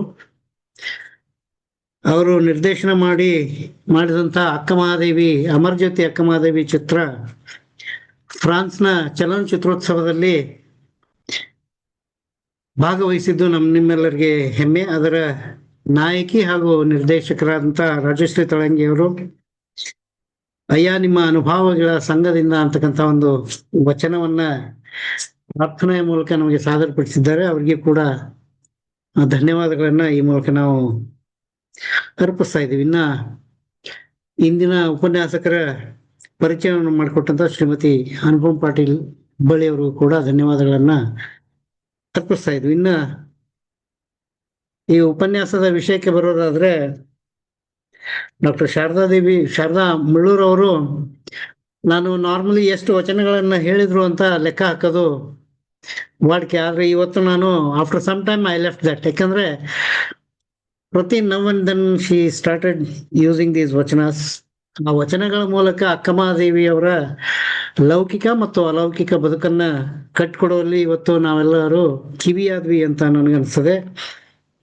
ಲೋಕದೊಳಗಿದ್ದು ಲೋಕಾತೀತಳಾದ, ಸೀಮೆಯೊಳಗಿದ್ದು ಸೀಮಾತೀತಳಾದ ಅಕ್ಕನ ಬದುಕಿನ ಚಿತ್ರಣವನ್ನ, ಅವಳ ಪ್ರೀತಿಯ ಸಂಜೀವನಿಯನ್ನ ಅತ್ಯುತ್ತಮವಾಗಿ ಕಟ್ಕೊಟ್ಟಂತ ಡಾಕ್ಟರ್ ಶಾರದಾ ಮುಳ್ಳೂರ್ ಅವ್ರಿಗೆ ಧನ್ಯವಾದಗಳನ್ನು ಹೇಳ್ತಾ, ಪ್ರೀತಿ ಅಂದ್ರನೆ ಕಾಯೋದು ಅಂತಕ್ಕಂಥ ಮಾತನ್ನ ಅಕ್ಕನ ವಚನಗಳ ಮೂಲಕ ಕಟ್ಕೊಟ್ಟಿದ್ದಾರೆ.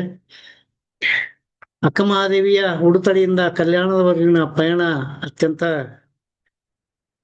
ವಿಭಿನ್ನವಾದ ಪಯಣ. ಅದು ನೀವೆಲ್ಲರೂ ಮಾಡ್ತಕ್ಕಂಥ ಪಯಣ ಅಲ್ಲ, ವಿಭಿನ್ನವಾದ ಪಯಣ. ಅದರಲ್ಲಿ ಅಕ್ಕ ಮಹಾದೇವಿಯರ ಅಂತರಂಗದ ಪಯಣವೂ ಕೂಡ ಆಗಿತ್ತು ಅಂತಕ್ಕಂಥ ವಿಷಯನ ಡಾಕ್ಟರ್ ಶಾರದಾ ಮುಳ್ಳೂರ್ ಅವರು ಬಹಳ ಅಚ್ಚುಕಟ್ಟಾಗಿ, ಸರಳವಾಗಿ, ನೇರವಾಗಿ ಕಟ್ಕೊಟ್ಟಿದ್ದಾರೆ. ಎಲ್ಲಕ್ಕಿಂತ ಹೆಚ್ಚಾಗಿ ಅಕ್ಕ ಮಹಾದೇವ ಸಮಗ್ರ ಚಿತ್ರಣವನ್ನ, ಬದುಕಿನ ಚಿತ್ರಣವನ್ನ ಕಟ್ಕೊಟ್ಟಿದ್ದಾರೆ. ಹಾಗಾಗಿ ಅವ್ರಿಗೆ ಕೂಡ ಧನ್ಯವಾದಗಳನ್ನ ಈ ಮೂಲಕ ಅರ್ಪಿಸ್ತಾ ಇದ್ದೀವಿ. 1 ವರ್ಷದ ಹಿಂದೆ ಇದೇ ಕಾರ್ಯಕ್ರಮವನ್ನ ಏರ್ಪಾಟ್ ಮಾಡಿದ್ವಿ, ಆದ್ರೆ ಕಾರಣಾಂತರಗಳಿಂದ ಅದು ಮುಂದೋಗಿತ್ತು. ಅದು ಹೇಳ್ತಾರಲ್ಲ, you cannot touch the same water twice in the flowing river ಅಂತ. ಆದ್ರೆ ಇವತ್ತು ಆ ಕ್ಷಣ ಬಂದಿತ್ತು ಅಂತಕ್ಕಂಥ ಮಾತನ್ನ ಹೇಳ್ತಾ ಅವರಿಗೆ ಧನ್ಯವಾದಗಳು ಹಾಗೂ ಕೃತಜ್ಞತೆಗಳನ್ನ ಅರ್ಪಿಸ್ತಾ, ಇಂದಿನ ಕಾರ್ಯಕ್ರಮದಲ್ಲಿ ಸಂವಾದ ರೂಪದಲ್ಲಿ ಪಾಲ್ಗೊಂಡು ತಮ್ಮ ಅನಿಸಿಕೆ ಅಭಿಪ್ರಾಯಗಳನ್ನ ಹೇಳಿದಂತ ಶಿವಪ್ರಕಾಶ್ ಅವರಿಗೆ, ಶಲವಡಿ ಮಠ ಅವರಿಗೆ, ಸುನೀತಾ ಮೂರ್ಷಿಗಳ್ ಅವರಿಗೆ, ಗಂಜಿ ಅವರಿಗೆ, ಐದ್ನಾಳ್ ಅವರಿಗೆ, ಕೊನೆಯದಾಗಿ ಸಕ್ರಿ ಅವರಿಗೆ ಕೂಡ ಧನ್ಯವಾದಗಳನ್ನು ಹೇಳ್ತಾ, ಇಂದಿನ ಕಾರ್ಯಕ್ರಮದ ಹೈಲೈಟ್ ಅಂದ್ರೆ ನಮ್ಮ ಮಾರ್ಗದರ್ಶಕರಾದಂತಹ ಶಂಕರ್ ದೇವನೂರವರು ಬಹಳ ದಿನಗಳ ನಂತರ ನಮ್ಮ ಕಾರ್ಯಕ್ರಮಕ್ಕೆ ಆಗಮಿಸಿದ್ದಾರೆ. ಇನ್ನು ಮುಂದಿನ ದಿನಗಳಲ್ಲಿಯೂ ಕೂಡ ಅವರನ್ನ ಆಹ್ವಾನಿಸೋಣ. ಸಿದ್ದೇಶ್ವರ ಅಪ್ಪಾಜಿ ಅವರು ಲಿಂಗೈಕ್ಯರಾದಾಗ ಒಂದ್ ಮಾತನ್ನ ಶಂಕರ್ ದೇವನೂರವರು ಹೇಳಿದ್ರು, ಮಾನವ ಚೈತನ್ಯದ ಅನಂತ ಸಾಧ್ಯತೆಗಳ ಪ್ರತಿಮಾ ರೂಪವೇ ಸಿದ್ದೇಶ್ವರಪ್ಪ ಅವರು ಅಂತ. ಹಾಗಾಗಿ ಅಪ್ಪ ಅವರು ಅಲ್ಲಮರ ಒಂದು ಆ ಕಂಪ್ಯಾರಿಸನ್ ಅನ್ನ ನಾವಿವತ್ತು ಶಂಕರ್ ದೇವನೂರ್ ಸರ್ ಅವರ ಆ ಒಂದು ಅಭಿಪ್ರಾಯದಲ್ಲಿ ಕಂಡ್ವಿ ಅಂತಕ್ಕಂಥ ಮಾತನ್ನ ಹೇಳ್ತಾ ಅವ್ರಿಗೂ ಕೂಡ ಧನ್ಯವಾದಗಳನ್ನ ಹೇಳೋಣ. ಇನ್ನ ಮುಂದಿನ ವಾರ ದಿನಾಂಕ 28/3/2026 ಡಾಕ್ಟರ್ ಎಂ ಮಕ್ತುಂಬಿ ಭಾಲ್ಕಿಯ ಉಪನ್ಯಾಸಕರು ವಚನಕಾರರ ದೃಷ್ಟಿಯಲ್ಲಿ ಆತ್ಮ ಸೌಂದರ್ಯ ಅಂತಕ್ಕಂಥ ಒಂದು ವಿಷಯದ ಮೇಲೆ ಅವರು ಮಾತನಾಡಲಿದ್ದಾರೆ. ಇಂದಿನ ಕಾರ್ಯಕ್ರಮವನ್ನ ಅಚ್ಚುಕಟ್ಟಾಗಿ ನಿರ್ವಹಣೆ ಮಾಡಿದ್ದಾರೆ ಶ್ರೀಮತಿ ಅನುಪಮಾ ಪಾಟೀಲ್ ಅವರು. ಅವ್ರಿಗೂ ಕೂಡ ಧನ್ಯವಾದಗಳನ್ನ ಹೇಳ್ತಾ, ಡಾಕ್ಟರ್ ಶಾರದಾ ಮುಳ್ಳೂರ್ ಅವರಲ್ಲಿ ಒಂದು ವಿನಂತಿ ಏನಂದ್ರೆ, ಈ ಉಪನ್ಯಾಸದ ಲೇಖನವನ್ನ ಮಾಡಿಕೊಟ್ರೆ ನಮ್ಮ ವಚನ ಸಾಹಿತ್ಯ ಮಂದಾರ ಫೌಂಡೇಶನ್ ನ ವೆಬ್ಸೈಟ್ ಅಲ್ಲಿ ಅದನ್ನ ಪ್ರಕಟ ಮಾಡ್ತೀವಿ. ಈ ಉಪನ್ಯಾಸದ ವಿಡಿಯೋ ಜೊತೆ ಅದನ್ನು ಶೇರ್ ಮಾಡ್ತೀವಿ ಅಂತ ಹೇಳ್ತಾ, ಮುಂದಿನ ವಾರವೂ ಡಾಕ್ಟರ್ ಎಂ ಮಕ್ತುಂಬಿ ಅವರ ಉಪನ್ಯಾಸವನ್ನ ಕೇಳೋದಕ್ಕೆ ಎಲ್ಲರೂ ಸೇರೋಣ ಅಂತ ಹೇಳ್ತಾ, ಈ ಕಾರ್ಯಕ್ರಮದಲ್ಲಿ ಭಾಗಿಯಾದಂಥ ಎಲ್ಲ ವೀಕ್ಷಕ ಪ್ರಭುಗಳಿಗೂ ಕೂಡ ಧನ್ಯವಾದಗಳನ್ನ ಹೇಳ್ತಾ ನನ್ನ ಶರಣು ಸಮರ್ಪಣೆಗೆ ವಿರಾಮವನ್ನು ಹೇಳ್ತೇನೆ. ಎಲ್ಲರಿಗೂ ಶರಣಾರ್ಥಿಗಳು. Madam, you can conclude the meeting please. Anupama Patil ಅವರೇ, ಯು ಕ್ಯಾನ್ ಕನ್ಕ್ಲೂಡ್. ಇವತ್ತು ಒಂದು ಅರ್ಥಪೂರ್ಣವಾದ ಉಪನ್ಯಾಸ ಮತ್ತು ಅದರ ಬಗೆಗಿನ ಚರ್ಚೆಗೆ ಸಾಕ್ಷಿಯಾದ್ವಿ.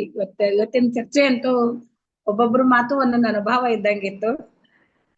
ಅದಕ್ಕೆ ಹೀಗೆ ನಾವು ಪ್ರತಿ ವಾರ ಹೊಸ ವಿಷಯಗಳೊಂದಿಗೆ, ಹೊಸ ಚಿಂತನೆಗಳೊಂದಿಗೆ ಮತ್ತೊಮ್ಮೆ ಎಲ್ಲರೂ ಸೇರೋಣ ಅಂತ ಹೇಳ್ತಾ ಎಲ್ಲರಿಗೂ ಶರಣಾರ್ಥಿ.